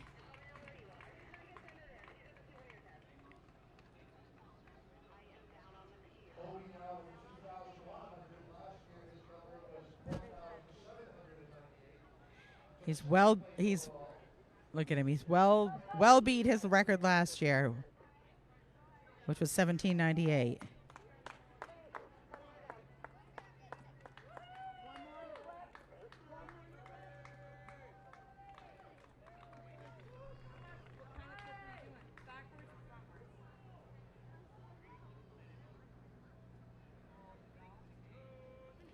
Kobe looking for 2,200 now. I hear rumors of a flip. I do too, but he doesn't look like he's giving it up. Yeah, I don't know. We're gonna have to. It sounds like more of a coercion into a flip than a rumor of a I think flip. it does. I think they. Which I'd be on the side of the coercion here. Yeah. It's all right. Let these kids have fun. And he made 2,200.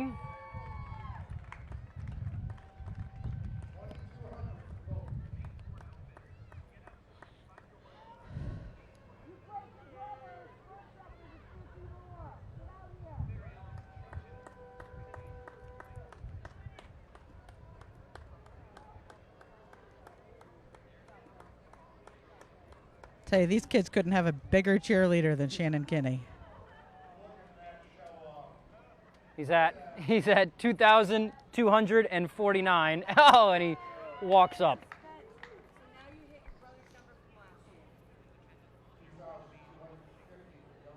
No, he didn't. His brother's number from last year was 2,522. Don't tell him that.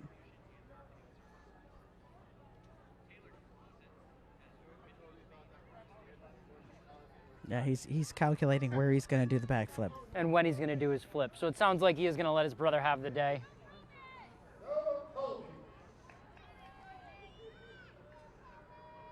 Look at him.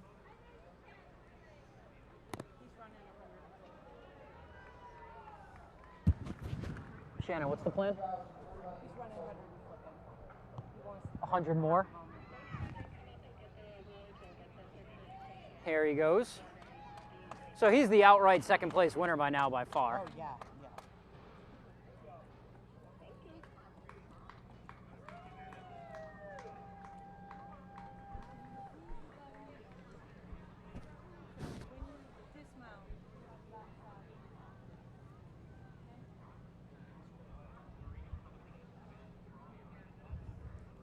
And here he goes again. I think this might be the one with the backflip. Or not. What is he doing? Let's see. Oh, I think he's going to do the backflip off the dog. Yeah. Nope. Come on, brother.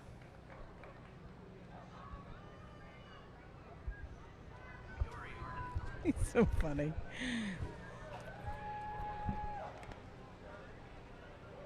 He's at 2,400, I believe.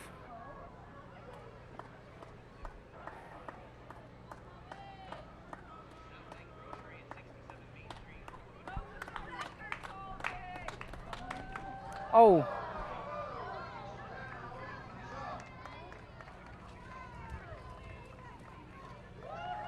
Good job, good job. And he's got 2,450 here.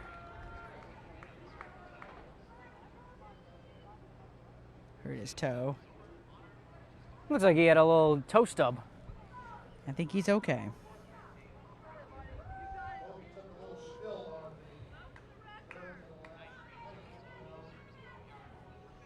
He's tough. He's a tough little guy, though. See how he makes it.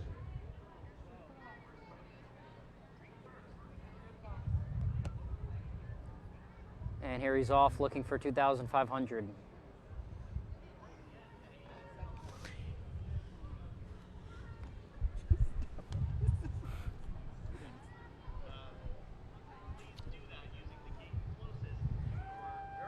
Looking for 2,500. Braving the injury and all. What a trooper. 2,500. Oh, look at that. 2,500.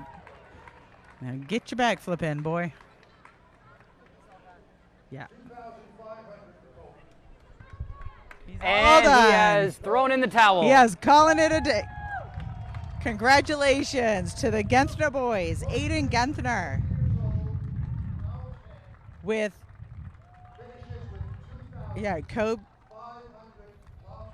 Kobe Genthner with 2,500 lobster crates for Kobe Genthner and 6,188 for Aiden Genthner. Winner overall, first place, 6,188. 6,188 is your new record here. Beth Jones standing by with that record holder. Beth and Aiden, how's it going right now? All right, well, we are here with the grand champion of this year's Great Crate Race, Aiden Genthner. What was your final crate count again? I totally lost count. 6,188, I think. Oh my gosh, so definitely a new record for the race. It's a world record. How are you feeling right now? Awesome. Yeah? Really happy. Now, did you go into it thinking you were going to chase that 6,000 crate record, or what were your thoughts going into today? It's always been my goal. But honestly, I didn't think I was going to accomplish it today. But where I got to 4,000, it was like, I can do this. Yeah, you got to 4,000 and you felt like you could get there. Yeah. All Once right, again, so we want to what thank was your our strategy sponsors of the in Great Crate lasting Race as this long year, as you did? Monroe Construction of Just Owl's taking Head, a couple-minute breaks. and the Hampton Inn in Just Thomaston. getting my breath. Yeah, and it looked like you had some We nice also wanted encouragement to from your thank brother. Was that nice to have him there with two you? captains Yes. All right. who Well, supported the you event have set yourself up for with next their year. You're going to votes beat your and their record next year. expertise. I'm going to try. All righty. Well, in the meantime, go get something to eat and get a little rest there. Donnie Williams. You earned it. Scott Hay. Guys, we're going to send it back to you. Amazing Special work. thanks to Congratulations.